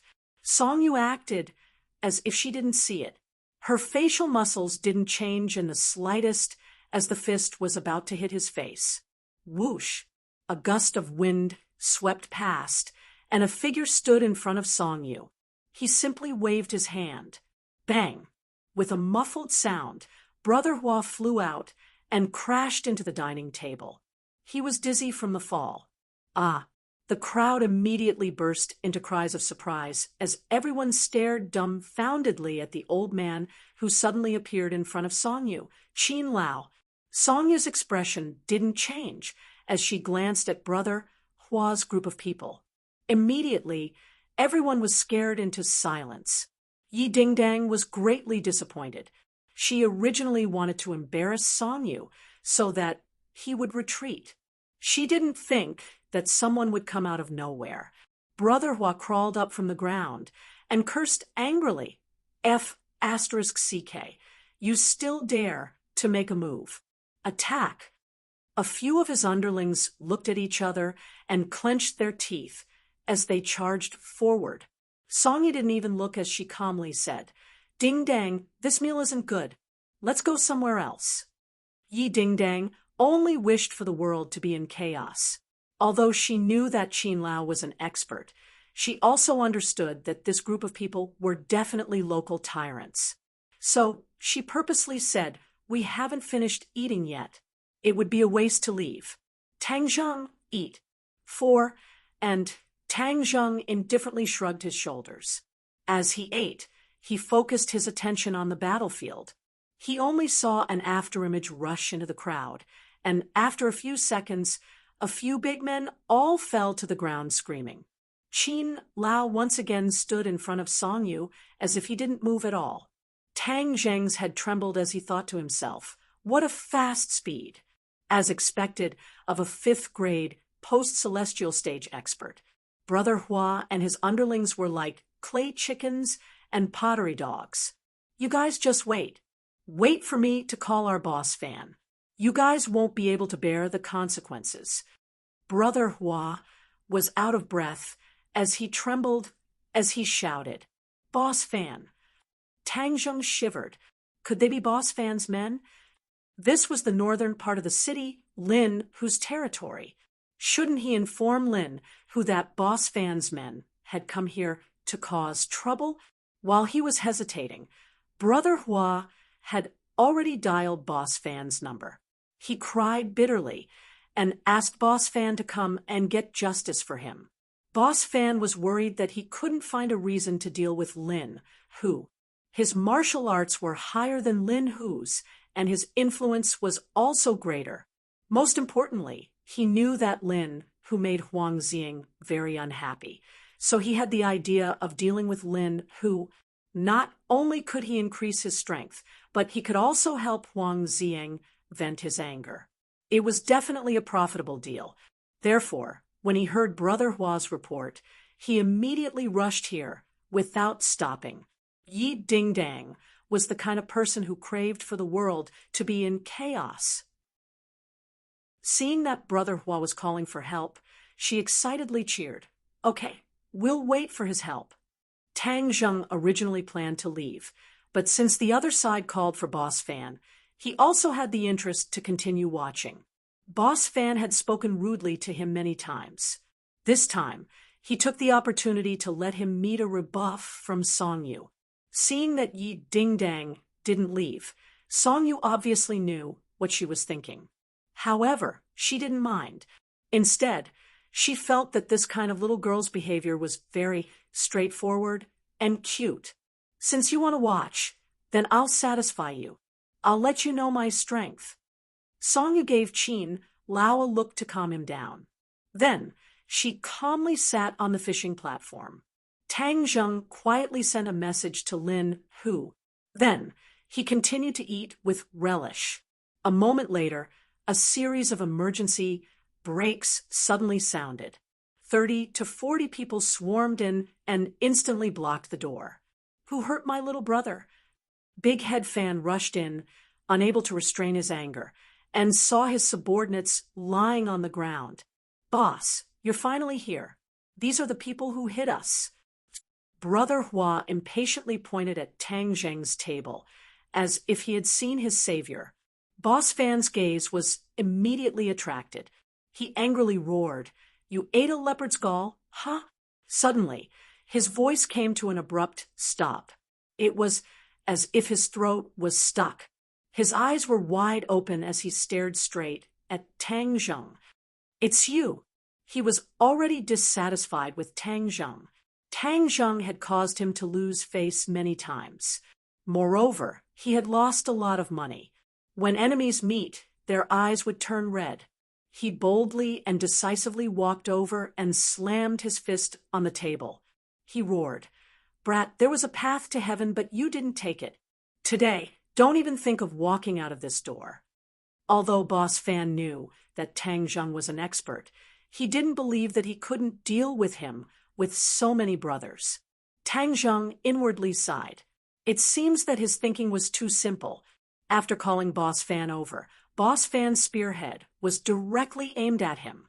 Song Yu's pair of bright eyes thoughtfully looked at Tang Zheng. Yi Ding-dang also looked at Tang Zheng in astonishment and asked, "You know him?" Tang Zheng nodded. "We have a bit of history." Yi Ding-dang was enraptured.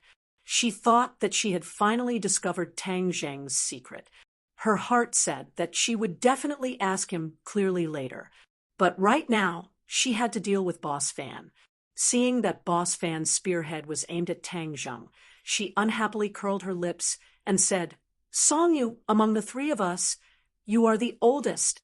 This kind of trouble should be dealt with by you." Song Yu was slightly startled. She immediately smiled and said, "Since Ding Dang has this request, then I will not decline."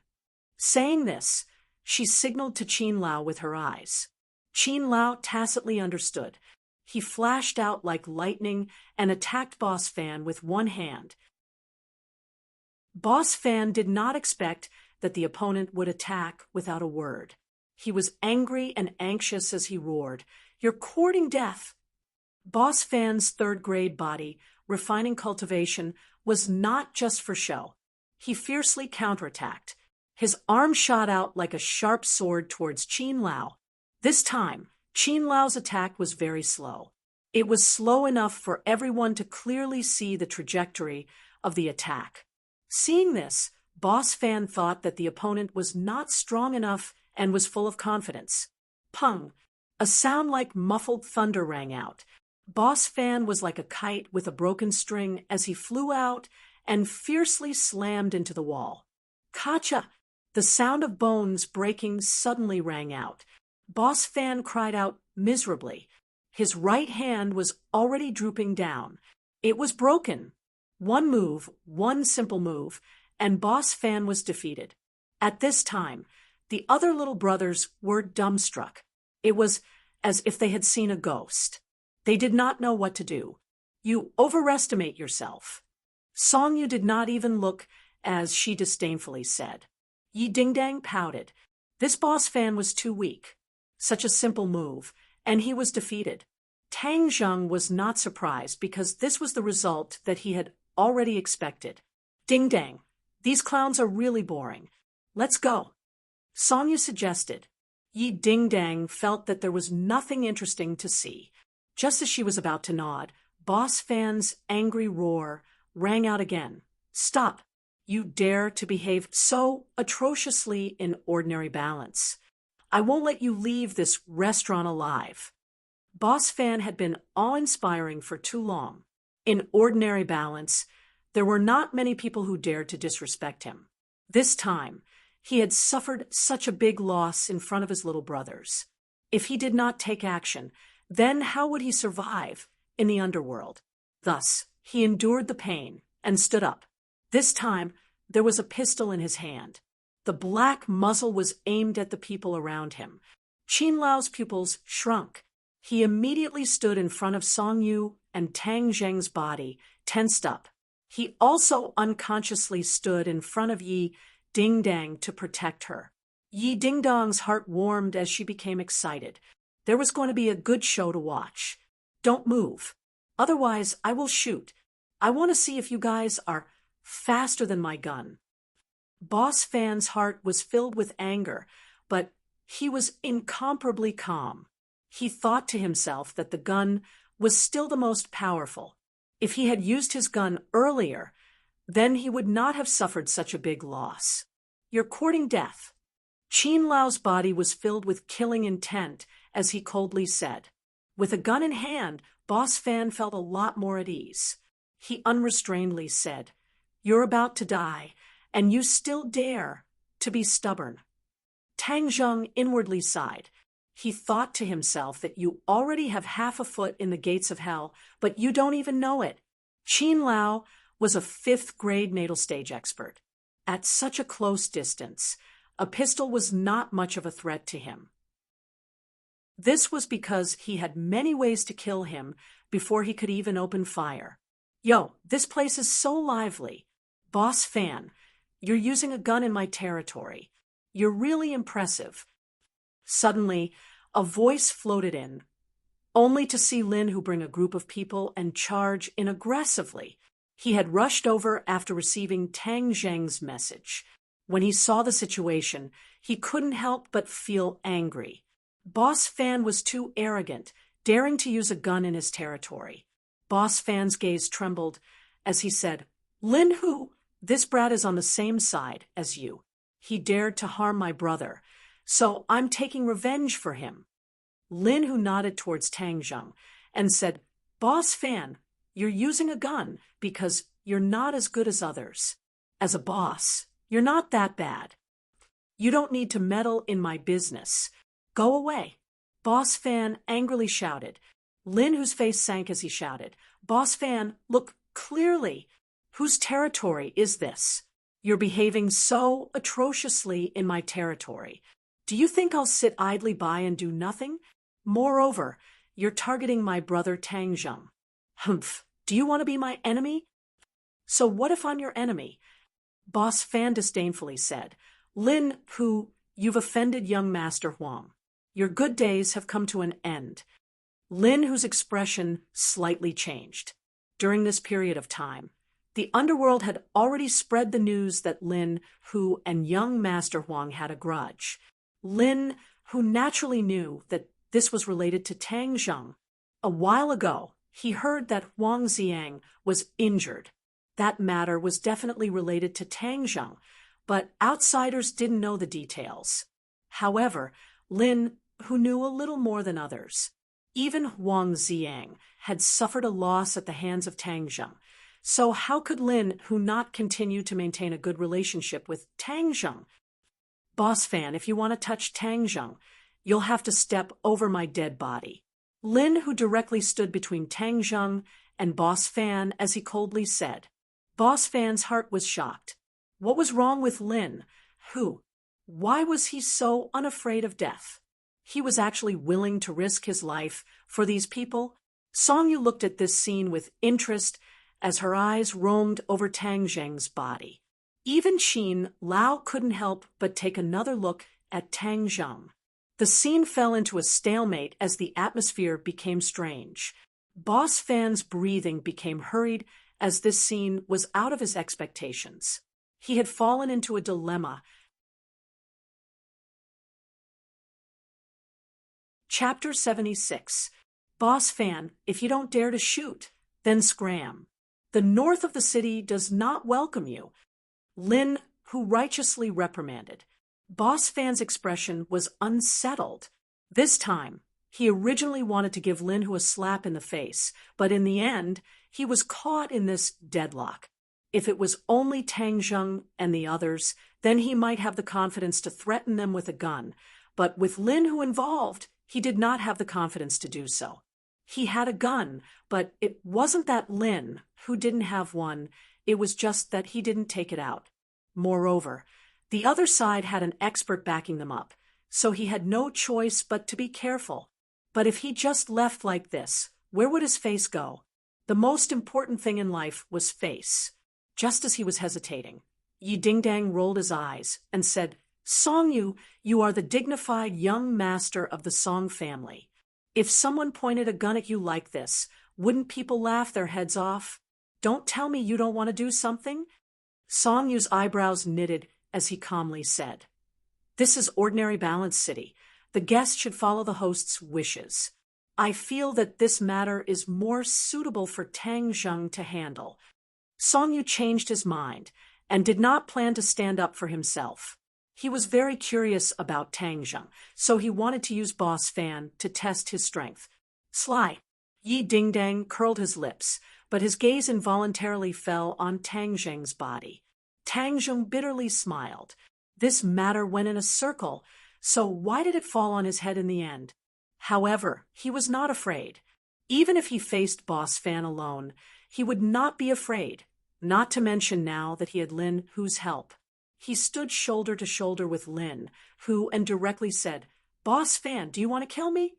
Little brat, you have offended young Master Huang. You won't live for many days. Boss Fan coldly reprimanded. Tang Zheng coldly smiled. It seems that Boss Fan's news was not very good. He actually did not know that Huang Ziyang had suffered a loss at his hands. He looked at Boss Fan with ridicule and said, I don't know how many days I have left, but there is one thing. If you want to leave here today, you must pay a certain price. Ha, do you think you can stop me? Boss Fan disapprovingly mocked. You think I can't stop you? Then we can give it a try. Tang Zheng lightly said, his words filled with strong self-confidence. Boss Fan's face full of ridicule as he said, You think you can be unrestrained just because you have Lin Hu's backing? You underestimate me too much. Lin Hu advised in a low voice, Little brother, Boss Fan is not simple. Moreover, he has a gun in his hand, so you must not be careless. Tang Zheng nodded his head. I know. Brother Hu, don't worry. He wants to rely on a gun to deal with me. He thinks it's too easy. Tang Zheng had already been shot twice. The first time he was shot by Huang Ziyang. The second time he was shot by an assassin. Now, he no longer had a strong fear of guns. At a distance, guns could pose a fatal threat to him. But at such a close distance, a handgun may not be able to do anything to him. Seeing that Tang Zheng was not afraid, Lin Hu was slightly astonished. He did not try to persuade him, but he did not relax his vigilance. If Boss Fan really dared to shoot, he would definitely not sit idly by. Song Yu's eyes narrowed as she asked in an almost inaudible voice, Qin Lao, is Tang Zheng really not a martial artist? This was the point he was most suspicious of. From the outside, Tang Zheng looked no different from an ordinary person. He was not a martial artist, but his calmness and courage under the gun was not something an ordinary person would have. It gave others the illusion that he was a top expert. Old man Qin stared at Tang Zheng without blinking, his sharp gaze as if he wanted to see through him. Then he firmly shook his head. He is definitely not a martial artist. Song Yu heard this and was even more confused. He did not doubt Qin Lao's judgment. After all these years, Qin Lao's judgment had never been wrong. Then where did Tang Zheng's courage come from? Qin Lao also had the same question. He could not see through Tang Zheng anymore. Only Yi Dingdang was full of confidence. She knew how dangerous Tang Zheng's battle with Huang Ziang was. He had survived, so she believed that Boss Fan would not be able to hurt him. At the same time, another thought appeared in her mind. Since Song Yu was so persistent, then she would let Tang Zheng show his strength. From there, Song Yu would back off. So, she was looking forward to Tang Zheng's performance. Tang Zheng had undoubtedly become the focus of attention. Everyone's eyes were focused on him. Boss Fan stared at Tang Zheng. His aura involuntarily weakened. He roared, "Tang Zheng, then I will fulfill your wish." As he said this, he pulled the trigger. Lin, who also wanted to pull out his gun, but someone was faster than him. A figure flashed like a bolt of lightning across the night sky. Tang Zheng had already leapt out, his 5 fingers closed together like a sharp sword, as if wanting to cut through the air. Caught off guard, he had already arrived in front of Big Head Fan. Outer Heaven Flying Immortal! Tang Zheng's first move was Outer Heaven Flying Immortal. He was like an immortal that flew from the heavens. With a light finger, it was like a divine sword that fell from the heavens. Puchi, his fingertip cut across Boss Fan's wrist. Blood splashed out. His finger that was about to pull. The trigger stopped. Pa! His finger uncontrollably loosened, and the pistol fell to the ground. He was dumbstruck, as if he had seen a ghost. How did this brat become so fast? He is much stronger than when he was fighting. In just a few days, how did he improve so much? Boss Fan's heart flashed with countless questions. He did not know that Tang Zheng was no longer the same as before. He had already broken through to the 3rd grade refining qi. A 3rd grade refining qi against a 3rd grade refining body was a complete, crushing victory. The two could not be compared at all. The moment Qin Lao saw Tang Zheng move, his expression involuntarily changed. He was incomparably dignified and shocked. Song Yu's pupils also shrunk. He was in disbelief as he turned his head to look at Qin Lao. This time, Qin Lao, who had never misjudged someone, was truly mistaken. Immediately, his feelings towards Tang Zheng became even more complicated. He always thought that Tang Zheng was not simple, but he never thought that he would be so complicated. It completely exceeded his expectations. Only Yi Dingdang was cheering as if she had won. In fact, her feelings were also very complicated. She clearly found that Tang Zheng was much stronger than before. Just based on that lightning-fast move, she did not have the confidence to use it. Did he surpass me? This question surfaced in her heart, but was immediately drowned out by joy. This was because she saw Qin Lao and Song Yu's reactions.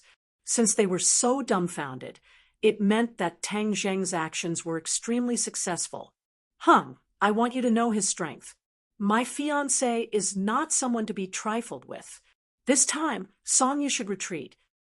She thought complacently, as if Tang Zheng had really become her fiancé. You, what are you doing? Boss Fan finally knew fear. With a gun in hand, he was very confident. But now, he found that the gun was not omnipotent. I will leave you with a deep lesson. Just as he finished speaking, Tang Zheng raised his hand and brought it down.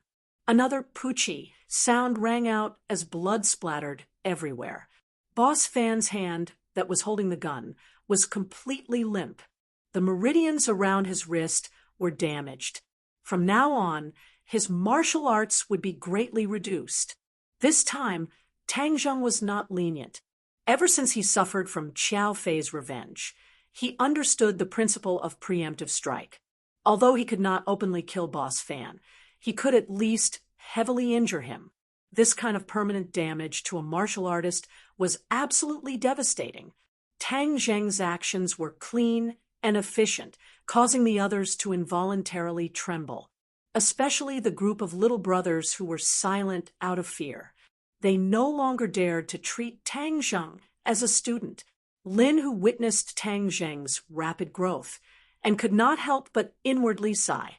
It was fortunate that he was wise enough to turn weapons of war into gifts of jade and silk. Otherwise, the one suffering now would be him. Boss Fan loudly screamed. The veins on his forehead were exposed, but he did not dare to look at Tang Zheng. He finally understood that he was not Tang Zheng's opponent. He was both angry and afraid. Scram! If you dare to let me see you doing bad things in the future, then it won't be so simple. Tang Zheng said. Boss Fan felt as if he had been pardoned. He clenched his teeth and did not bother to pick up the pistol. He rushed out of the restaurant. The other little brothers also swarmed after him.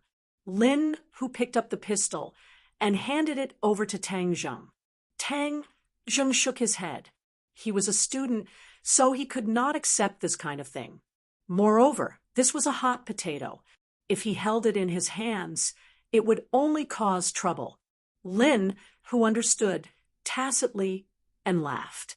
He directly put it away and said, "Today Boss Fan has completely fallen. He will certainly be ridiculed by the people of the underworld. This is what he brought upon himself." Tang Zheng said without batting an eyelid. "Wah, Tang Zheng, you really are too awesome." Yi Dingdang was like a butterfly as she hugged onto Tang Zheng's arm. Her breasts that were like budding flowers pressed tightly onto his body, causing his heart to be like a monkey and galloping like a horse. Yi Dingdang did not seem to notice. Just now, for a moment, she really did have the illusion that he was an unparalleled hero. Yi Dingdang had a serious hero complex. So when she saw Tang Zheng drive away Boss Fan, her good impression of him increased by a lot. At the same time, it was as if she had discovered a new continent. Her eyes moved between Tang Zheng and Lin Hu. She had already guessed that Lin, who was a person of the underworld, and that Tang Zheng had a close relationship with him. She thought that she had discovered Tang Zheng's secret, so she was especially happy. "Little brother, is this your friend?" Lin Hu asked with a smile. Yes. Tang Zheng was just about to say that they were classmates, but Yi Dingdang beat him to it and said, "I am his fiancé." She said this and glared at Tang Zheng as if to say, "Look, you almost exposed me." Tang Zheng reluctantly squeezed out a smile and did not refute. Lin, who looked at Tang Zheng in astonishment. He actually had a fiancé. Then he looked at Yi Dingdang and couldn't help but suck in a breath of cold air. Martial artist. This little girl was actually also a martial artist, and her strength was even higher than his. Lin, who was a bit dizzy. How did so many martial artists suddenly appear? No one paid attention to Lin Hu's shock. Song Yu directly walked over and stared at Tang Zheng. Her blazing eyes seemed to want to melt him. "Brother Tang, you have good skills." Song Yu praised. Tang Zheng faintly smiled and said, "I've embarrassed myself." Song Yu shook her head and sighed. "I didn't expect you to be the one hiding your strength."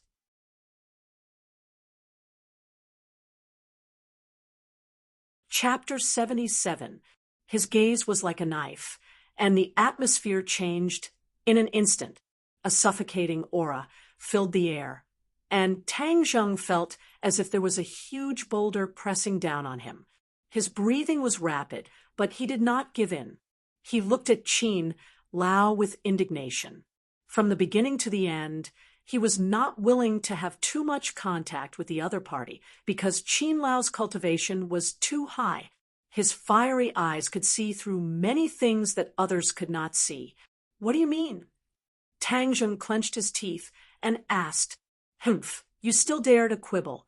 What sword technique did you use just now? Qin Lao asked sternly. Just now, even though Tang Zheng had only used one move, heaven-flying immortal, old man Qin's eyes were like torches, and he immediately realized that this sword technique was different from the rest. Although I only saw one move, that sword technique made my heart tremble. This feeling was exactly the same as when I saw sword god Yi Yuan's sword technique. Could it be that he came from the sword god's sect? Qin Lao was shocked. It was said that the sword god had only accepted 3 disciples so far.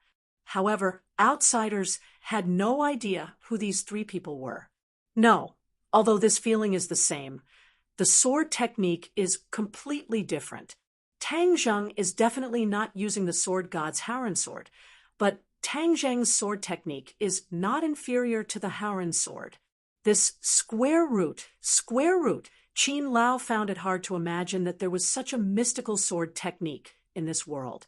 This sword technique was definitely tempered by countless generations of people, so there must be someone who taught Tang Zheng this sword technique. That person must be a super expert that was not inferior to the sword god. Qin Lao's heart beat faster. The number of top experts in this world could be counted on one hand, but this person was unknown. He was really puzzled. It was definitely not a coincidence that this kind of super expert's descendant appeared in this world, and it was also related to Songyu. As a consecrator of the Song family, Qin Lao had no choice but to consider the stakes. The others didn't know that so many thoughts were running through Qin Lao's mind. They thought that his reaction was too intense. However, Tang Zheng felt a chill in his heart. This Qin Lao really had a pair of discerning eyes. He actually saw through the extraordinariness of the flying immortals from beyond the heavens. However, how could Tang Zheng tell him the truth? He directly refused. It's not convenient to tell you. Qin Lao's eyes turned cold. Tang Zheng felt as if he had fallen into an ice cave. His whole body turned cold. He quickly circulated his true qi to offset this cold. What are you doing? He asked angrily. Tang Zheng, where did you learn from? You'd better tell me the truth. Qin Lao asked relentlessly. That's my own business. There's no need to tell you. Qin Lao was about to speak again when Yi Dingdang blocked Tang Zheng's path and said unhappily, Qin Lao, what are you doing? Could it be that you want to use your seniority to bully others? Yi Dingdang had been dissatisfied with them for a long time, so she took this opportunity to vent her anger. She wasn't afraid of the other party. Qin Lao was unmoved. He continued to stare at Tang Zheng as if he wouldn't give up until he told the truth. Yi Dingdang saw this and said unhappily, Songyu, what's the matter with him? Tang Zheng is my fiancé, not a criminal. You don't have the right to interrogate him like a criminal. Songyu was also slightly surprised by Qin Lao's extreme reaction. It was very rare to see him treat a person with such enthusiasm. Qin Lao, since he doesn't want to say more, then we won't force him. Songyu advised. Qin Lao hesitated for a moment before reluctantly nodding his head. Tang Zheng let out a sigh of relief. This Qin Lao was too shrewd. Fortunately, Yi Dingdang helped him out. Yi Dingdang unhappily glared at Qin Lao and said, Tang Zheng, let's go. She pulled Tang Zheng out of the restaurant. Lin, who thoughtfully looked at Qin Lao, and Songyu before following them out. The other lackeys also left one after another. Songyu also wanted to chase after them, but was stopped by Qin Lao. Young master, I have something to say to you. Qin Lao, what's wrong with you? Why are you acting so strangely? Songyu stopped and asked curiously. Qin Lao furrowed his brows and said, This Tang Zheng is too strange. Young master should avoid contact with him.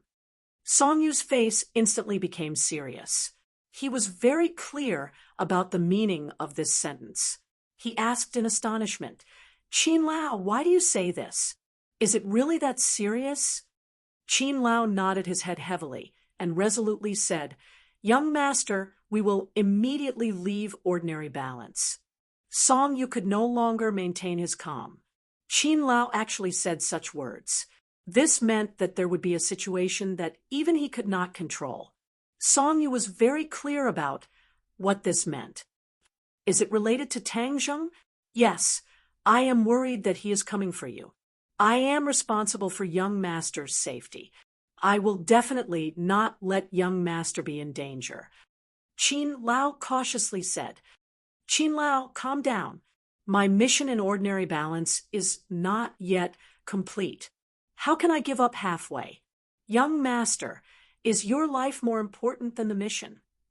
Qin Lao coldly asked. Song Yu's pupils shrank. He was speechless. After a while, he unwillingly nodded his head. Fine, then I will listen to you. We must thoroughly investigate Tang Zheng, Qin Lao said in a deep voice. Song Yu was speechless. Tang Zheng did not expect that his move would actually scare Song Yu away. At this moment, he bid farewell to Lin, who was then stared straight at by Yi Dingdang. Is there a flower on my face? Why are you looking at me like that? Yi Dingdang's face was filled with a little pride. He clicked his tongue and said, Tang Zheng, you really hide deeply. Speak, how many more secrets are you hiding? Tang Zheng did not know whether to laugh or cry. He said, What secrets do I have? This time I saw it with my own eyes. Do you still dare to deny it? How do you know Lin Hu and Boss Fan? They are people of the underworld. As a student, you shouldn't have any interactions with them, right? Yi Dingdang impatiently asked. I met them by chance. What's wrong with that? Who are you trying to lie to? This is my business. I don't want to talk about it. No, this time don't think you can get away with it. Otherwise, I will never talk to you again. Yi Dingdang did not give up and said, It's good that you don't talk to me. Tang Zheng would not obediently give in. Yi Dingdang was speechless. She simply could not do anything to Tang Zheng. Suddenly, she thought of a plan and said, If you don't say it, then I will tell Feng Xinyang that I like you.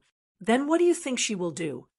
Tang Zheng's head tightened as he said, Do you have to be so cruel? This is what you forced me to do.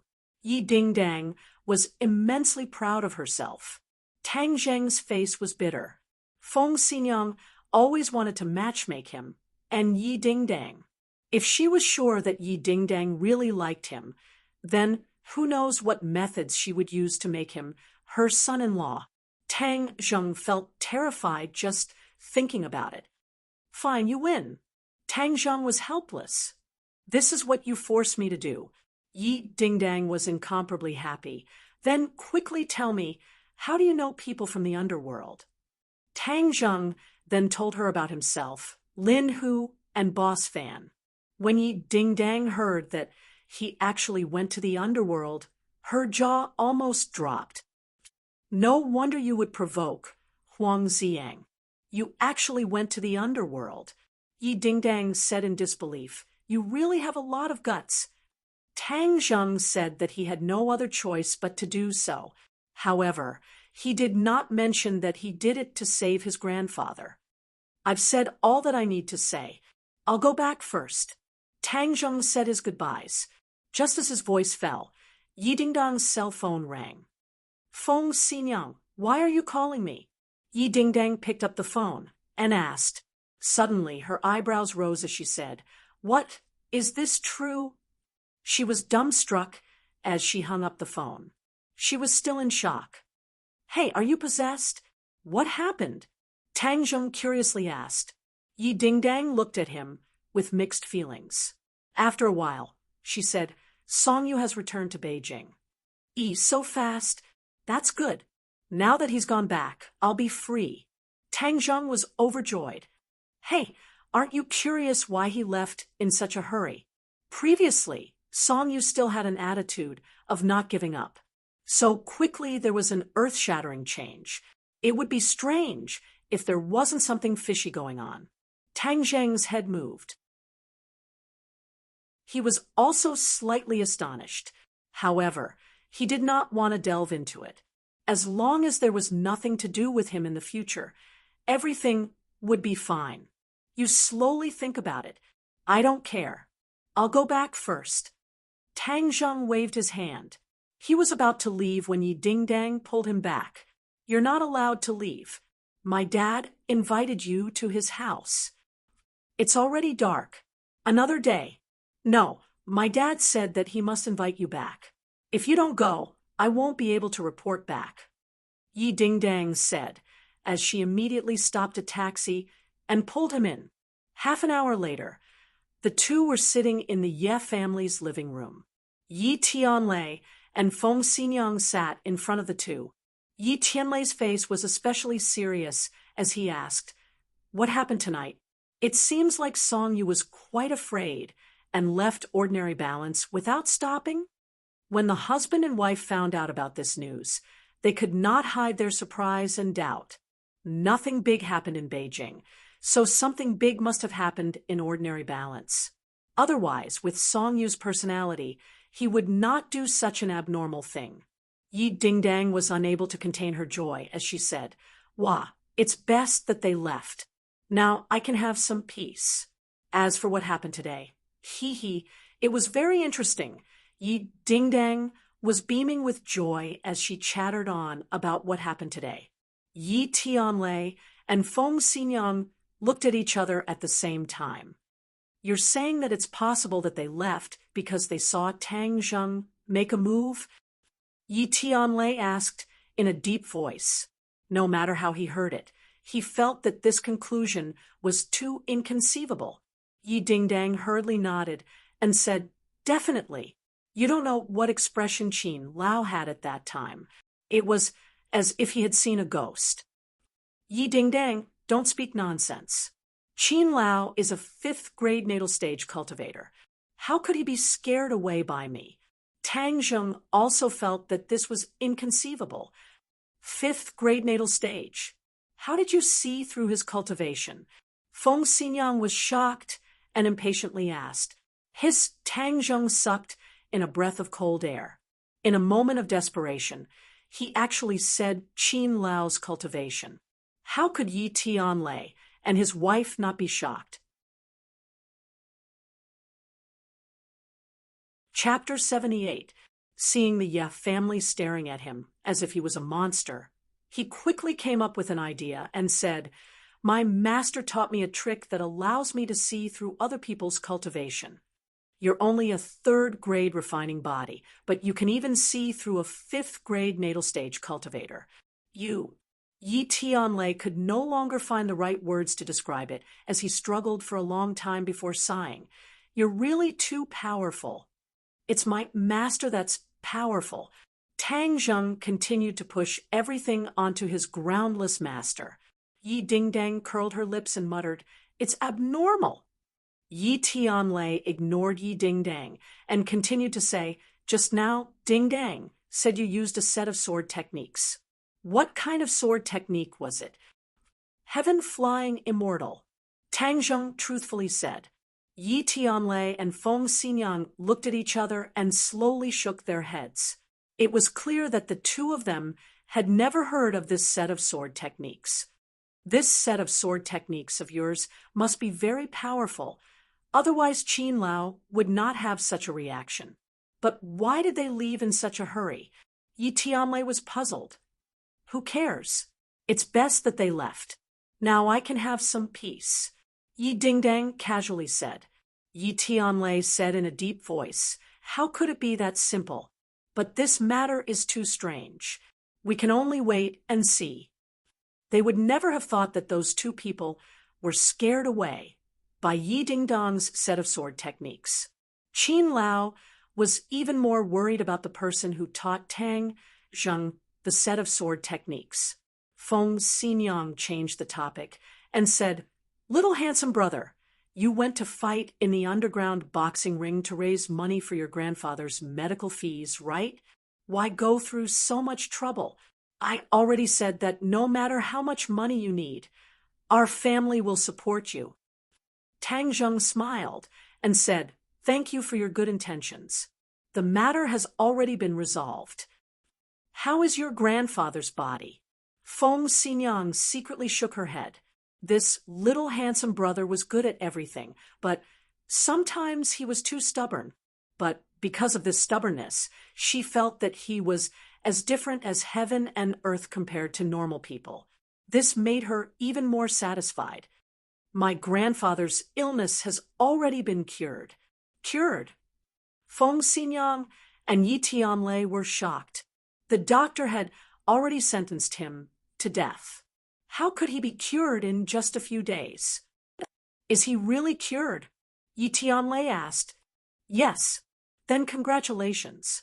Yi Tianlei said, I wonder how the old man got better. He looked so serious back then. Tang Zheng hesitated for a moment and said, You cured him? The three members of the Ye family couldn't help but cry out in surprise, especially Yi Dingdang, who stared at him in disbelief. Tang Zheng, you can't brag. When did you know how to treat illnesses? Yi Tianlei, on the other hand, did not have any suspicions as he thought back to the time when Tang Zheng helped him unblock his meridians.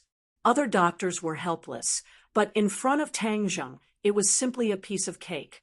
At that time, he already guessed that Tang Zheng had medical skills. Now that it was confirmed, he wasn't too surprised. He only sighed in his heart. Tang Zheng gave them too many surprises. Feng Xinyang's beautiful eyes turned and said, Little handsome brother, I didn't expect your medical skills to be so good. It really is amazing. Aunt Feng is too kind. Tang Zheng modestly said. This was all thanks to the life-continuing pill. This was already beyond the scope of ordinary medical skills. Yi Tianlei's heart suddenly moved. He couldn't help but think of his family's old man. The old man didn't have much time left. Since Tang Zheng could cure Tang Dahai, then could he also cure the old man? He was shocked by his own guess, but he also faintly looked forward to it. It was like a drowning person grabbing onto a life-saving straw. Tang Zheng, since your medical skills are so good, I have a presumptuous request. Yi Tianlei excitedly said. Feng Xinyang looked at him and immediately understood his thoughts. She immediately thought of a possibility. If the old man could get better, then there would be no need for him to marry into the Song family. Dingdong's crisis would be easily solved. Although they had Tang Zheng pretend to be Yi Dingdong's fiancé, a smart person could see that this was just a show. Song Yu was a smart person, so he had already seen through it. He just didn't say it out loud. Although the old man didn't say anything, he definitely wouldn't sit idly by. Once he decided on something, it would be hard to change it unless there was a major change. This change was to let him recover. Although Yi Tianlei had already left Beijing, the blood that flowed in his body was still the blood of the Ye family. Feng Xinyang was very clear about her husband's personality. Although she had said in a fit of pique that she might as well stay in ordinary balance and not return to Beijing, and Yi Tianlei didn't express any objections, Feng Xinyang was very clear about what he was thinking in his heart. In the end, he wanted to return to the Ye family and didn't want his relationship with the old man to be too stiff. If the old man's illness could be cured and Yi Tianlei became a Xiantian martial artist, then everything would be fine. Uncle Yi, I was just lucky. Actually, I don't know much about medicine. Tang Zheng had already guessed the other party's intentions. Yi Tianlei shook his head and said, No matter, listen to me first. My family has a patient who had an accident while practicing martial arts. He doesn't have much time left. Do you have a way to cure him? I haven't seen the patient's situation, so I can't make a judgment. Tang Zheng said, awkwardly. That's right. I will think of a way to arrange for you two to meet, Yi Tianlei said, full of expectation. Tang Zheng was helpless. How could he have any medical skills? It seemed like he was going to be exposed. He quickly said, Uncle Yi, I'll tell you the truth. I really don't know much about medicine. I'm afraid I will disappoint Uncle Yi. No problem. Just do your best. Seeing Tang Zheng being so modest, Yi Tianlei was filled with even more expectation. The more modest a person was, the more ability they had. He didn't know that Tang Zheng wasn't being modest and was just speaking the truth. All right then. Since it had come to this point, Tang Zheng could only agree and bid farewell before leaving. Tianlei, are you really going to let Tang Zheng try? Feng Xinyang asked seriously. Yes, maybe this is a hope. The silent Yi Dingdang finally couldn't help but say, Dad, how can Tang Zheng's medical skills be good? Medical skills need to be accumulated over time. How old is he? I've never heard of him having any medical skills before. Sometimes there are miracles in this world. Moreover, did you know that his martial arts were so good? Yi Tianlei asked back. Yi Dingdang opened her mouth, but couldn't say anything to refute. Don't tell me you want to invite Tang Zheng to Beijing? Feng Xinyang asked. How can we do that? Right now he is at the crucial point of the exam. We can't lower our guard. Moreover, we are the ones asking for help. I will think of a way to invite the old man to ordinary balance. Feng Xinyang curled her lips and said, Can you invite him? Yi Tianlei forced a smile. To be honest, he didn't have 100% confidence. The old man's thoughts were hard to guess. Yi Tianlei's phone rang. He immediately made a shushing gesture and said in a low voice, The old man is calling. Hello, Dad. What are you looking for me for? Yi Tianlei respectfully asked. Tianlei, what are you doing? I heard that something went wrong with the marriage I arranged for Dingdang. A dignified voice came from the phone. Just listening to this voice gave people a sense of oppression. Dad, there is indeed something wrong with this matter. Hung, I think you're deliberately messing around. When did Dingdang have a fiancé? How come I didn't know? The old man's tone carried a bit of anger. Feng Xinyang moved her mouth and was about to refute when she saw her husband continuously giving her a look. Only then did she swallow the words that were about to come out of her mouth. Dad, I didn't have time to tell you about this matter. What are you talking about?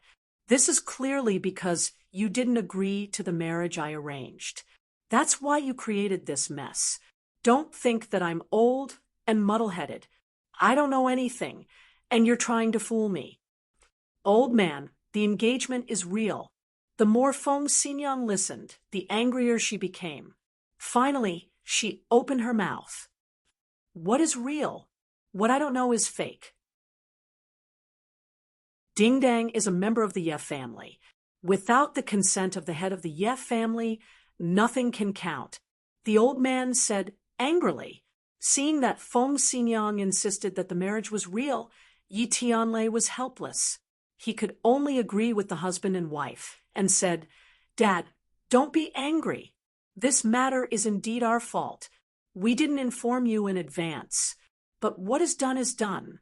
There is no way to change it. Tianlei, you want to fool me? No, Dad. I happen to have something to ask you. Can you come to ordinary balance? Yi Tianlei quickly changed the topic. Why do you want me to go to ordinary balance? There are a lot of things in Beijing. I have to arrange them before I leave this world. How can I have the leisure to go to ordinary balance? Dad, this is very important.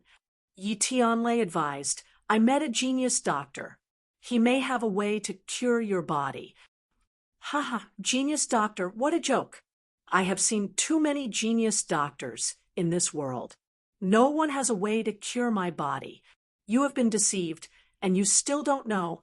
Humph, I see that you haven't made much progress in these years. The old man said with a bit of banter. Yi Tianlei was like an ancient well without ripples, but Feng Xinyang couldn't bear it anymore. How could she bear to talk about her husband like this? But Yi Tianlei's eyes were sharp, and his hands were quick. He immediately grabbed her hand and finally stopped her from flipping out. Dad, this genius doctor may have a way. Yi Tianlei didn't give up and advised. There's no need to say any more. Let me tell you, Tianlei, Ding Dong's marriage cannot be changed. As for the matter of that fiancé you guys created, I'll give you 3 days to settle it. The old Gramps gave the final ultimatum before hanging up the phone. How can he do this? Yi Ding Dang finally exploded. Her eyes were red and full of grievances and indignation. Marriage is related to my life's happiness. It can't be decided by his words. Ding Dang, there are many things that are not up to the family. Yi Tianlei sighed. Not up to the family. Feng Xinyang, will never do things that I don't want to do. My daughter also won't. The old man wants to break off this marriage. No way. Even if it's fake, I will do it for real. Ding Dang, work harder and win over this little handsome guy. If you really can't, then we will really cook the rice. Feng Xinyang said resolutely. Yi Dingdong's eyes kept changing. It seems that although she and Tang Zheng stayed in the same room last time, the experienced Feng Xinyang still guessed that nothing happened between the two. Chapter 79. Boss Fan dejectedly stood in front of Huang Ziang with his arm wrapped in bandages. He miserably said, "Young Master Huang, you have to help me. Lin Hu and Tang Zheng are together, and they don't even put me in their eyes. They don't even put young Master Huang in their eyes. If this kind of person stays in ordinary balance, he will only be a disaster in the future." Huang Ziang's face was ashen as he coldly said, "It's Tang Zheng again. His heroic spirit really won't disperse. Yes, this little brat's martial arts are very strange. Young Master Huang, only you can suppress them. Otherwise, they will flip the heavens." Boss Fan instigated. This time he had suffered a great loss, so of course he wanted to get back at them. But when he thought of Tang Zheng's ghostly skills, he felt a burst of fear. He could only ask Huang Ziang for help. Good, very good. Huang Ziang clenched his fists as his bones cracked. Boss Fan was shocked as this time he came to find Huang Ziang. He felt that the other party's aura had undergone a great change, and there was a heavy feeling of yin qi. "Young Master Huang, then when are you going to make your move?" "Make my move?" Huang Ziang smiled evilly. "When my godly technique reaches large success, it will be the time of their death." Godly technique? Boss Fan was shocked as he looked at him in bewilderment. "Then how long will it take?" "It won't take long." Long. Haven't you noticed that my martial arts have increased by quite a bit?" Boss Fan felt uncomfortable from Huang Ziang's strange smile as he trembled with fear and said, "I just felt that young Master Huang was different from before. I wonder what realm young Master Huang's martial arts have reached." "7th grade, refining body," Huang Ziang proudly said. Boss Fan's eyes instantly became round. In just a few days, he actually broke through from the 6th grade refining body to the 7th grade refining body. Just what kind of mysterious martial arts did he obtain? Boss Fan really wanted to ask clearly, but he swallowed his words back. He wasn't stupid enough to ask such an idiotic question. "Congratulations, young Master Huang." Boss Fan immediately changed his expression as he respectfully said, "I have a premonition that I will break through in a few days. When I reach the Hotian realm, it will be the time of their deaths." Huang Ziang solemnly vowed. Big Head Fan's heart trembled. What kind of divine technique was this? How could it progress so quickly? A cold light flickered in Huang Ziang's eyes. He was incomparably pleased with himself. Although he had suffered a loss at the hands of Tang Zheng, he had obtained his cultivation technique. This was a huge advantage. At first, he was worried that this cultivation technique was fake, but after trying to cultivate it, he really made tremendous progress in a single day. He no longer had any doubts, and believed that the day of his great success was just around the corner. He did not expect that this set of exercises was carefully improved by Tian Chanzi. Even if it was a master, it would be difficult to see the flaws, let alone him, who was only at the body refining stage. Although this set of martial arts allowed one to progress rapidly in the early stages, it had a huge side effect. The higher one's cultivation, the greater the side effect. Currently, his body was emitting a heavy yin qi, which was one of the side effects. But his heart had long been blinded, so it was difficult for him to notice. In addition, Tian Chanzi had also left a fatal weakness in this set of exercises. But even if Huang Xiang racked his brains, he would never have thought of it. Tang Zheng did not know that Boss Fan had gone to complain to Huang Xiang. He also did not have the heart to pay attention to these matters. Currently, he was outside of Qiao Fei's villa. The villa was completely dark, and not a single person was present. He asked around and found out that the Qiao family had taken Qiao Fei to the capital to treat her illness. Qiao Mu had sent people to assassinate him. So how could Tang Zheng sit idly by and do nothing? So this time, he specifically came to take revenge. But they actually ran so fast and avoided this calamity. You can hide for a while, but you can't hide forever. There will be a day when you will come back. Tang Zheng silently left. The next day, Tang Zheng arrived at school early in the morning, but found that Fang Shishir was already sitting in her seat. Her eyes were red. He was very surprised and quickly asked with concern, "Shishir, what's wrong? Did you not sleep well last night?" Fang Shishir looked at him pitifully.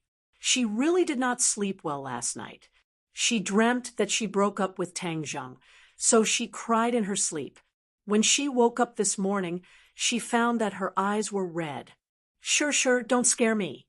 What happened?" Since the two met, this was the first time he saw her like this. He could not help but be shocked. "Did someone bully you?" Fang Shishir did not nod or shake her head. She just looked at him like a fool, as if she wanted to imprint his appearance in her heart. But the more she acted like this, the more uneasy Tang Zheng felt. He quickly held her hand and comforted her. "You have me. No matter what happens, I will be here. Don't be like this, okay? Just say something, okay? Were you with Yi Dingdang last night?" Fang Shishir bit her lips and asked hesitantly, Tang Zheng subconsciously wanted to deny it, but when he saw her red eyes, he could not say the words. He nodded and said, "Yes, she asked me for help." "What is it?" Tang Zheng hesitated for a moment, as he was not prepared to talk about this matter, because it was fake after all. But sometimes a fake play would cause a lot of trouble, but looking at Fang Shishir's appearance, he had no choice but to say it. "Shishir, listen to me. It's like this." He slowly explained the entire story of how Yi Dingdang had asked him to be her fake fiancé. Fang Shishir's complexion visibly improved by quite a bit. Why would she ask someone for help? She faintly said, with her personality, it was very difficult for her to do such a thing. She had no choice and was forced to do it. Tang Zheng explained. Fang Shishir let out a sigh of relief and said, "I'm sorry, I wronged you." Girls in love were very sensitive. Moreover, Fang Shishir knew how outstanding Tang Zheng was, so she was afraid that someone would steal him away. This was a sign of insecurity.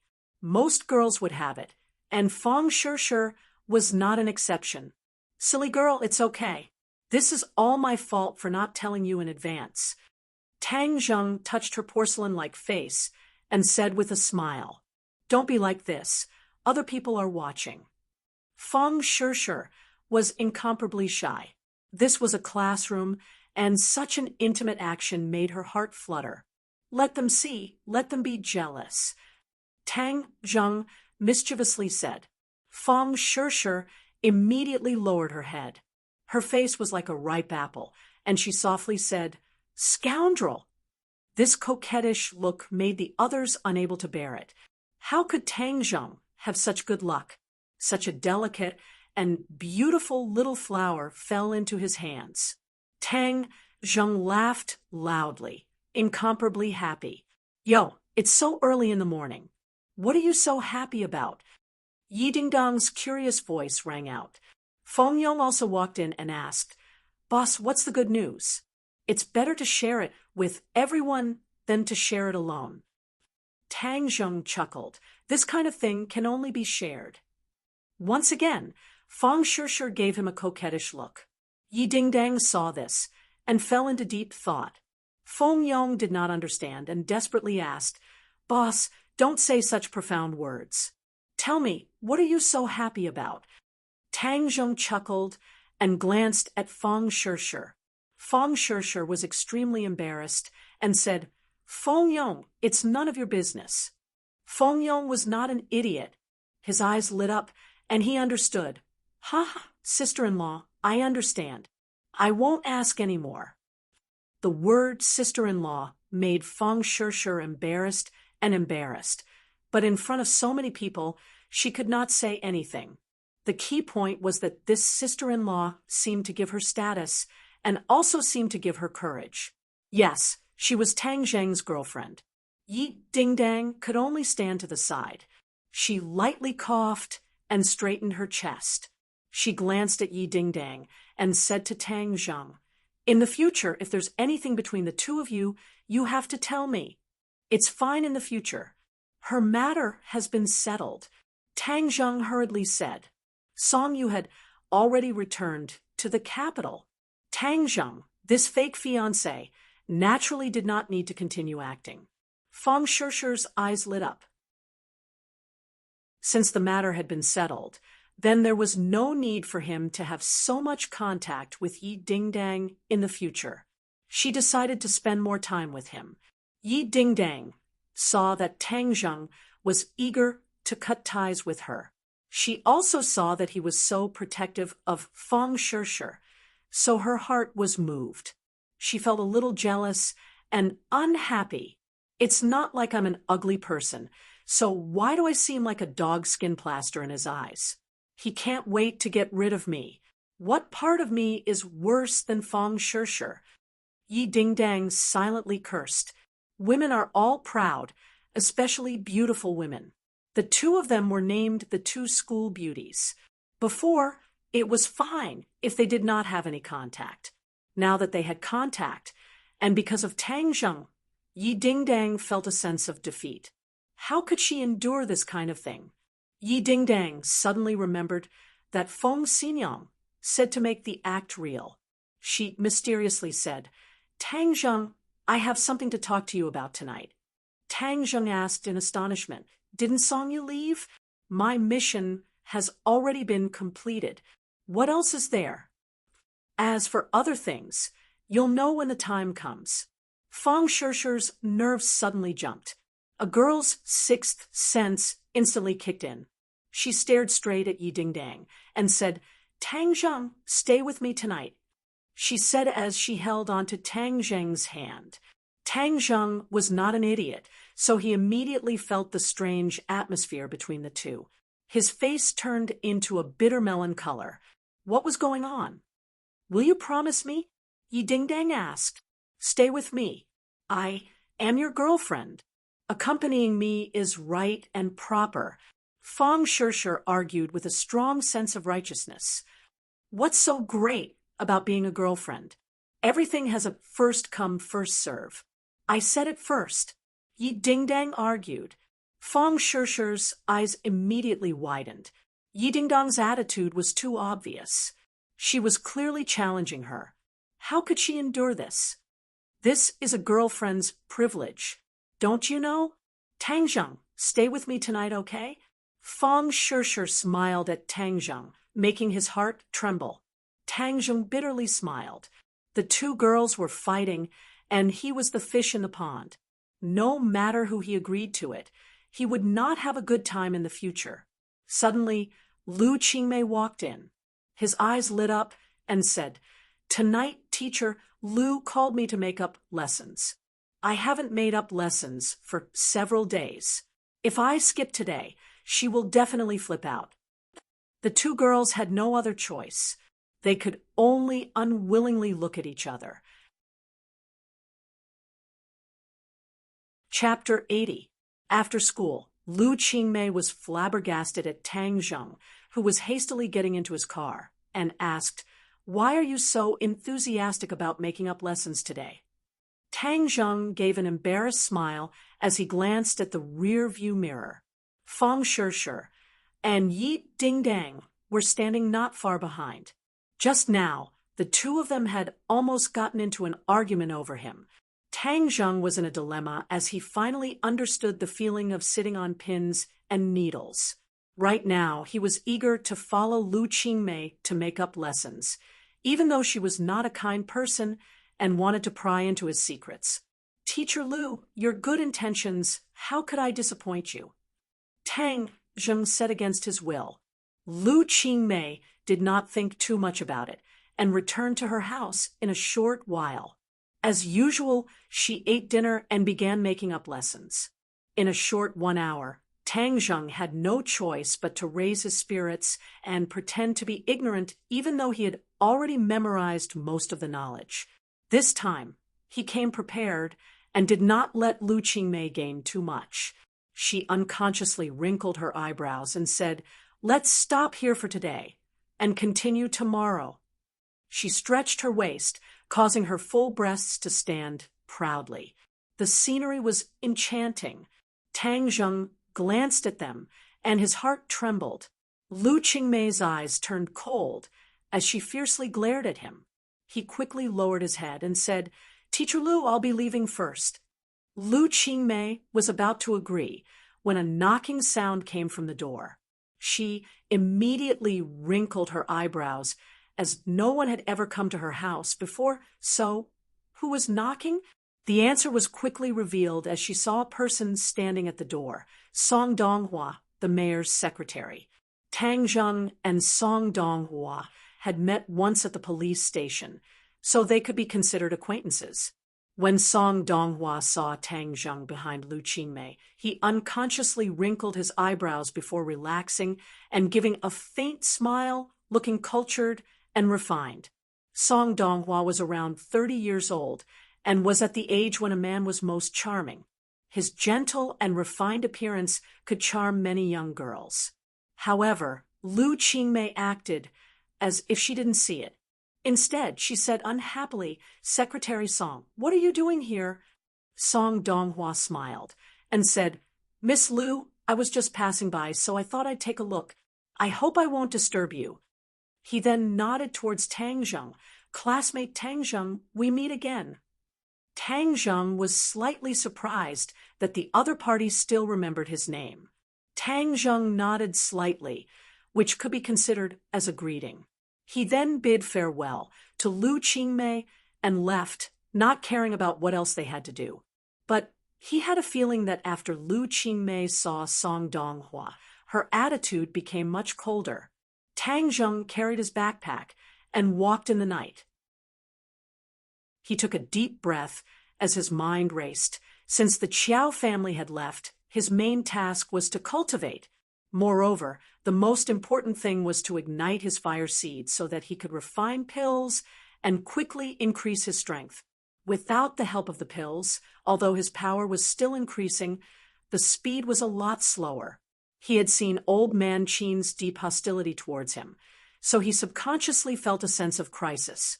He always felt that there would be danger approaching. Moreover, there was still that mysterious demon clan. He had destroyed their curse technique, so he didn't know if they would come for revenge. All in all, the pressure on his body was not small, but it was not as urgent as when he saved his grandfather. Beep, beep. Suddenly, the sound of a horn came from behind him, and a car stopped beside him. Song Donghua stuck out half his head and said, "Classmate Tang Zheng, I'll send you home." "No need, my home is not far. so I can walk back. Get in the car, I'm free anyway. Song Donghua opened the car door without any explanation. It was difficult to refuse such kindness, so Tang Zheng could only get in the car. Song Donghua's driving was very steady and not in a hurry. This temperament that was honed from working in a government department could be seen. Song Donghua unobtrusively asked about Tang Zheng's studies and his life, and the topic of conversation inadvertently changed to Lu Qingmei. Teacher Lu is really a good teacher, giving you tutoring so late at night. Yes, Tang Zheng nodded his head in agreement, although Lu Qingmei was a bit cold. She was still a qualified teacher. The old, which was not even fit to carry her shoes. I wonder what Teacher Lu's hobbies are, Song Donghua casually asked. Even though he tried his best to hide it, as if it was a normal conversation, Tang Zheng was still able to hear something different. He said without batting an eyelid, "You guys are friends, so you should know this better than me." Song Donghua embarrassedly smiled and said, "Of course I know this, but I don't know about her life in school. Can you tell me more about it?" Tang Zheng's heart moved. This person seemed to be very interested in Lu Qingmei. Originally, Tang Zheng thought that they were friends, but it was clear that their relationship was not that close. However, he also deliberately wanted to understand Lu Qingmei, so the answer was obvious. "Little brat, he wants to flirt with your teacher." Tian Chanzi rushed to speak first, exposing Song Donghua's thoughts. Tang Zheng laughed involuntarily and could not help but say to Tian Chanzi, "Are you an expert cultivator? You even know the word flirt. When in Rome, do as the Romans do. I'm not a rigid old antique." Tian Chanzi explained. "Little brat, Lu Qingmei has a rare mysterious body. You can't let her be snatched away from your hands. Now that your cultivation is progressing day by day, you need more pure yin qi. Right now, this kind of sneaky method of absorbing pure yin qi is no longer of much use to you." Tian Chanzi had already subconsciously placed Lu Qingmei in Tang Zheng's list of prey.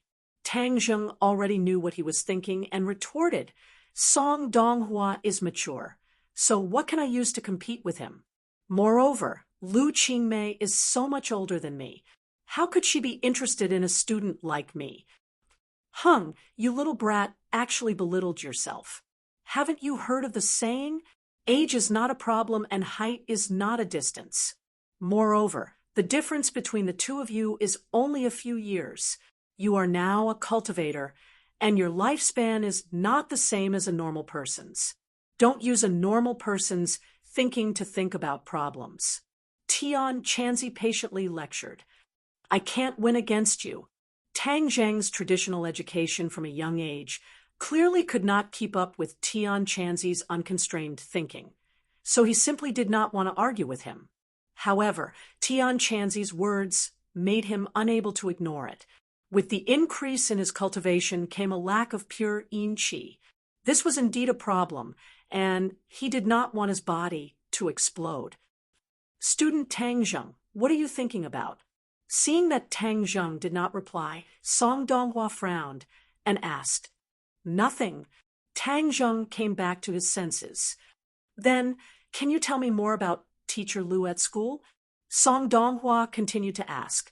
Since Song Donghua wanted to chase after Lu Qingmei, Tang Zheng did not want to give him any information, so he perfunctorily said, "He is no different from other teachers. There is nothing much to say. I've arrived, thank you." Song Donghua had no choice but to stop the car. Seeing Tang Zheng's figure disappear into the distance, his face gradually sank. He really did want to chase after Lu Qingmei. Other than her beauty, the most important thing was her background. Others did not know of her background, but he had heard of it from the mayor. He could not help but feel a surge of emotions. So Lu Qingmei was actually the daughter of the governor. However, she had always kept a low profile, and very few people knew of her true identity. Song Donghua seized the opportunity and naturally would not let go of such a good opportunity. He had climbed up step by step from the bottom and was able to reach where he was today. However, the most important thing in politics was to have a backer.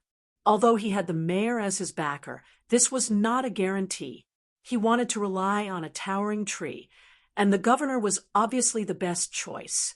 If he was able to become the son-in-law of the governor's family, then his career would be smooth sailing, and he would have a meteoric rise. During this period of time, he had fiercely pursued Lu Qingmei. He had even invited her to dinner and implicitly expressed his love for her. However, he never thought that Lu Qingmei would be indifferent to his advances.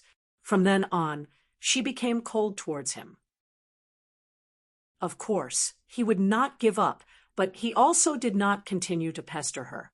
After all, after being in politics for so many years, which one of them was not experienced and naturally had their own methods, this time he had taken the initiative to visit Lu Qingmei in order to create more opportunities for them to interact. However, he did not expect that things would not go so smoothly. He did not even manage to enter Lu Qingmei's house before being shut out by Lu Qingmei using the excuse of resting. Afterwards, he thought of Tang Zheng. Lu Qingmei was very fond of Tang Zheng. Not only did she cause a ruckus at the police station for him, she even gave him extra lessons. Thus, he prepared to use Tang Zheng as a breakthrough. However, he did not expect that Tang Zheng would be unmoved. He did not even manage to obtain any useful information. He unwillingly glared at Tang Zheng's back before driving away. He would not give up. For his career, he had to obtain the beauty. In the following days, Tang Zheng once again returned to his peaceful life. During the day, he would attend classes, and at night, he would train. Over time, his cultivation had increased by quite a bit. The qi in his 9 main meridians had already reached 3 inches and 3 parts. A blazing energy surged through his body, and his body was like a large furnace as the temperature slowly increased. He gradually realized that the danger that Tian Chanzi had mentioned had appeared. In the past, the pure yin energy he absorbed was enough to offset the pure yang energy. However, as his cultivation improved, the pure yin energy he absorbed was obviously not enough. Tian Chanzi had repeatedly urged him to eat fang shishir or yi ding dang. Of course, it would be even better if he could eat Lu Qingmei. However, all of this was not as simple as Tian Chanzi thought. During this period of time, he and Fang Shishir had become much more intimate. They would occasionally kiss, but he never took the final step because he simply did not have the time. As soon as school was over, he would be dragged away by Lu Qingmei, not giving him any chance to skip class. Early in the morning, Tang Zheng walked to the school gate with a heavy heart.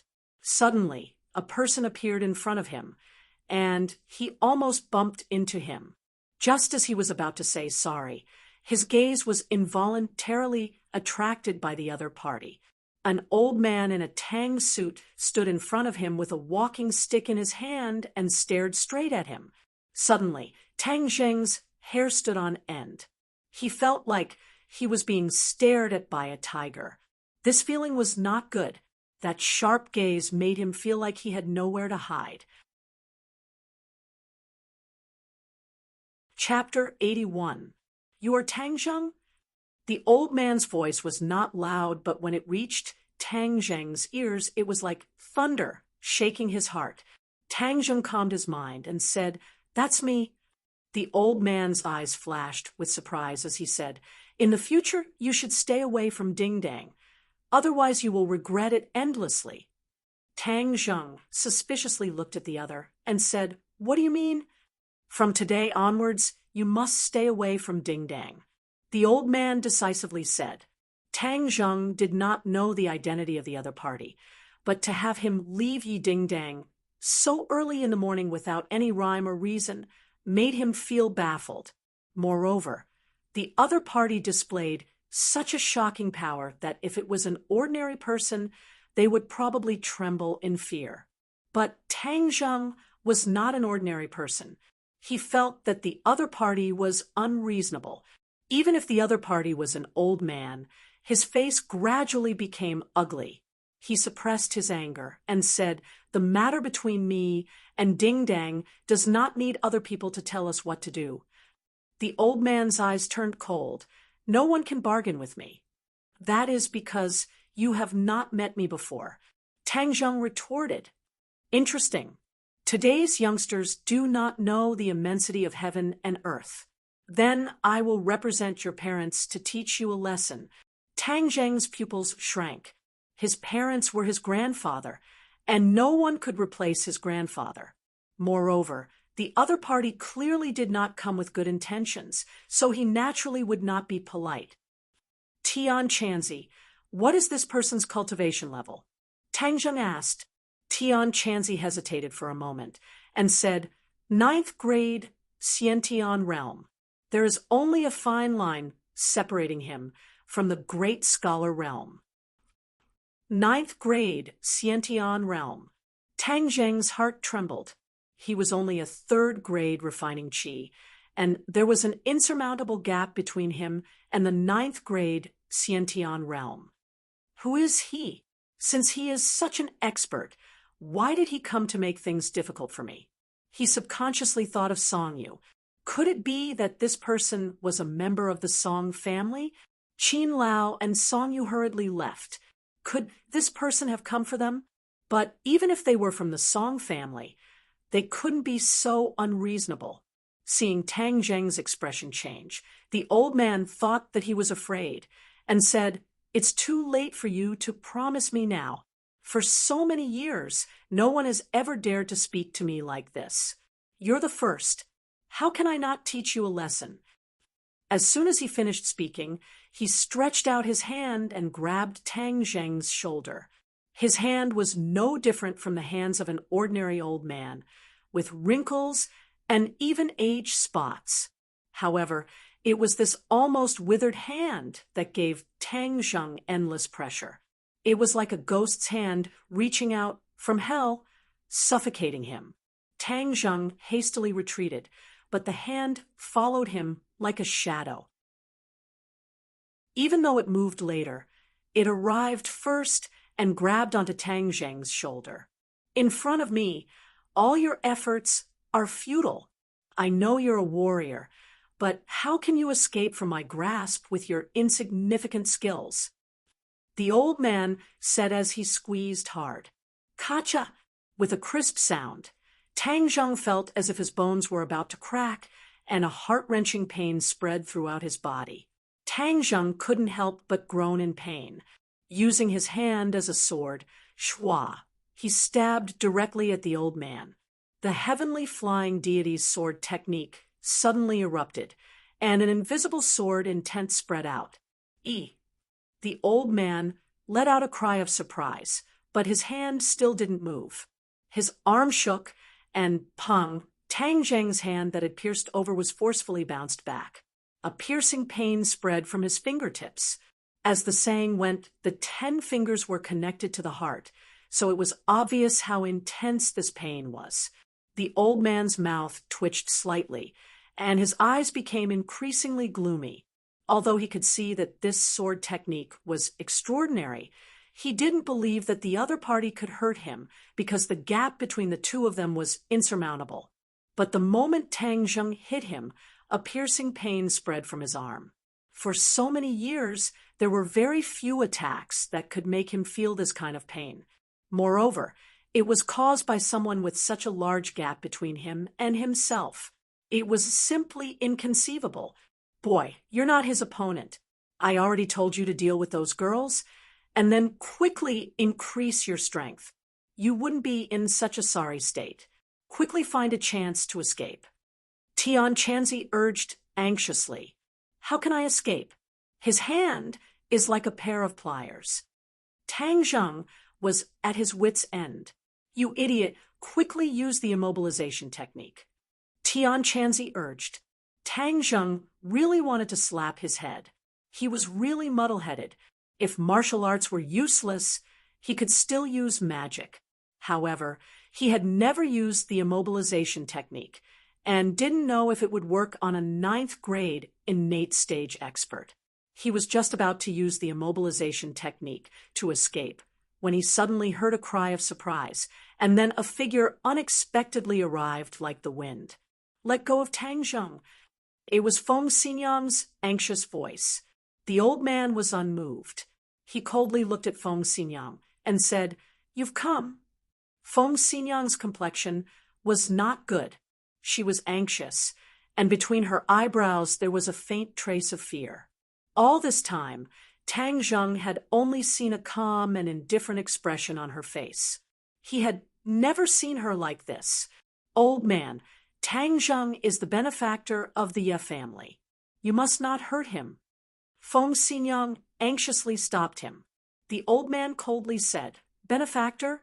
How come I didn't know that the Ye family had such a benefactor? He's only a prop for your show." Prop? Tang Zheng's complexion sank. Although he was not some big shot, he was not some broken prop. Since Feng Xinyang knew the old man, he also gave up on the idea of using the immobilization technique. "You're so unreasonable. Aren't you just relying on the fact that you're older and stronger than me to bully the weak and bully others? If I'm a prop, then what are you? You can't even compare to a prop. You're just a stubborn old man." Tang Zheng was truly angry. He was a good young man who respected the old and loved the young, but being bullied by this old man time and time again had finally aroused his unyielding nature and anger. He did not care about the other's identity or cultivation. In any case, they were not the same kind of people. He would just curse them back first. Young people needed to be unyielding. Otherwise, what was the point of being like an old man who was worried about everything? His voice was not soft. Immediately, the surroundings quieted down. It was like the densest forest without even a trace of wind. Feng Xinyang was stunned. She looked at him inexplicably with a complicated expression. There were too many things in her eyes that were completely indescribable. Yi Dingdang, who had hurriedly rushed over, stumbled and almost fell to the ground. Her mouth was wide open in shock, enough to stuff a duck egg inside. The old man was also stunned. It seemed like he could not believe his ears. Someone actually called him a prop and called him a stubborn old man. He wondered if there was something wrong with this world. Of course, there was nothing wrong with this world. There was nothing wrong with Tang Zheng. This was what he wanted to say the most in his heart. So he said it without hesitation. "You're courting death." The old man suddenly flew into a rage. He suddenly raised the crutch he had been holding and pointed it at Tang Zheng's chest. This crutch was like the scythe of the Grim Reaper. As long as he was hit, even if Tang Zheng was a cultivator, he would die without a doubt. Tang Zheng did not even have time to use the body freezing technique. He could only stare blankly as the crutch came closer and closer. "Don't!" At this critical moment, Feng Xinyang roared and bravely stepped forward. Pooh! The crutch hit Feng Xinyang's shoulder. The crutch paused for a moment, and blood spurted out from Feng Xinyang's back. This attack, her shoulder was directly pierced through by this force. One could imagine how terrifying this attack was. Feng Xinyang groaned, but did not retreat. Instead, she was like a sturdy city wall blocking in front of Tang Zheng. Feng Xinyang was a first-grade natal stage cultivator, and the old man was a 9th-grade natal stage cultivator. Although they were both 9th-grade natal stage cultivators, the gap between the two was still difficult to overcome. Feng Xinyang did not have time to resist, and could only use her body to resist. Even if she gathered all her strength to resist, it was still not enough. However, seeing that Tang Zheng was not injured, she heaved a sigh of relief. The old man's expression was uncertain. He fiercely stared at Feng Xinyang and said, "You actually did not hesitate to fight against me for him?" Feng Xinyang endured the pain and gritted her teeth. "Old man, Tang Zheng is the Ye family's benefactor. I can't just stand by and watch him get injured." "You are not allowed to hurt my mother." Yi Dingdang came back to her senses and rushed over like a madwoman. In her excitement, she did not call out Feng Xinyang's name, but called her mother. She directly rushed towards the old man and threw out her fists again and again, launching an attack without any regard for her own safety. A strange light flashed through the old man's eyes. He finally had no choice but to let go of Tang Zheng. With a sweep of his palm, Yi Dingdang spun like a top, unable to hurt him at all. Tang Zheng had just escaped from the gates of hell. He never expected that Feng Xinyang would risk her own life to block this fatal blow for him. His heart was touched and filled with warmth. Therefore, he did not hesitate to reach out and grab Yi Dingdang to stop her. Yi Dingdang's breathing was chaotic, and she was gasping for breath. Her face was red, as if she was drunk. Although she was not injured, it was obvious that she did not feel good. "You are members of the Ye family, yet you dare to attack me. Haha, very good." The old man suddenly laughed, and his tone was complicated. "You dare to harm my mother. Why can't I make a move against you?" Yi Dingdang shouted without the slightest bit of fear. "Dingdang, you have really grown up." The old man's tone softened. "Yes, I have grown up. No one can manipulate me or decide my life. My life is decided by me," Yi Dingdang shouted, with all the strength in her body. In the distance, many students were pointing at them. No one had ever seen Yi Dingdang like this before. They could not help but feel curious. However, even if Yi Dingdang was angry, she was still very beautiful. This caused many boys to secretly exclaim that this kind of girl was strong. She was valiant and heroic. Tang Zheng's head moved. From the few people's conversation, he guessed that this old man was also a member of the Ye family. However, he was even more angry. He and the Ye family were not enemies. Why would they treat him like this? Therefore, he pulled Yi Dingdang behind him and used his sturdy body to protect her. He stood in front of the old man without fear and stared at him without the slightest fear. He asked, "Just who are you?" "Yi Xuanji," the old man lightly said. As expected, he was a member of the Ye family. Tang Zheng said. However, he did not know what this name represented. This was because this name did not mean anything to ordinary people. However, to people in special circles, this name represented something that ordinary people could not imagine. Chapter 82. Feng Xinyang could not understand the old man's thoughts. Seeing that the atmosphere was getting tense, she quickly changed the topic. "Old man, Tianlei still doesn't know that you're here. Ordinary balance. Why don't we go home first?" Yi Xuanji nodded and lightly said, "Bring this brat along." "Why should I go with you?" "I'm not a member of the Ye family," Tang Zheng retorted. "Moreover, Annie Feng is injured. We should send her to the hospital first."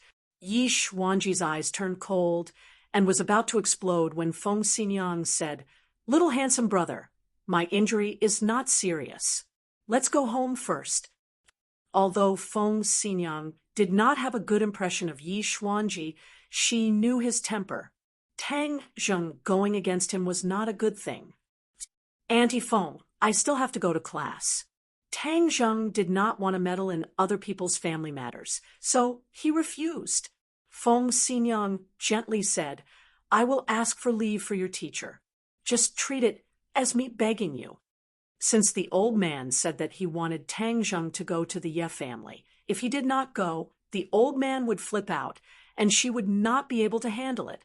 In the end, the one who would suffer would be Tang Zheng. Feng Xinyang did not want to see this kind of result. "Auntie Feng is too serious. Since you asked, Then I will not refuse. Tang Zheng agreed. In order to save him, Feng Xinyang did not hesitate to get injured. Of course, he would give her face. Yi Xuanji looked at Tang Zheng meaningfully. He never thought that there would be a day when his face would not be useful. Yi Dingdang indignantly stared at Yi Xuanji. Her eyes were filled with anger. Yi Xuanji looked at her and asked, "You hate me?" "Yes," Yi Dingdang resolutely said. "I am your grandfather. But have you done your duty as a grandfather? Since I was young, you have never come to see me." Yi Dingdang did not give him any face. Tang Zheng felt a chill. This person was actually Yi Dingdang's grandfather. No wonder he had such an imposing aura. Feng Xinyang was afraid that Yi Dingdang would say something that would anger the old man. She hurriedly grabbed Yi Dingdang and said, "Let's go." At the same time, she muttered in her heart, "Didn't the old man say that he wouldn't come to ordinary balance? Why did he come again? What was the matter?" They got into the car and drove away under the gazes of others. When Feng Shishir arrived at the school, she immediately heard about this matter. Her expression changed immediately. She sat alone in the classroom, her heart in turmoil during this period of time. Even though the relationship between Tang Zheng and her had progressed quickly, Yi Dingdang had always been watching from the side, even though she didn't do anything extreme. But because of a girl's sixth sense, she still felt a strong sense of danger. When Feng Yong saw this, he hurriedly advised, "Sister-in-law, don't listen to other people's nonsense. Don't you know what kind of person the boss is?" Feng Shishir forced out a smile and said, "Is there something going on between them?" "Definitely not." Feng Yong patted his chest and promised. Even if there was, as a little brother, he had to say no. He couldn't cause trouble for the boss. "Feng Yong, you don't need to worry about me. You can go do what you need to do." Feng Shishir let out a long sigh of relief, but her heart was still somewhat apprehensive. Takashi looked at the two whispering people from afar. His eyes flashed with a trace of resentment. He originally thought that after Tang Zheng and Feng Shishir were together, he would be able to pursue Yi Dingdang. He never thought that Tang Zheng would still be entangled with Yi Dingdang. "I've already told Qiao Fei's parents that it was Tang Zheng who harmed Qiao Fei. Why haven't they done anything? This speed is too slow." Although Takashi was tall and strong, he wasn't an idiot. He originally thought that this plan of using a borrowed knife to kill would succeed, but he never thought that there would be no movement. Of course, he didn't know that the assassin had already made his move. It was just that he had become an idiot. Going on like this isn't a solution. I'm not afraid of thieves stealing, but I'm afraid of thieves thinking about me. Tang Zheng and Dingdang are together all day long. Who knows when she will be taken to bed by him? Then I won't have a chance. No, I have to think of a way. But what method should he use? Takashi scratched his head, but couldn't come up with a good idea. Whether it was in the light or in the dark, he wasn't Tang Zheng's opponent. A strong sense of powerlessness rose up spontaneously. "I can't give up. As long as I keep an eye on him, I will be able to get hold of his weakness and ruthlessly nail him to death." Takashi silently made up his mind. At this moment, in the Ye family's manor, Tang Zheng was quietly sitting while Yi Dingdang angrily accompanied him. Feng Xinyang went to treat her injuries, while Yi Tianlei had already invited Yi Xuanji into the study. Tang Zheng glanced at Yi Dingdang and said, "Your grandfather doesn't seem to have a good relationship with you." Yi Dingdang snorted and indignantly said, "He didn't do his duty as a grandfather. Back then, he was the one who kicked my father out of Beijing." "Your Ye family seems to be a large family?" Tang Zheng probed. "It's that Ye family and not my family. Since he kicked my father out of Beijing, then I won't recognize that ye family. Yi Dingdong's attitude was firm. Tang Zheng knew that this must be a melodramatic matter within a large family, but since he had nothing to do here, he continued to gossip and asked, "Why was your father kicked out?" Yi Dingdang hesitated for a moment and said, "We're not outsiders, so I'll tell you, but you can't tell anyone else." Tang Zheng nodded his head in agreement. Yi Xuanji had 2 sons and 1 daughter. Yi Tianlei was the second son and had an elder brother above him. Yi Tianlei's talent in martial arts was not bad. He was even better than his elder brother. His cultivation was also higher. However, after he was seriously injured, his meridians were blocked, and he was judged to have no chance of reaching the Xiantian realm. If a large family did not have an expert in charge, then the family would gradually decline. This was an unchanging truth. Although many people thought that Yi Tianlei would take over the position of the old man and become the next head of the family after he was injured, he had no hope of breaking through. Thus, the position of the head of the family was even more impossible to talk about. At this time, Yi Tianlei also met Feng Xinyang. Feng Xinyang was born a commoner, but her cultivation was not ordinary. In addition, she was a forthright person. Yi Tianlei fell in love with her at first sight and vowed to marry her. Yi Tianlei flew into a rage and said that if he dared to marry her, then he would drive him out of the capital. Perhaps because Yi Tianlei saw that he had no hope of breaking through and really loved Feng Xinyang, in a fit of anger, he left the capital with Feng Xinyang and came to the ordinary balance. The husband and wife started from scratch and worked together for more than 10 years to have their current family business. After Tang Zheng heard this, he could not help but sigh. So there were so many things that happened. No wonder Yi Dingdang did not have any feelings for Yi Xuanji. Tell me, why should I listen to this kind of person? He even wants to use me as a bargaining chip to marry Songyu. Humph, wishful thinking. Yi Dingdang's life will not be controlled by anyone. Yi Dingdang said with righteous indignation. Tang Zheng nodded his head and agreed. That's right. You make your own decisions in your own life, let alone a lifetime of happiness. After Yi Dingdang vented the resentment in her heart, she felt a lot better. She looked at Tang Zheng and said, I didn't think that your guts would be bigger than mine. You actually dared to talk to him like that. Ha, aren't you the same? Tang Zheng said with a smile. Yi Dingdang shook her head and said, You know, no one has ever dared to treat him like that. At that time, when I saw your appearance, I was so scared that my heart almost jumped out of my throat. But fortunately, your mother saved me. Otherwise, I would have become a cold corpse and would not be able to talk to you. Tang Zheng recalled the situation at that time and could not help but feel a lingering fear. Yi Dingdang also knew the danger at that time. For the first time, she said with embarrassment, Tang Zheng, I'm sorry. It was all because of me that you met with this unexpected disaster. Tang Zheng shook his head and said, We are friends. Saying these words is too distant. Friends. Yi Dingdang subconsciously repeated this phrase. Ever since she was young, she had never had a true friend.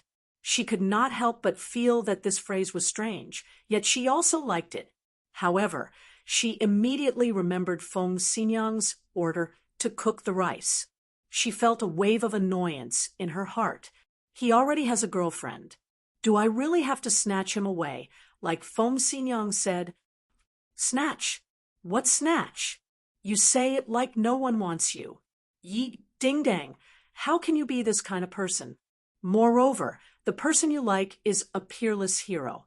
She let her imagination run wild. She subconsciously recalled the scene when he stood in front of her and faced the old man.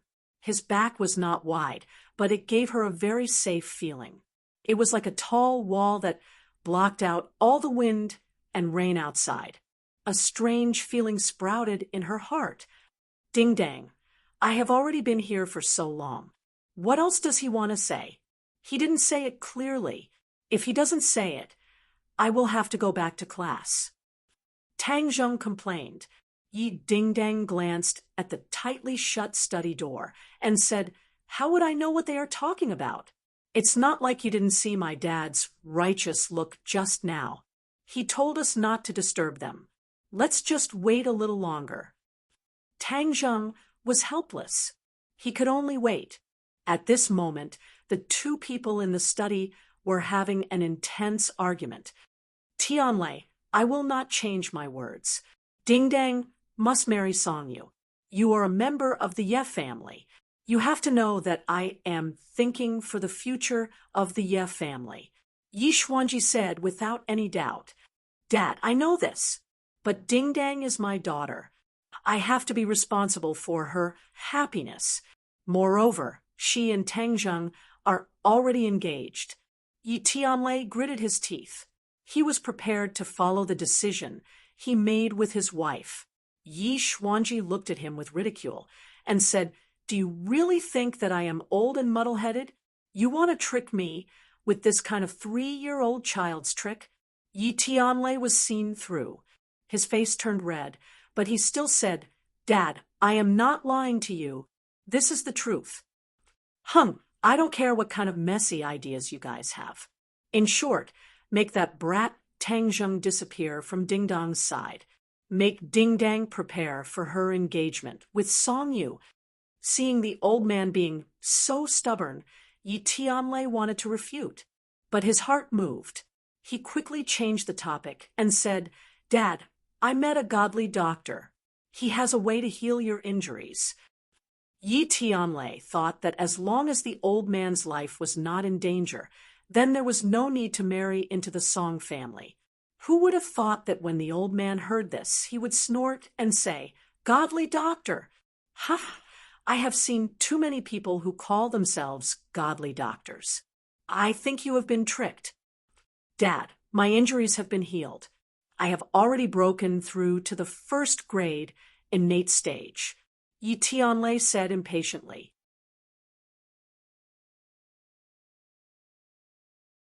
Chapter 83.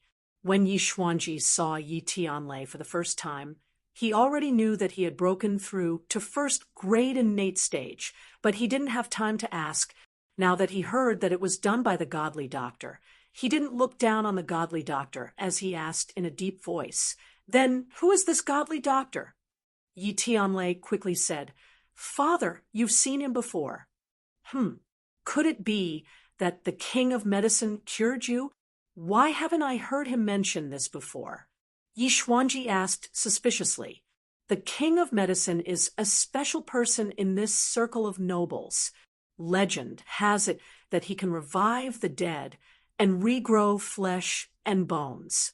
That year, Yi Tianlei also asked the king of medicine for help with his injuries, but the king of medicine was still helpless. Before Yi Tianlei could reveal the truth, Yi Xuanji already shook his head and said to himself, "It can't be the king of medicine. A few days ago, when the king of medicine contacted me, he didn't mention this. Moreover, he just came to ordinary balance." Yi Tianlei opened his eyes wide and said in astonishment, "The king of medicine came to ordinary balance." Seeing the old man nod, Yi Tianlei held back his astonishment and continued to say, "My injuries weren't cured by the king of medicine. I'm talking about another person, Tang Zheng." Tang Zheng? Even though Yi Xuanji, who had been through countless storms and waves, had already cultivated a calm mentality when he heard this news, he still couldn't hold back his astonishment. How could it be him? How old is he? Godly doctor? You think too highly of him. Father, I didn't lie to you. This is the truth. You can see that I've already broken through. Yi Tianlei decided to speak the truth. Yi Xuanji shook his head and said, "You don't have to give this Brett the credit of someone else and try to stop this marriage." Yi Xuanji was prejudiced and didn't think it was possible. Moreover, becoming a godly doctor wasn't something that could be done easily. Tang Zheng was just too young. Yi Xuanji didn't believe him at all. Father, that's not what I meant. Tang Zheng is a true talent. Maybe he can cure your injuries. Yi Tianlei suggested. Yi Xuanji laughed in ridicule. You don't need to worry about my injuries. The king of medicine asked me to come to ordinary balance for this matter. Yi Xuanji, of course. Yi Xuanji, but since there was hope, of course, he was happy. But he still suggested. Why don't let Tang Jing take a look at you first?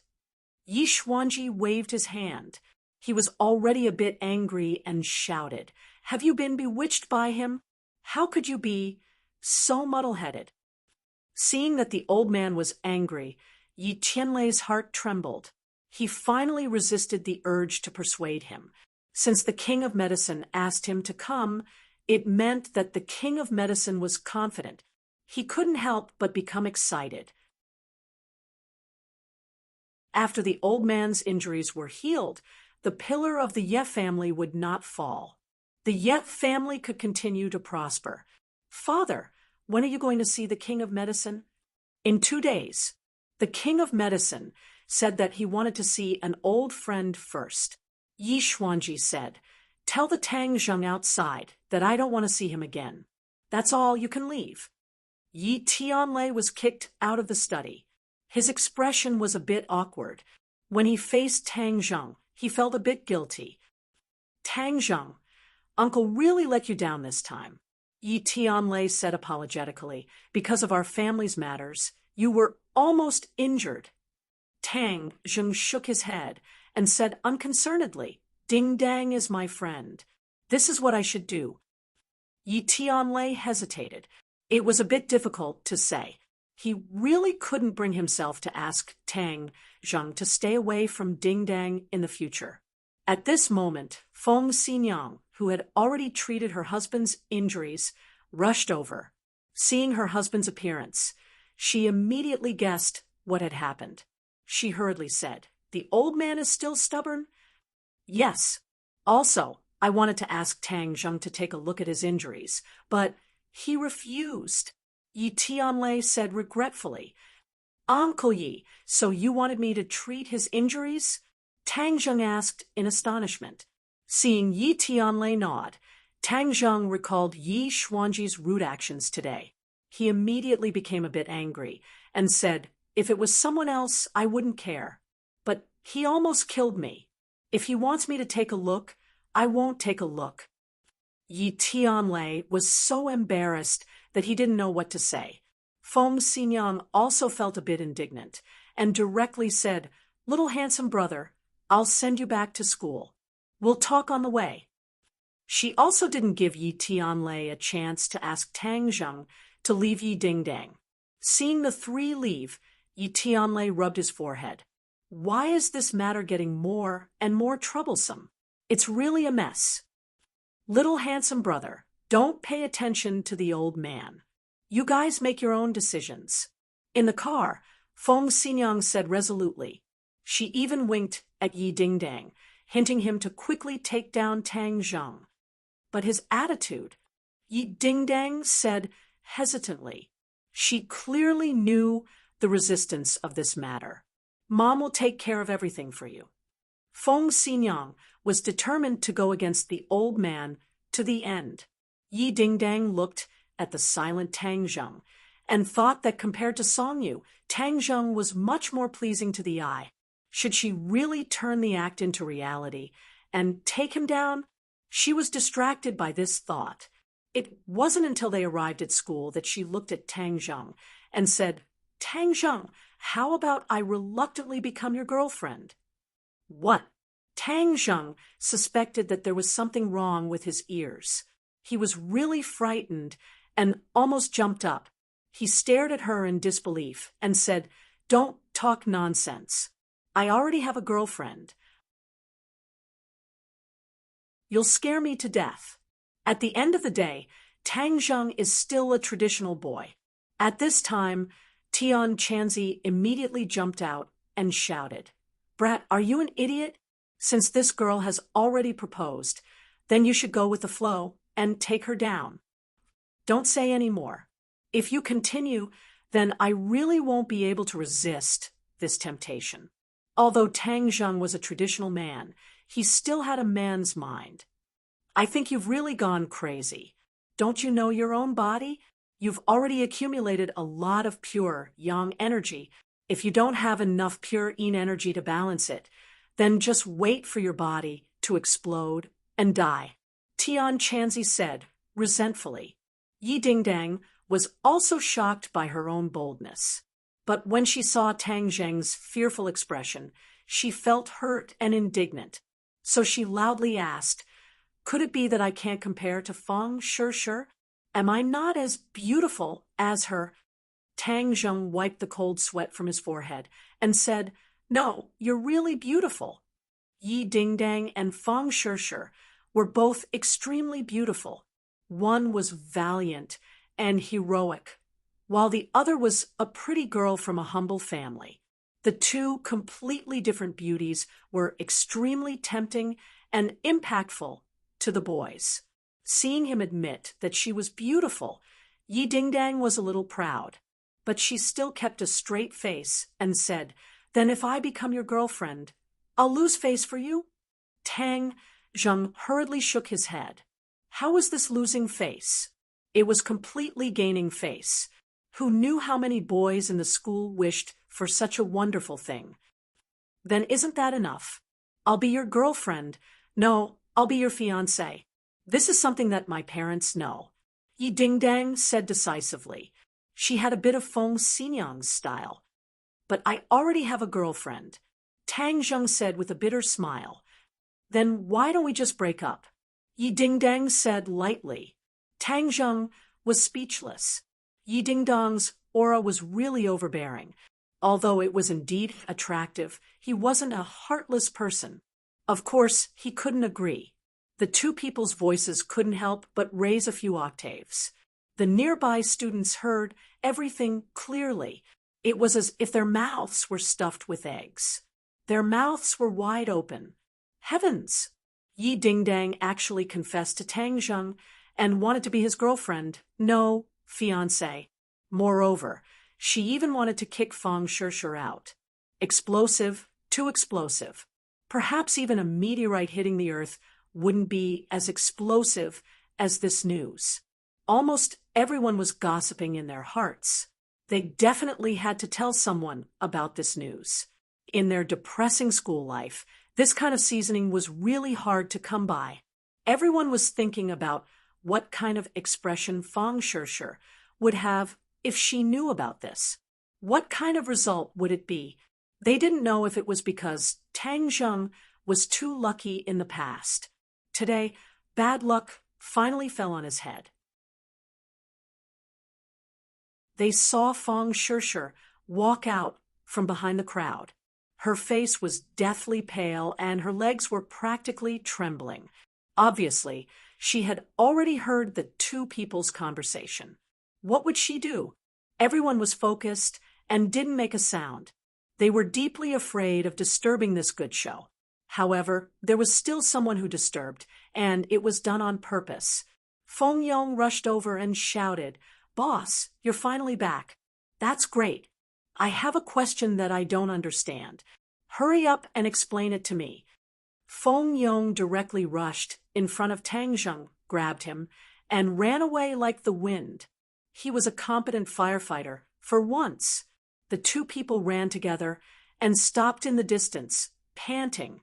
Feng Yong was tired, and Tang Zheng was really nervous. As a rookie, he really didn't have any experience in dealing with this kind of situation. He looked at Feng Yong gratefully, patted him on the shoulder, and said, "Fatty, thank you." "Hee, it's my responsibility and honor to share boss's worries and difficulties." Feng Yong cheerfully laughed, but then a look of worship appeared on his face. It was as if he was a groupie looking at his celebrity. He said, "Boss, you're really too brilliant. Sister Ding Dang actually confessed to you, and even said that you're her fiancé. Isn't this a bit too fast? Tang Zheng was unable to say anything. He said, "It's all a misunderstanding. She's just talking nonsense." How could it be nonsense? Sister Ding Dang isn't a person who likes to talk nonsense. I think she really likes you, Feng Yong said with certainty. How could that be? Tang Zheng subconsciously denied, but his heart thumped. What if she really likes him? Ha, boss, your ability to pick up girls is really too good. This kind of good thing can't happen to other people. Feng Yong said enviously, Boss, don't be so unhappy. You should be a bit happier. This is a happy thing. Happy thing? Tang Zheng didn't think so. It was just that he didn't know what to do now. He also didn't know what would happen between Yi Dingdang and Fang Shishir. Would they directly fight, like in the movies? You're tuning in to the Mystic Fist YouTube channel. Don't forget to subscribe and join us on this journey to catch the most captivating stories.